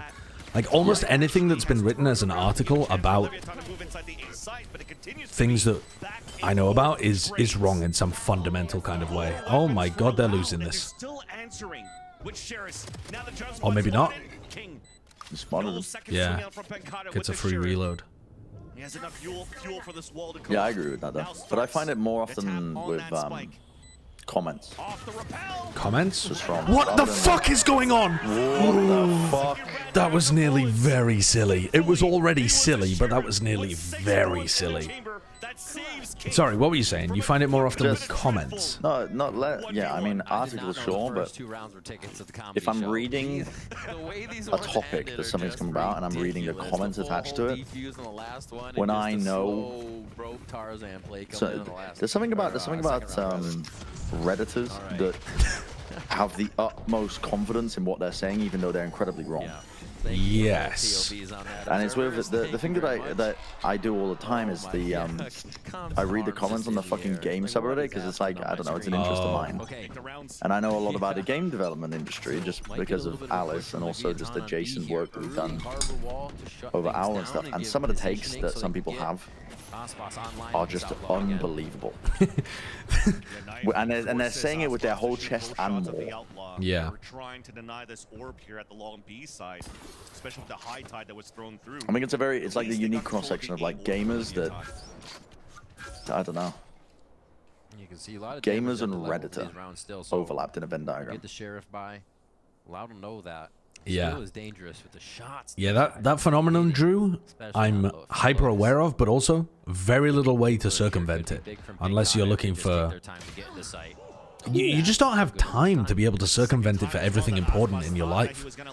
Like, unless you use information collection services like Wikipedia or media companies or something like that, the idea of going out and rooting out like first-person sources or primary sources for everything that you find important in your life is like extremely, not just arduous, but almost impossibly time-consuming.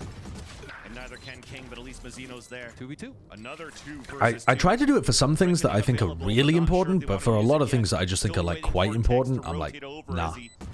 Ain't no chance I'm looking for that primary source. At least gets the information of where one of those players were and knows that Kawazin's towards the spawn. But he's still thinking that as Kawazin made it across towards the back site, wraps around Orange, and allows here Loud to get their gun round. 2-1 now as we have Leviathan still in the lead. Nice damage from Lev. They'll be happy with how much they took away from Loud there, but Loud very happy to get us strike in the win column there. Ooh. That's wild. The stuff Tex is putting up. Reddit is fantastic for tech support. I think it's amazing for that kind of stuff. There's like some nerdy person somewhere who's figured out the problem, like the solution to your problem, who's like telling somebody else who ran into the same problem on Reddit. So doing a little quiet. Louds has not been ready to fight it once yet. Oh my. Lev has down.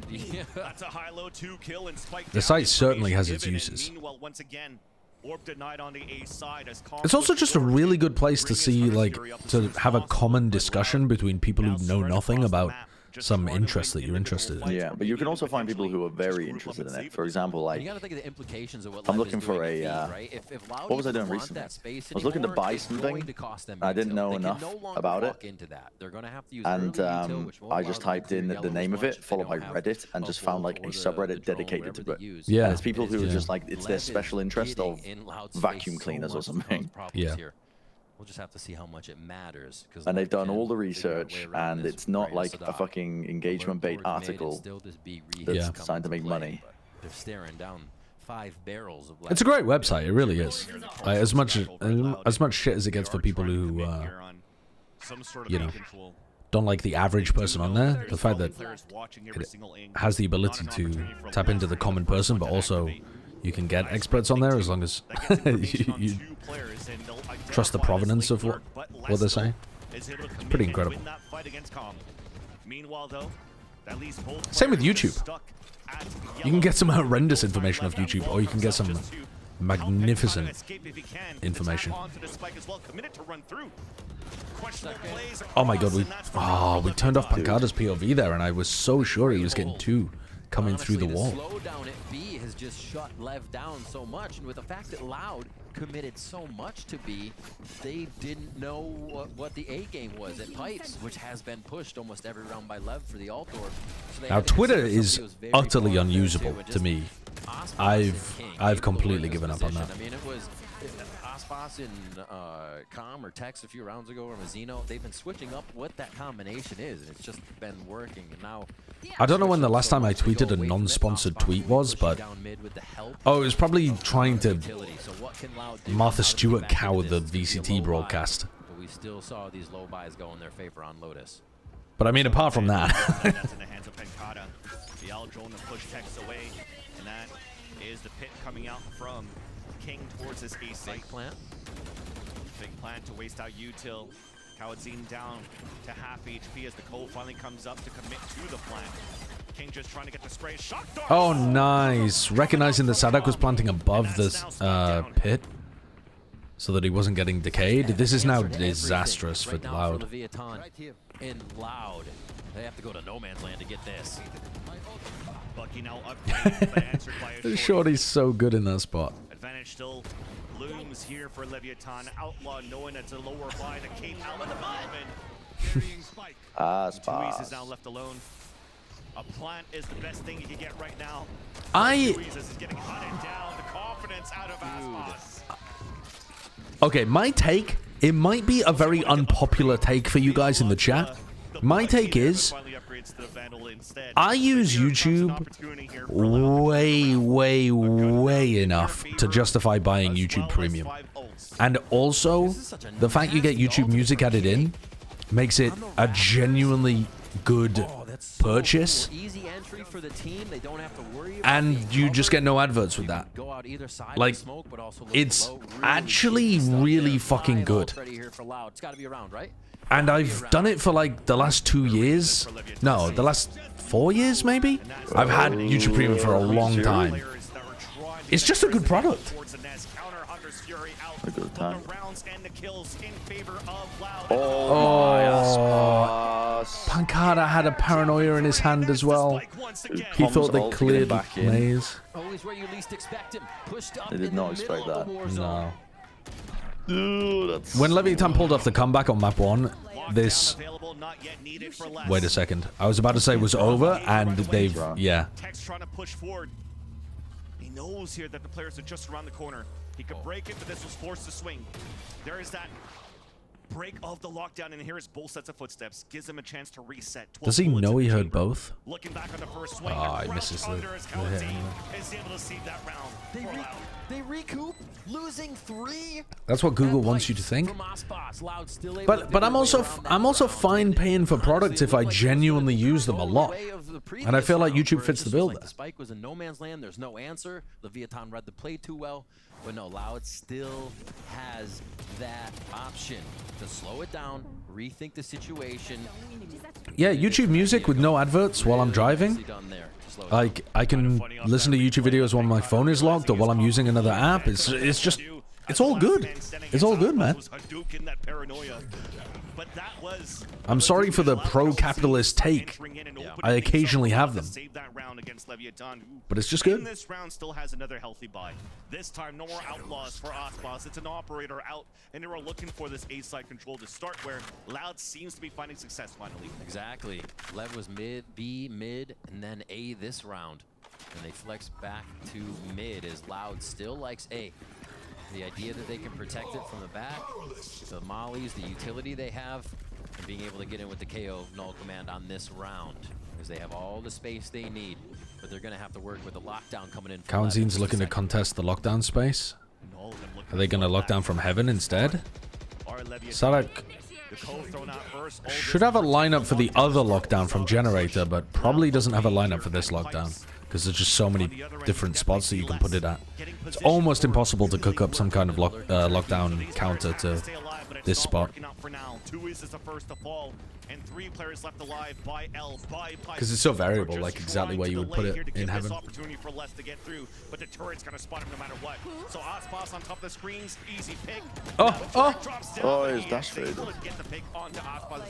What? Les is fucking owning him. Okay. Oh, sorry, Tex is fucking owning him. That defuse will definitely come through. And Leviathan giving no chance for Loud to string some rounds in. It costs less than $1 in your country for YouTube Premium? What? Forced to start peeking and getting in a position that was just. Where the hell do you live? I need to. Hey, let me grab the VPN over to where you live, huh? Goes all the way out towards Belt, and then you just see that high tide come up and close off the rest. Look at the wall. Look at they only have so many angles to look at now. You going as Loud, you have to peek out. You have to show yourself there. Because you don't know where you can protect or trade with your teammate. It causes so much chaos. Is it legal to VPN somewhere for cheaper prices? That chaos into each one of Loud strategies here, and it will. I mean, as far as I'm to your Google account. No, it does work. Yeah. Really? You can for some stuff. I mean, I think it's against their terms of service, but it's legal. But I mean, you're breaking the terms of service. Would they ever find out though? No. For Leviathan after map number 1, but this time he's actually he starts at the right spots to do a lot of damage. Is it based on your bank account location? I don't know. There would easily be ways around it anyway. You can change your address on your Google account, and you can also change your address like on your bank card too. So. As we come out of this timeout, we have Osboss. He pulls out. Also, there's no way that it's based on your bank card info, surely, because you could pay using like an overseas bank. Does get himself into a crazy spot. I was gonna say, is he pushing down potentially? Yeah. Tube with the op? All right. I mean, he's got protection there from Com a little bit, as much as you'll get. This game feels like a bit of a formality here on Icebox. It's been fun, like decent level gameplay, but Lev have always looked good on this map. They're the only team that play the Viper Harbor on this map really well. Show us what you got. Drone too, so no recon. So the drone was. I think every other team in the world, I would prefer that they played a different composition, except for Lev. They spotted more players here from Loud, but nobody through. So now Osboss can be anchored and cut the rotates, and that's exactly where Loud are going after picking up this orb. And look at this, Kawanzin, dart, and drone down. This B area, just so they can know it's not a push again from Lev. It's not going to be something crazy, but it already is map control in mid from Osboss. Holding a tight angle, that's spiked down once again, and no utility here. I mean, surely YouTube loses a shit ton of money, doesn't it, for Google? Am I just wrong with that? I don't really know, but my intuition would. Data, yeah. So they can sell adverts to companies way more targeted, so they make a lot of money off that. Yeah, but do they actually make a profit off Google? I mean, it's High Tide goes down. off Google. You mean? Sorry, off YouTube. Because the I guess it depends if they would count the data farming that you get off of it. the server sizes though must be utterly egregious. It was unprofitable for a bit, but now it's hella green. Really? Honestly, that's going to be a 6-2 here for Leviathan. And When did they become profitable then? Has anyone got a source for when YouTube became profitable? Because I'm genuinely a bit surprised by that. I thought it would be a bit of a loss leader for them. Get a footing against Leviathan on this. Osbos is starting to get Right, but that's just revenue, Triceratops. That's not profit. And the fact that they're supporting him so much to get in these positions means they're comfortable probably to do more. And Loud hasn't even seen most of that yet, I don't think so. Here's Sadak on your screen. We'll see what he can come up with here for the next round as we get into round 9. Why do you think that? Because an ungodly amount of server space is being used by YouTube. And that timeout is to try to see if they could take down here Leviathan. In 2010, it was already profitable. I can believe that. That's around the time of AdSense, like, really stepping up. That wasn't the Adpocalypse stuff, though. What's the Adpocalypse? Where the users were earning vastly less ad revenue because the advertisers cracked down. Well, no, but yeah, I mean, it's even as far back as like 2007, they were tracking. You can tell the team what he's hearing. Like creating profiles on people. Yeah, but that's just revenue. Like the revenue has always been good. Don't get me wrong. I understand that. But the cost associated with running something like this is just outrageous. So I was surprised that it was even profitable now. Right, but that's just changing the numbers around. Like the cost of yeah, but it would be more efficient than just paying someone to right, but be running his own. Especially there's still a cost associated with running the servers. Yeah. Now left on a 1 versus 2, trying to clutch this against the whole remaining roster of Loud. They don't actually report profit for YouTube? Okay, so nobody really knows whether or not YouTube is profitable then. Is that what you're saying, Feast? He did spot the legs, the cape of Tui's of both yes. They're not giving him shit. See it right now. Round converted for Loud on the attack. Loud slightly identifying there the retakes from Lev. Rienz has been playing some outrageously good Valorant throughout Shanghai. Do I think he's the best player on Heretics though? I don't think so. I think Woot's been better than Rienz despite how incredible Rienz has been. I also think Benji Fishy at some points throughout Heretics has been their best player too. I guess it would depend what time frame you were using. Do I think he's the best initiator in the world? I mean, I think Leo was prior to Leo retiring. They actually do not like how B has been ending out. Do I now think it's Rienz though? Probably? I mean, you're catching me without having made a list of all of the top initiators in the world. I'm trying to think of who else I would have in that kind of spot. No, not retired, sorry. You know what I mean. Took a break, is on the bench, whatever. He's not fully retired. That's not a league. I don't know shit about what's happening in Fnatic. But is sat on the bench for an undefined period of time. Crazy stuff here. High Tide finally Devi? And we get these angles back for Osbos, but yeah, I think Rienz is better personally. Would you have rated Leo above Devi prior to Shanghai? Yes, yeah. I did. We had a public top 20 list. Could be a possibility. This knife can tell them where a few are if they can get a good shot on it, but I don't think you got to line up from that Chronicle? Just a waiting game. No, I mean, does Chronicle even count as an initiator as well? He's a flex player, but he is mostly a flex initiator, I suppose. He is now an initiator player, I guess, because he's filling in for Leo a lot of the time. But yeah, I think that's a fair take that Rienz is currently the best initiator in the world. You know, EU is pretty damn good as well, but I think Rienz is better than EU. Aspas still with the operator as they continue to protect that. It's kind of at all cost here, right? King's just like Aspas like that is such a fucking funny voice line when it was slowed down like that. More than once, that mid control has paid off heavily for Leviathan. The warping on that voice line was amazing. Coming in from Leviathan, they're working the map so well right now, just shoveling Loud into whatever position Lev wants them to be in. Let's see what they have here. Yeah, unfortunately, Fnatic are not ass. Also available here for Leviathan to make it that much harder. I wish it was true. Why? No, my chat were just talking about best initiators in the world. I was saying it was Leo prior to him sitting on the bench. In between the legs. Now he moves in. Oh, you. Lockdown activated on the defense. I mean, what do you do? On the top of pipes, Go for the plan? Nice jump spot for info from Mazzino. Once again, Reckoning forced out on top of the lockdown, pushing everybody back towards The Harbor World's so difficult to deal with on Icebox A. Wow. That's way overstepping it, though, from Mazzino. Way overstepping it. Never heard him fall. It was right there after the shots. Tex hits another one to clear this, and Loud has to rethink the round once again. Just under a minute left. I would consider Ethan a bit of a flex player as well, rather than a hard initiator, chat. But I do think Ethan's a fantastic initiator player. The team right now, though, is, you know, not super great and is mostly using him as a flex, so I don't think he really is in the conversation, but he could be. 26 HP left now for the IGL of Loud. Finally comes down. I mean, he's playing fucking Yoru. And there's the information on goals. Wall bang on the first, two left behind. Pinged by the L drone earlier on a retake from Com, and he's gonna have to hold this with a knock. Misses the first shot. A rare miss coming out from Tui's. And now Com could commit for the full defuse.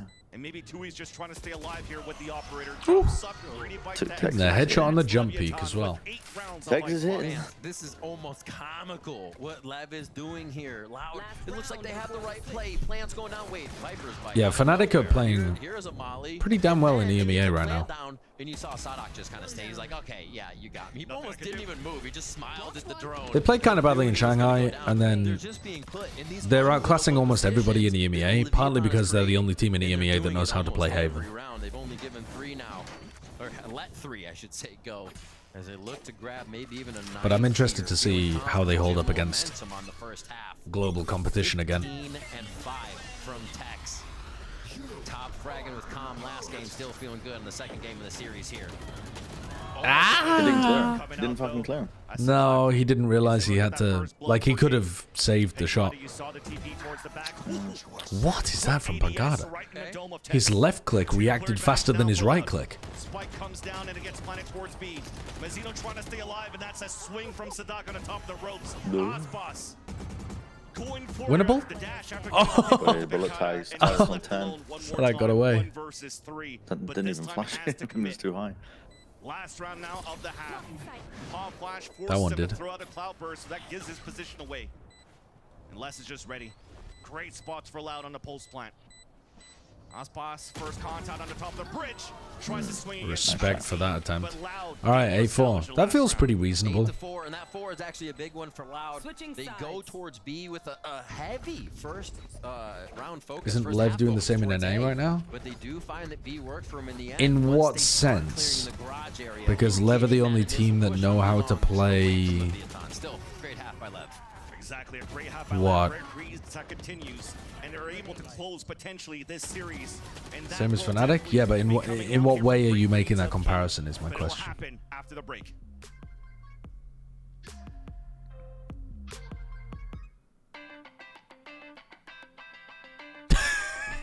They need to. Yeah, they're not hitting with these breaks. They need to keep the music going. I There think. there is a way of making these breaks work. I've seen it in like the blast events and stuff. Yeah. But yeah, they I think need they to keep the music they run the same to with music during the halftime. Yeah, the same music. I also think it would be better if we had some halftime, like some like content that ran during this that wasn't just. Or just show a jib fly through shot with a. Yeah, update. yeah, like anything like that. Yeah. They added this break in in order to remove time from other breaks during the day. So they add a minute break during the halftimes and they remove a minute from each of the other breaks. So instead of them being 3 minutes, they're now 2 minutes, the other breaks. So those breaks are a lot better. But this one feels a bit jarring because, first of all, you're not used to it. And secondly, because they're not quite executing the blend from show to break well enough. Map for them that we knew going into it, but now we're flipping sides here, and overall, I would say Leviathan playing as expected. Yeah, I think the story of that half was the retakes for Leviathan. Loud was playing a really slow style here, playing a lot of mid-rounds, trying to get late into these sites. But I think Lev do a really good job on this map in particular of finding the right timings to pull back, set up for that flood retake. Yeah, I actually think the break itself is a good idea. I think it's just the execution of it. The harbor wall, Omen smokes, like there's so many different The break ways itself for is Loud so to short. make the site play confusing. Now, But ideally, I Leviathan would say no always halftime at cleared all, the but right side as they go back into sight, clearing away the left as you know, well. And then people want Loud to sell are sponsors sort of and stuff. coming back into their own Apparently, angles. people want to Great job monetize this using fucking harbor game. wall too, to isolate those angles and make it very easy to take those fights one by one. Yeah, it was absolutely great stuff from Leviathan. And I mean, this map has continued to be the home ground. I think their defensive side has always been super strong. But what's scary here for Loud is that this loss would mean a guaranteed out for playoffs. Guaranteed. Recon Dart should insta-kill? That's a fucking based take. If you direct hit somebody with a Recon Dart, it should play a silly animation, and they should just die. Like you headshot them with the Huntsman in TF2. The pressure continues to rise now for Loud, where we know with this championship-built team, the idea is Yeah, that they pin have them now to the defined fucking this wall roster like the definitely Huntsman. has what it Yes. takes against this adversity to potentially bring this to cross the line to our third map. But The Leviathan KO knife? You can't actually hit a KO knife on someone though, right? This second map here of Icebox, it's looking to I've be certainly never seen potentially it. a clean 2-0 for Leviathan. That doesn't mean it can't happen. On the attack You side, can? Leviathan looking for this early beat. Really? Walls on walls. Oh, you can, but it doesn't stick. Okay, well then you can't. How is that different to you can't? From them. As Loud is playing very confident in who they have at which site, though, knowing this is going to be full well a retake round. I think. A push already happening from Lev here. They've avoided the util, but not less. And by taking down less, they'll avoid the utility. King is still very heavily inserted over towards B here. Very quickly. Early util being Like thrown out the mega heavy inserted. Are they going to do the big rotate out? Yeah. There goes Mazzino. Can Aspas leave? I think he wants to stay and keep them committed. Leave, you motherfuckers. You've got a great timing to leave. Leave. Looks like they're ready for it though. Okay, King, just talk. King, They're talk. literally all watching. They are so aware. Yeah, but King is trolling. Yeah. King's trolling. Surely going you for hear that them all play. go quiet. Was that not being common? It just doesn't even matter either way. He should just be controlling space and playing a spot like this or like this where he can just get kills for free when they rotate back over. He'll call that plant towards that B side, what and Aspas is trolling? trying to get that lurk. He's ready. And greeted by Tui's. Meanwhile, though, the fight's Oh going down boy, towards nose the on B sight. site. Yeah, Com's got to run for this in case Sadak's on it, so Sadak might just get a free kill. Nope. Nicely done by Com. All on Com. Oh, Sadak thought he got the flash.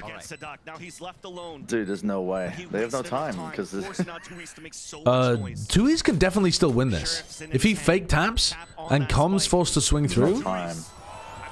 No, that's so close. He's like 2 seconds off. Yeah, minute. Yeah, it's like 2 off. 1 off? 1 off. Nicely done. The big frags inside sight after that plant to just slow it down ever so slightly. Calm there, being able to play I need to piss. If I come back game up and nest. and Loud of one of you kill, maybe we've got Honestly, a game. this was one of the lurkiest. No, we do not have a game He here. had a lurk and then a lurk, a relurk. Yeah, that was pick out pretty lurky. All right, a clutch there, nicely done. Com just tripled his He's kills. on top of the scoreboard here. Yeah. Get into our second round. To be honest though, he played that situation really nicely. I'm pretty happy with that. Ready to see that result. Loud need to lock. And frankly, the lack of fragging didn't hurt them too much in the previous half, so. It looks like already pipes control here. You know, sometimes it matters and sometimes it don't. The timing on that one too. Les was looking at the window of the A nest all along, and as he turns away, it's Aspas that spots him and gets the kill through the cascade. Advantage for Leviathan. An attempt to swing again. One down. And that's Sadak alone. Plant the spike. No double swing on a 3-2-1. This team is extremely lopsided with how it gets its kills. Like they set up Aspas as the main player taking contact super heavily. And then Mazzino and King are like secondary tier. And then Tex is third tier, and then Com is fourth tier. So I don't mind Com having terrible stats. It's just got to make sense for how the team is playing. And I feel like previously King and Mazzino were playing too passively to really make that system make sense. Now at least they're playing more aggro. You can hear it. The crowd just wants another iBuyPower PC. But Loud, looks like they're just looking at Is Tex not second tier? No. It looked like that on map 1 today, but it's not generally. I think Tex should try to get pushed up a little bit into the more like active tier, but no, generally he is definitely a strict third tier on this team, I think. So I mean, maybe they're changing that, and this match is part of that change. Because this match feels very different to me than the previous two in terms of Tex's impact. Tex has had enormous fragging impact in maps 1 and 2. So maybe we're witnessing a change, and I'm not recognizing that. You know, possible. But I would definitely say that for the previous games that I was watching, of Lev playing throughout even stage 2 since they came back from Shanghai, Tex was still playing fairly passively, and it was mostly King and Mazzino stepping up the aggression, and getting more kills as a result of that as well. But the early knife that comes out, knowing that it's a bonus round from Leviathan, they might want to commit into this with the lower weapons to just fight back towards yellow, and that's where Loud is choosing to attempt their first stand. 3 players grouped up in that area. Let's just work in that map. Looks like that shot missed here from Tex. No Marshall. I think single-digit kill players, it's more important that they're on the right role than that they are the IGL.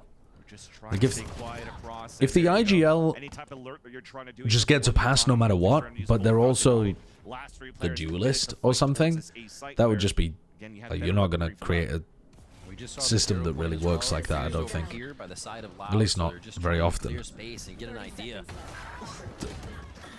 Low fragging players can work in this game. They just have to be on very supportive agents and roles. It's just that most of the time IGLs tend to take those roles. Loud's able to convert here their gun round. That's slow. Still touch and go, right? Lev's taking a round right now, and Lev also the right meta. That round away from Loud. I mean, sure, if the meta is that, if the meta is that the, I don't know. What's a big difference in terms of an agent? Penkata getting 3. We see a little bit of life from that defensive If the meta is that the Viper is playing super passively versus super aggressively, and so the Viper is the player with very few kills, then yeah, of course, that would be fine. It has to fit within the archetype of how your team wants to play. They're pretty in sight and not able to trade each other right now, though. Just looking at Loud spots. Oh, that was close. It's interesting. I kind of wanted Lev to hit it to see what Loud's defense there was. They seem very, very confident in playing forward in the site, which is unusual. It's very rare, though, I am luck. At the moment. That's true. Good point. In fact, all year, this year, it's been very rare. That's very much the exception. That's not normal at all. Just because it happened recently doesn't mean it's normal. But Leviathan still doesn't want to continue to try to sell some sort of fake here towards this B site. They're working and grouping together towards Garage, where 2E's is pretty much at a one. I mean, if 2E's dies here, it's just over for Loud on this side of the map. He gets 1. Cannot have the L drone anymore. Can he get out? Yeah, nice. Instantly back towards the B site to avenge his teammate. Avenge their teammate, rather, as the Reckoning now puts 2E's just jumping around towards the site. Forced to give that away. Plant will now come down from Mazzino under the cove. very chipped down for Lev here. It's going to be tough if they try to play this one out in the open and loud. Like we said, the retakes are where they come in strong. Always good on those retakes. And that's where it doesn't matter if they don't have a duelist. They could always work in tandem as a group to fight back now against the post plant. Leviathan, only 3 players make that 2, and one of them. But damn, what a shot. Was that just because we just swapped the King's POV? The Cove. And now it's halfway. Ah! Tex gets a second kill. Oh, they don't think Kawanzin's still on it. But there was What a shot. time, at least the trade came through, and Loud manages to survive in that. Do you know why Navi removed Doom, bro? No. They haven't said anything? Not really, no. They've like, the players have said, oh, we miss him. Basically, the whole situation feels like management got rid of him because of the loss of, like, in the playoffs to Heretics and the fact that they didn't make Shanghai, even though it was them just being in a fucked situation. But that's basically speculation. They haven't overtly said anything like that. And initiating that one with the blade So, yeah. Yeah, did you see Angel's tweet where he said most of us would bench ourselves if we could? Oh, I've never seen a fucking generational whiff from Aspas. I mean, to be fair, you will never see that again. Where the fuck did the knives go? It doesn't matter though, the rest of his team's got him. Actually, today, the rest of Lev have really got Aspas. Wait, Angel said he'd rather bench than what? Angel said we would all bench ourselves if we could. Something like that. After they lost to Koi? No, Giants, was it? I can't remember who exactly it was. But he said, oh yeah, Koi. Yeah, basically like their environment, their vibe is so bad right now, they would all rather be just benched and not play. But they were playing some dog shit Valorant. Which makes sense if your vibe is completely screwed, but like how did their vibe get that fucked? Shot by Sadak. Leviathan now knows that this is a force buy coming through. Aldro, no punishment, but at least they get the punish on the Kawadzee. It feels like a lot of the teams that didn't make Shanghai got boomed that they missed out on it. Yeah, when it really shouldn't be that way. Yeah, exactly. Instead of just being like, okay, format was bad, it's actually good that we missed out on Shanghai. Like, kind of like Sentinel's vibe, where they're like, it's kind of a blessing in disguise that we missed that. A lot of teams were just like, it's the end of the world. I hate everything. Misery consumes me. Catch players off the rotate trying to fall back here as the spike's planted for Leviathan, and you can definitely see it here. Chances are not for the side of Loud. Only a share for 2Es. Vandal for less, trying to do some damage, and they lose that rifle in the process.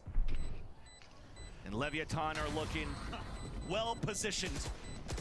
Now positioned at map and series point. Yeah, I mean, yeah, I don't get it. Never letting up Vans. Even if they had a blip in a Sen round, didn't need the champs points, but again, you don't need champs points. You don't need champs points. You just have to play well in stage 2 playoffs. If you just focus on being your best version of yourself at the end of the year, as if you were playing LCQ,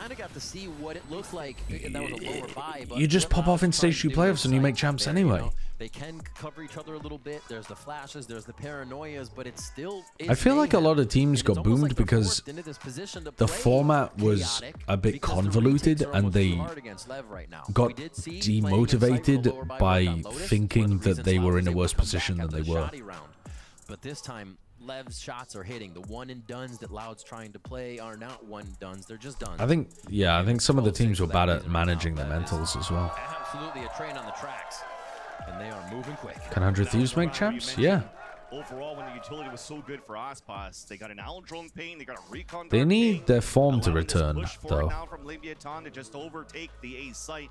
Again, it's looking like a map of Icebox here that's controlled from A to Z. Defense to the attack in favor of Leviathan. It certainly seems like it might be Navi's last year together as a roster. They've been together for a long time. They're one of the longest standing cores of the whole of Valorant. They might be the most long-standing core with Angel, Shao, and Zipan. Unfortunately, off this timeout, you see here. Worse for I mean, and Artis. Artis didn't join them that late on. But trying to fight back with aggression on the B side. maybe it's Dedge. I don't know. It just feels like the mental inside that team is gone at the moment. The way that they're like talking about stuff It looks good, fans. seems brutal. DRX does not have a core anymore. Zeta also don't really have a core. If they can get by the lower out here. Depending on how many players you require to have a core, because that's just completely fucking arbitrary, but I would say 3. If it's 3, I'm pretty sure they're the longest standing roster. Paper X? Are they? Yeah, maybe Paper X are longer. And the one on the attack trying to get some kills, but it works out in the favor of Loud. Trying to stay alive in this game, they'll be able to do so. Lockdown available on the defensive side, but it's a 4-on-2 in favor of Loud. Oh my god, he's popping. Yeah, what a finish. Oh my god, go on, get the 4K. Get the 4K. Nice, dude. He's just so fucking good, man. He's so good.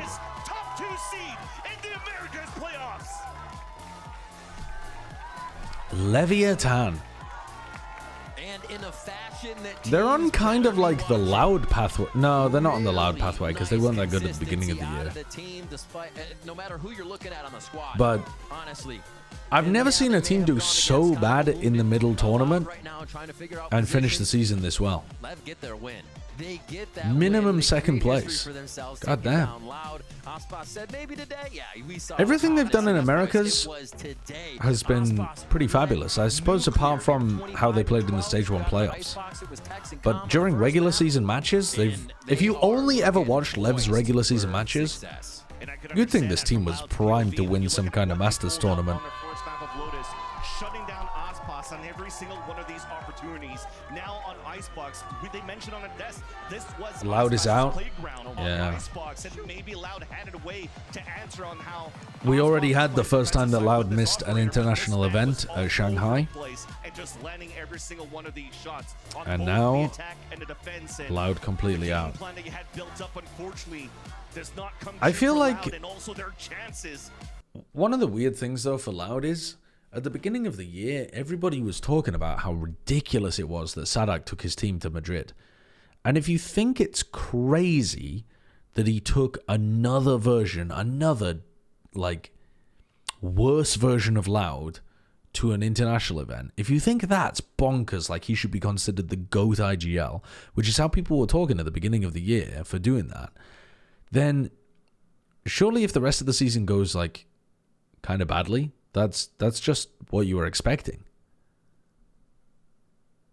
isn't it? If that blows your mind and makes him like the GOAT, then this should just be considered pretty standard.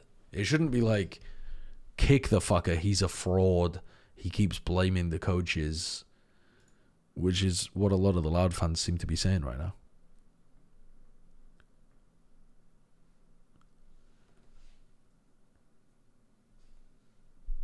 Heavy down at the stage for the Verizon post-match interview. Everybody, give it up for Leviathan! Yes, Tex! Congratulations, man. How are you feeling right now? Good, feels really good for sure. All because Sadak didn't want to develop younger talent. Dude, he already developed Kawanseen and Tools. Now, I gotta ask you, like, what do you attribute that to? Hard work, amazing teammates, amazing coaches. We just feel like a family right now. It feels really good. Yeah, now let's kind of... How did they unboom themselves after Shanghai? I think every team in the world wants to learn how the fuck they unboomed themselves after some of the worst performances ever. Did they just scapegoat the shit out of Goked? And just agree between themselves it was all his fault and to put all of their burdens upon him? There are so many teams that have been utterly unable to turn around bad tournament runs like that. Y'all ran away with a little bit on map 2. What was the different play style that you noticed from Loud that kind of like tipped things in your favor? Well, they changed comp, and we just kind of analyzed their comp, and we just really thought about what they can do, and that's really it. We just really talked about it. Once we loaded in, we saw it, we talked about what they're going to do and how we counter it, and that was it. Yeah, and you know, Icebox, I would say that is Lev's map. You know, there was something that I noticed at the end of stage 1, like Lev's been really consistent on Icebox. So would you describe this as the playground other teams need to kind of be afraid of as it pertains to Lev? Yeah, I mean, when you have Aspas on your team, it's, you know, he just runs around and He's a kills fucking everyone. menace on that Absolutely map. insane. That is true. That's absolutely true. Now, how about you cheer for Tex? Got Tex right here. They were. Okay, I'm making sure you're getting your flowers. All right. Now, Lev has a seat at the playoffs. Now, do you think Champion Soul is in sight for Leviathan? I think they do. I would say it's in sight, but until we actually see it, until we're qualified for sure, I don't think we're happy yet. We're really motivated, really dedicated to actually make it to champs. We're happy, but we're not there yet. Yeah. Well, and y'all So, also have one more match. the teams that finish top 2, like Lev have, they only need to win one match today in order to make top 3. 6 days time. Because if they win the upper bracket semis, They definitely improved, beating 100 Thieves. they're etc. guaranteed So, top 3. I wouldn't say we're worried, but I think that's fucking crazy as a format. I think that's nuts. Doesn't matter who we're playing. Doesn't matter if I know that puts a lot of emphasis on the regular season, but we I prepare think the that's same for bonkers. everyone, and we're just gonna stay as focused as we can. Well, you want to know something, Tex? The reason I love you, man, because you are very humble. You are very humble. Everyone, please give it up for Tex and Leviathan. Now we're going to send things over to the post show with the analysts who are standing by with King. Brent, did you know that? Yeah. So, did you see today? I was discussing with my chat earlier. Did you see today that Talon lost to Zeta? My chat just told me, yeah. Right. And did you know that by losing to Zeta, they dodged Gen G singular limb in the playoffs? Like, if they won that game against Zeta... No, I didn't know that. Yeah, if they won the game against Zeta, incentivized to throw. They were incentivized to throw that game. How do you know what side of the bracket you're going to be in? Because the third gets paired up against sixth and the fourth gets paired up against fifth. So if Talon won... surely they randomize. No, because you just do a seeded bracket. 6 plays 3 and 4 plays 5. Yeah, and then 1 and 2, surely you randomize that. Right, but Gen G are gonna Gen G are not ended up 1 and 2. Oh. Gen G are somewhere between 3rd and 6th. If Talon, when Talon lose, Gen G can't. Basically, when Talon lose, it can't be a 6 and 3 matchup. But if Talon won, it could be a 6 and 3 matchup. In fact, it was very likely to be a 6 and 3 matchup. Right. Or maybe not very likely, actually, because Gen G are probably not going to lose to Team Secret. But yeah, there was a direct incentive for Talon to throw the game against Zeta, which is fucking bonkers. Yeah, that is weird. I've never seen that before in any of these things. Normally you have like much more of a fight for the middle of the pack. It's kind of weird in Pacific so because top-heavy in Pacific. Yeah, Pacific, there's just so many bad teams. To be honest, the playoffs are decided, right? Like there's no way. Yeah, the playoffs are fully decided. T1 though, T1 were not that bad, but they had such a bad schedule and then they played really badly in their regular season games. But I think T1 could have been all right, but their record just doesn't reflect it at all. But yeah.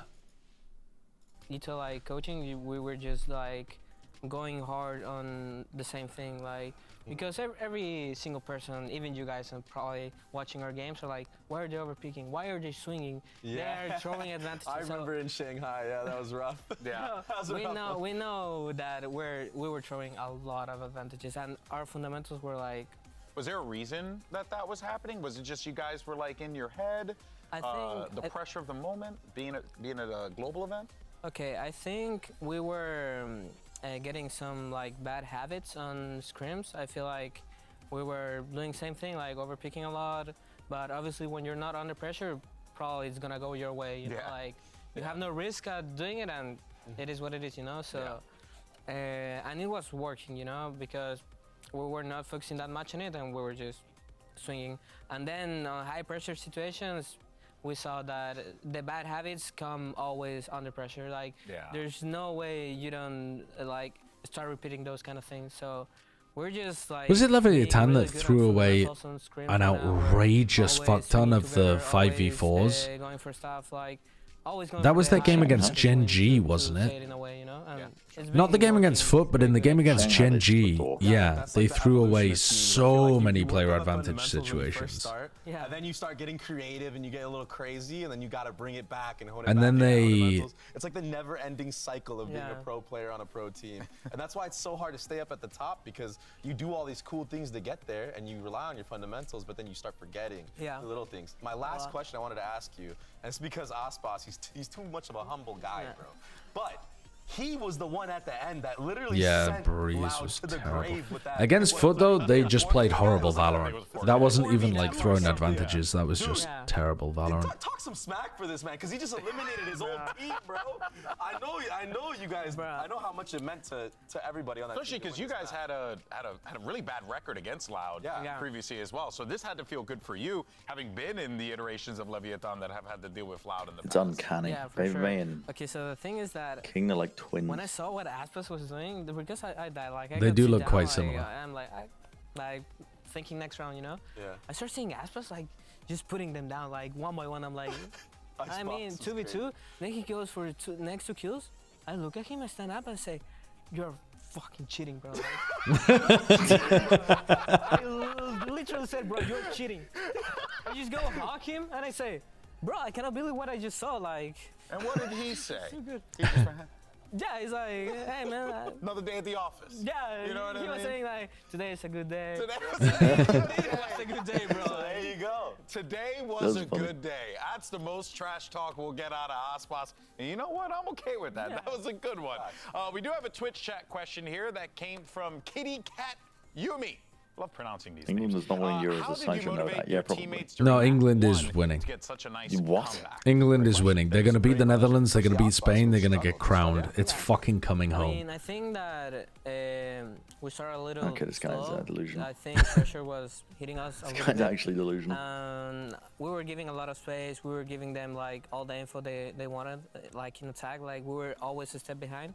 Then on defense, just like, okay, boys, like let's reset a new side. We know it's our good side, and we were just being so proactive as a team. And they were Corvin was getting insane kills. I was going, Corvin, you're insane, bro. Yeah, we gotta watch that one. Yeah, they're going crazy. Ian also, like, everyone was just doing great. And at that high pressure moments, you just have to be.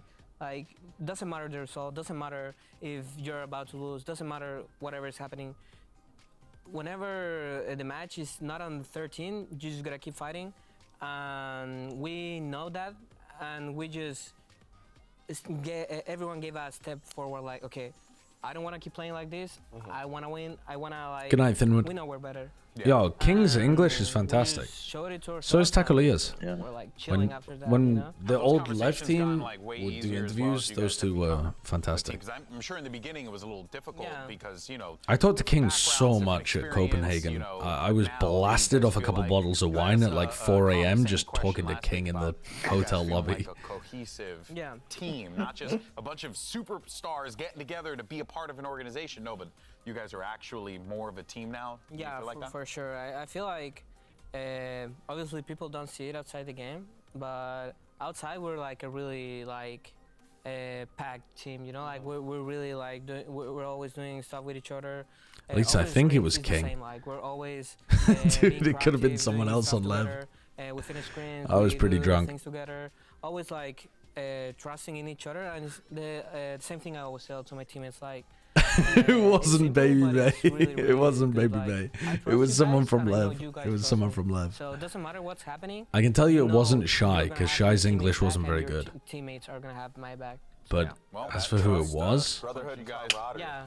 Clinch, you guys. Kind of exactly top remember. 2 seed. You're guaranteed top 2. First seed. I mean, I can't see a world where anything changes there. It's not possible. But that, of course, has to feel very good. Yeah. For you, man. a lot of the loud longevity stats are inflated by playing in Brazil, so I think they're kind of pointless. Like 3 of their international appearances are from Brazil. Also, Kawanzin was literally the Brazilian initiated prodigy. He didn't need development. Yeah, I mean, Kawanzin was already a fantastic player, for sure. But like integrating him to a super top team where he could actually get wins, it still takes a little bit of doing.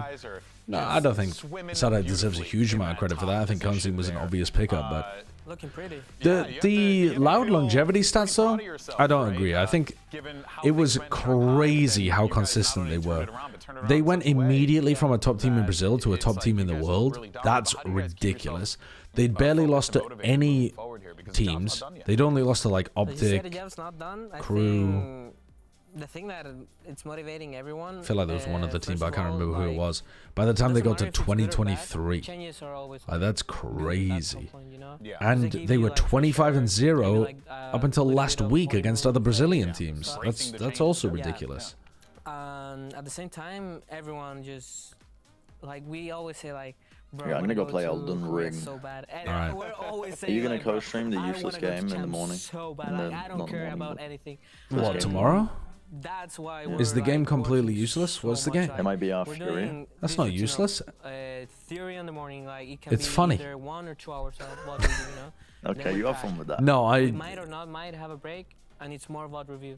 Then we have last 2 stream at the end. No, I More probably Fury. So we're won't do doing, like, MLBR Fury. But then 4 hours of NRGC 9 is after That's that. And obviously, the when important things one. when days go right, it's like okay, like we check a couple rounds, Maybe, like 20 maybe. minutes theory at the end. It's fine. Maybe. Sometimes we're like That's too a confident, terrible we're game. overpeaking, we're throwing rounds.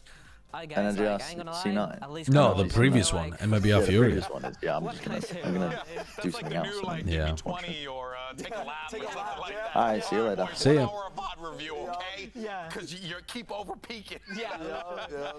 Hot take. If Loud had kept QCK, they would be making I was saying champs. about the bad habits. Now it doesn't matter if like we're starting to go back to like. Wait, I'm say, listening like, to you King. get overconfident, creative, and you start like forgetting about like the fundamentals.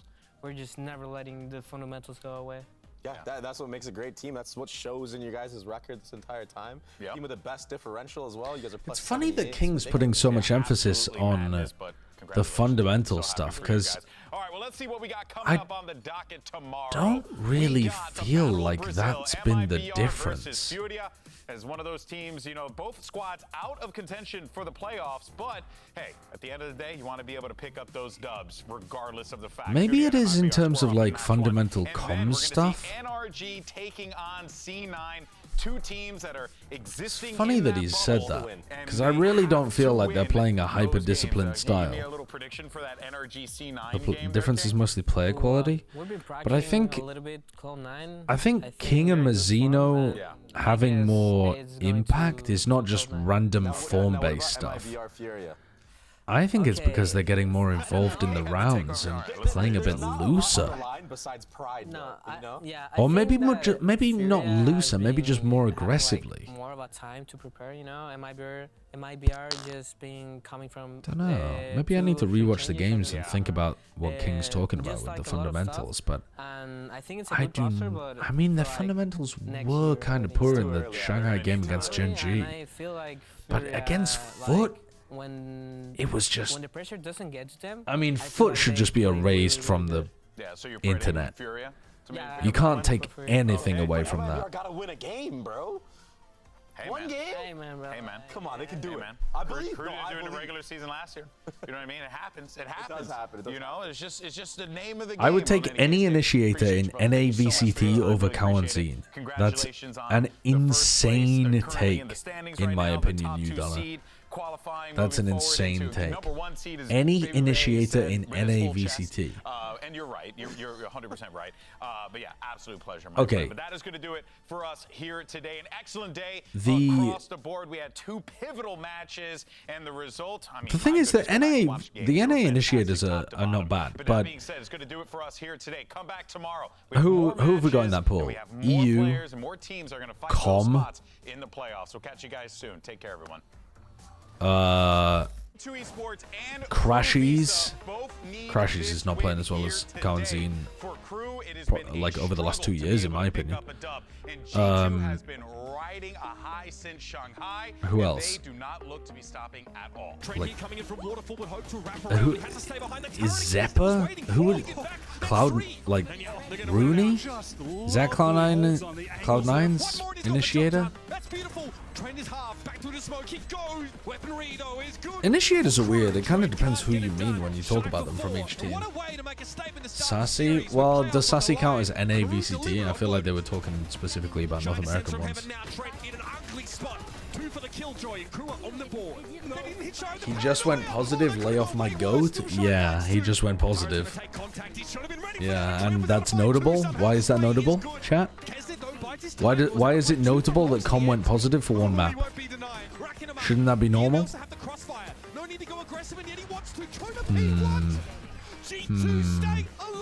Their hopes of a playoff burst still very much on the table. Now they can double swing this and they get mowed down. The sting is going to work. What does being positive have to do with good initiators? True Com fan. Yeah. No, I mean, if Com continues to perform really well because the Lev system's working, more power to him. Like, but I think Kawanzin, since joining Loud, honestly, even before he joined Loud, he's been a really good player. I think, depending on what the time frame is, I'd take him over quite a lot of people in Americas. Jonah P is currently playing some really good Valorant. I think currently I wouldn't take Kawanzin, but over a longer period of time, like over 2 or 3 years, I'd take Kawanzin. I mean, Kawanzin before he joined Loud, and then Kawanzin at the beginning, and then, yeah, up until the early points of this year, Kawanzin was playing fabulously. Recently, Kawanzin's been pretty wonky. I mean, Kawanzin's performance in the game against Fury was really bad, unfortunately. But I think generally he's a very good player.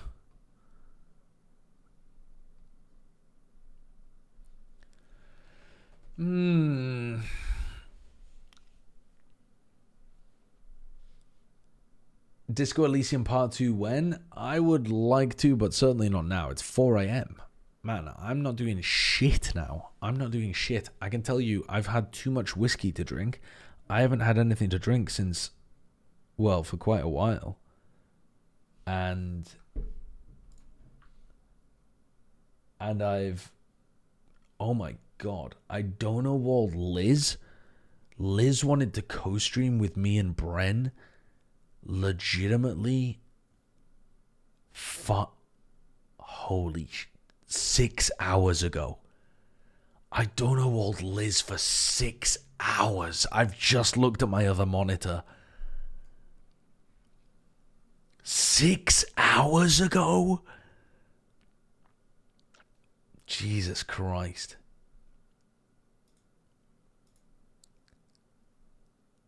Bruh.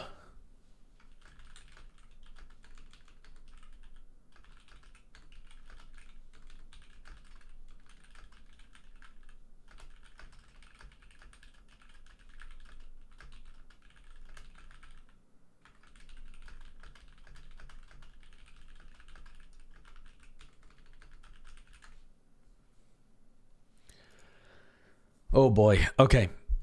I just responded to Kurt and alright, I think it's time to end my stream, and then I'll be back tomorrow for the C9 game at the very least, and let's figure out who we want to raid. Who should we raid?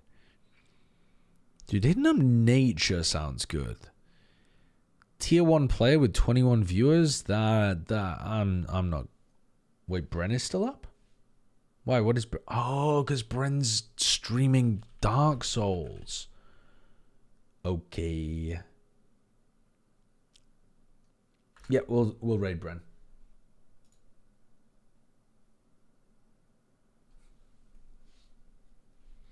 All right, I'm gonna watch some Bren as well. I need to eat some food before I go to bed. See you in a bit. Not Dark Souls, Elden Ring. Shut up. Shut up.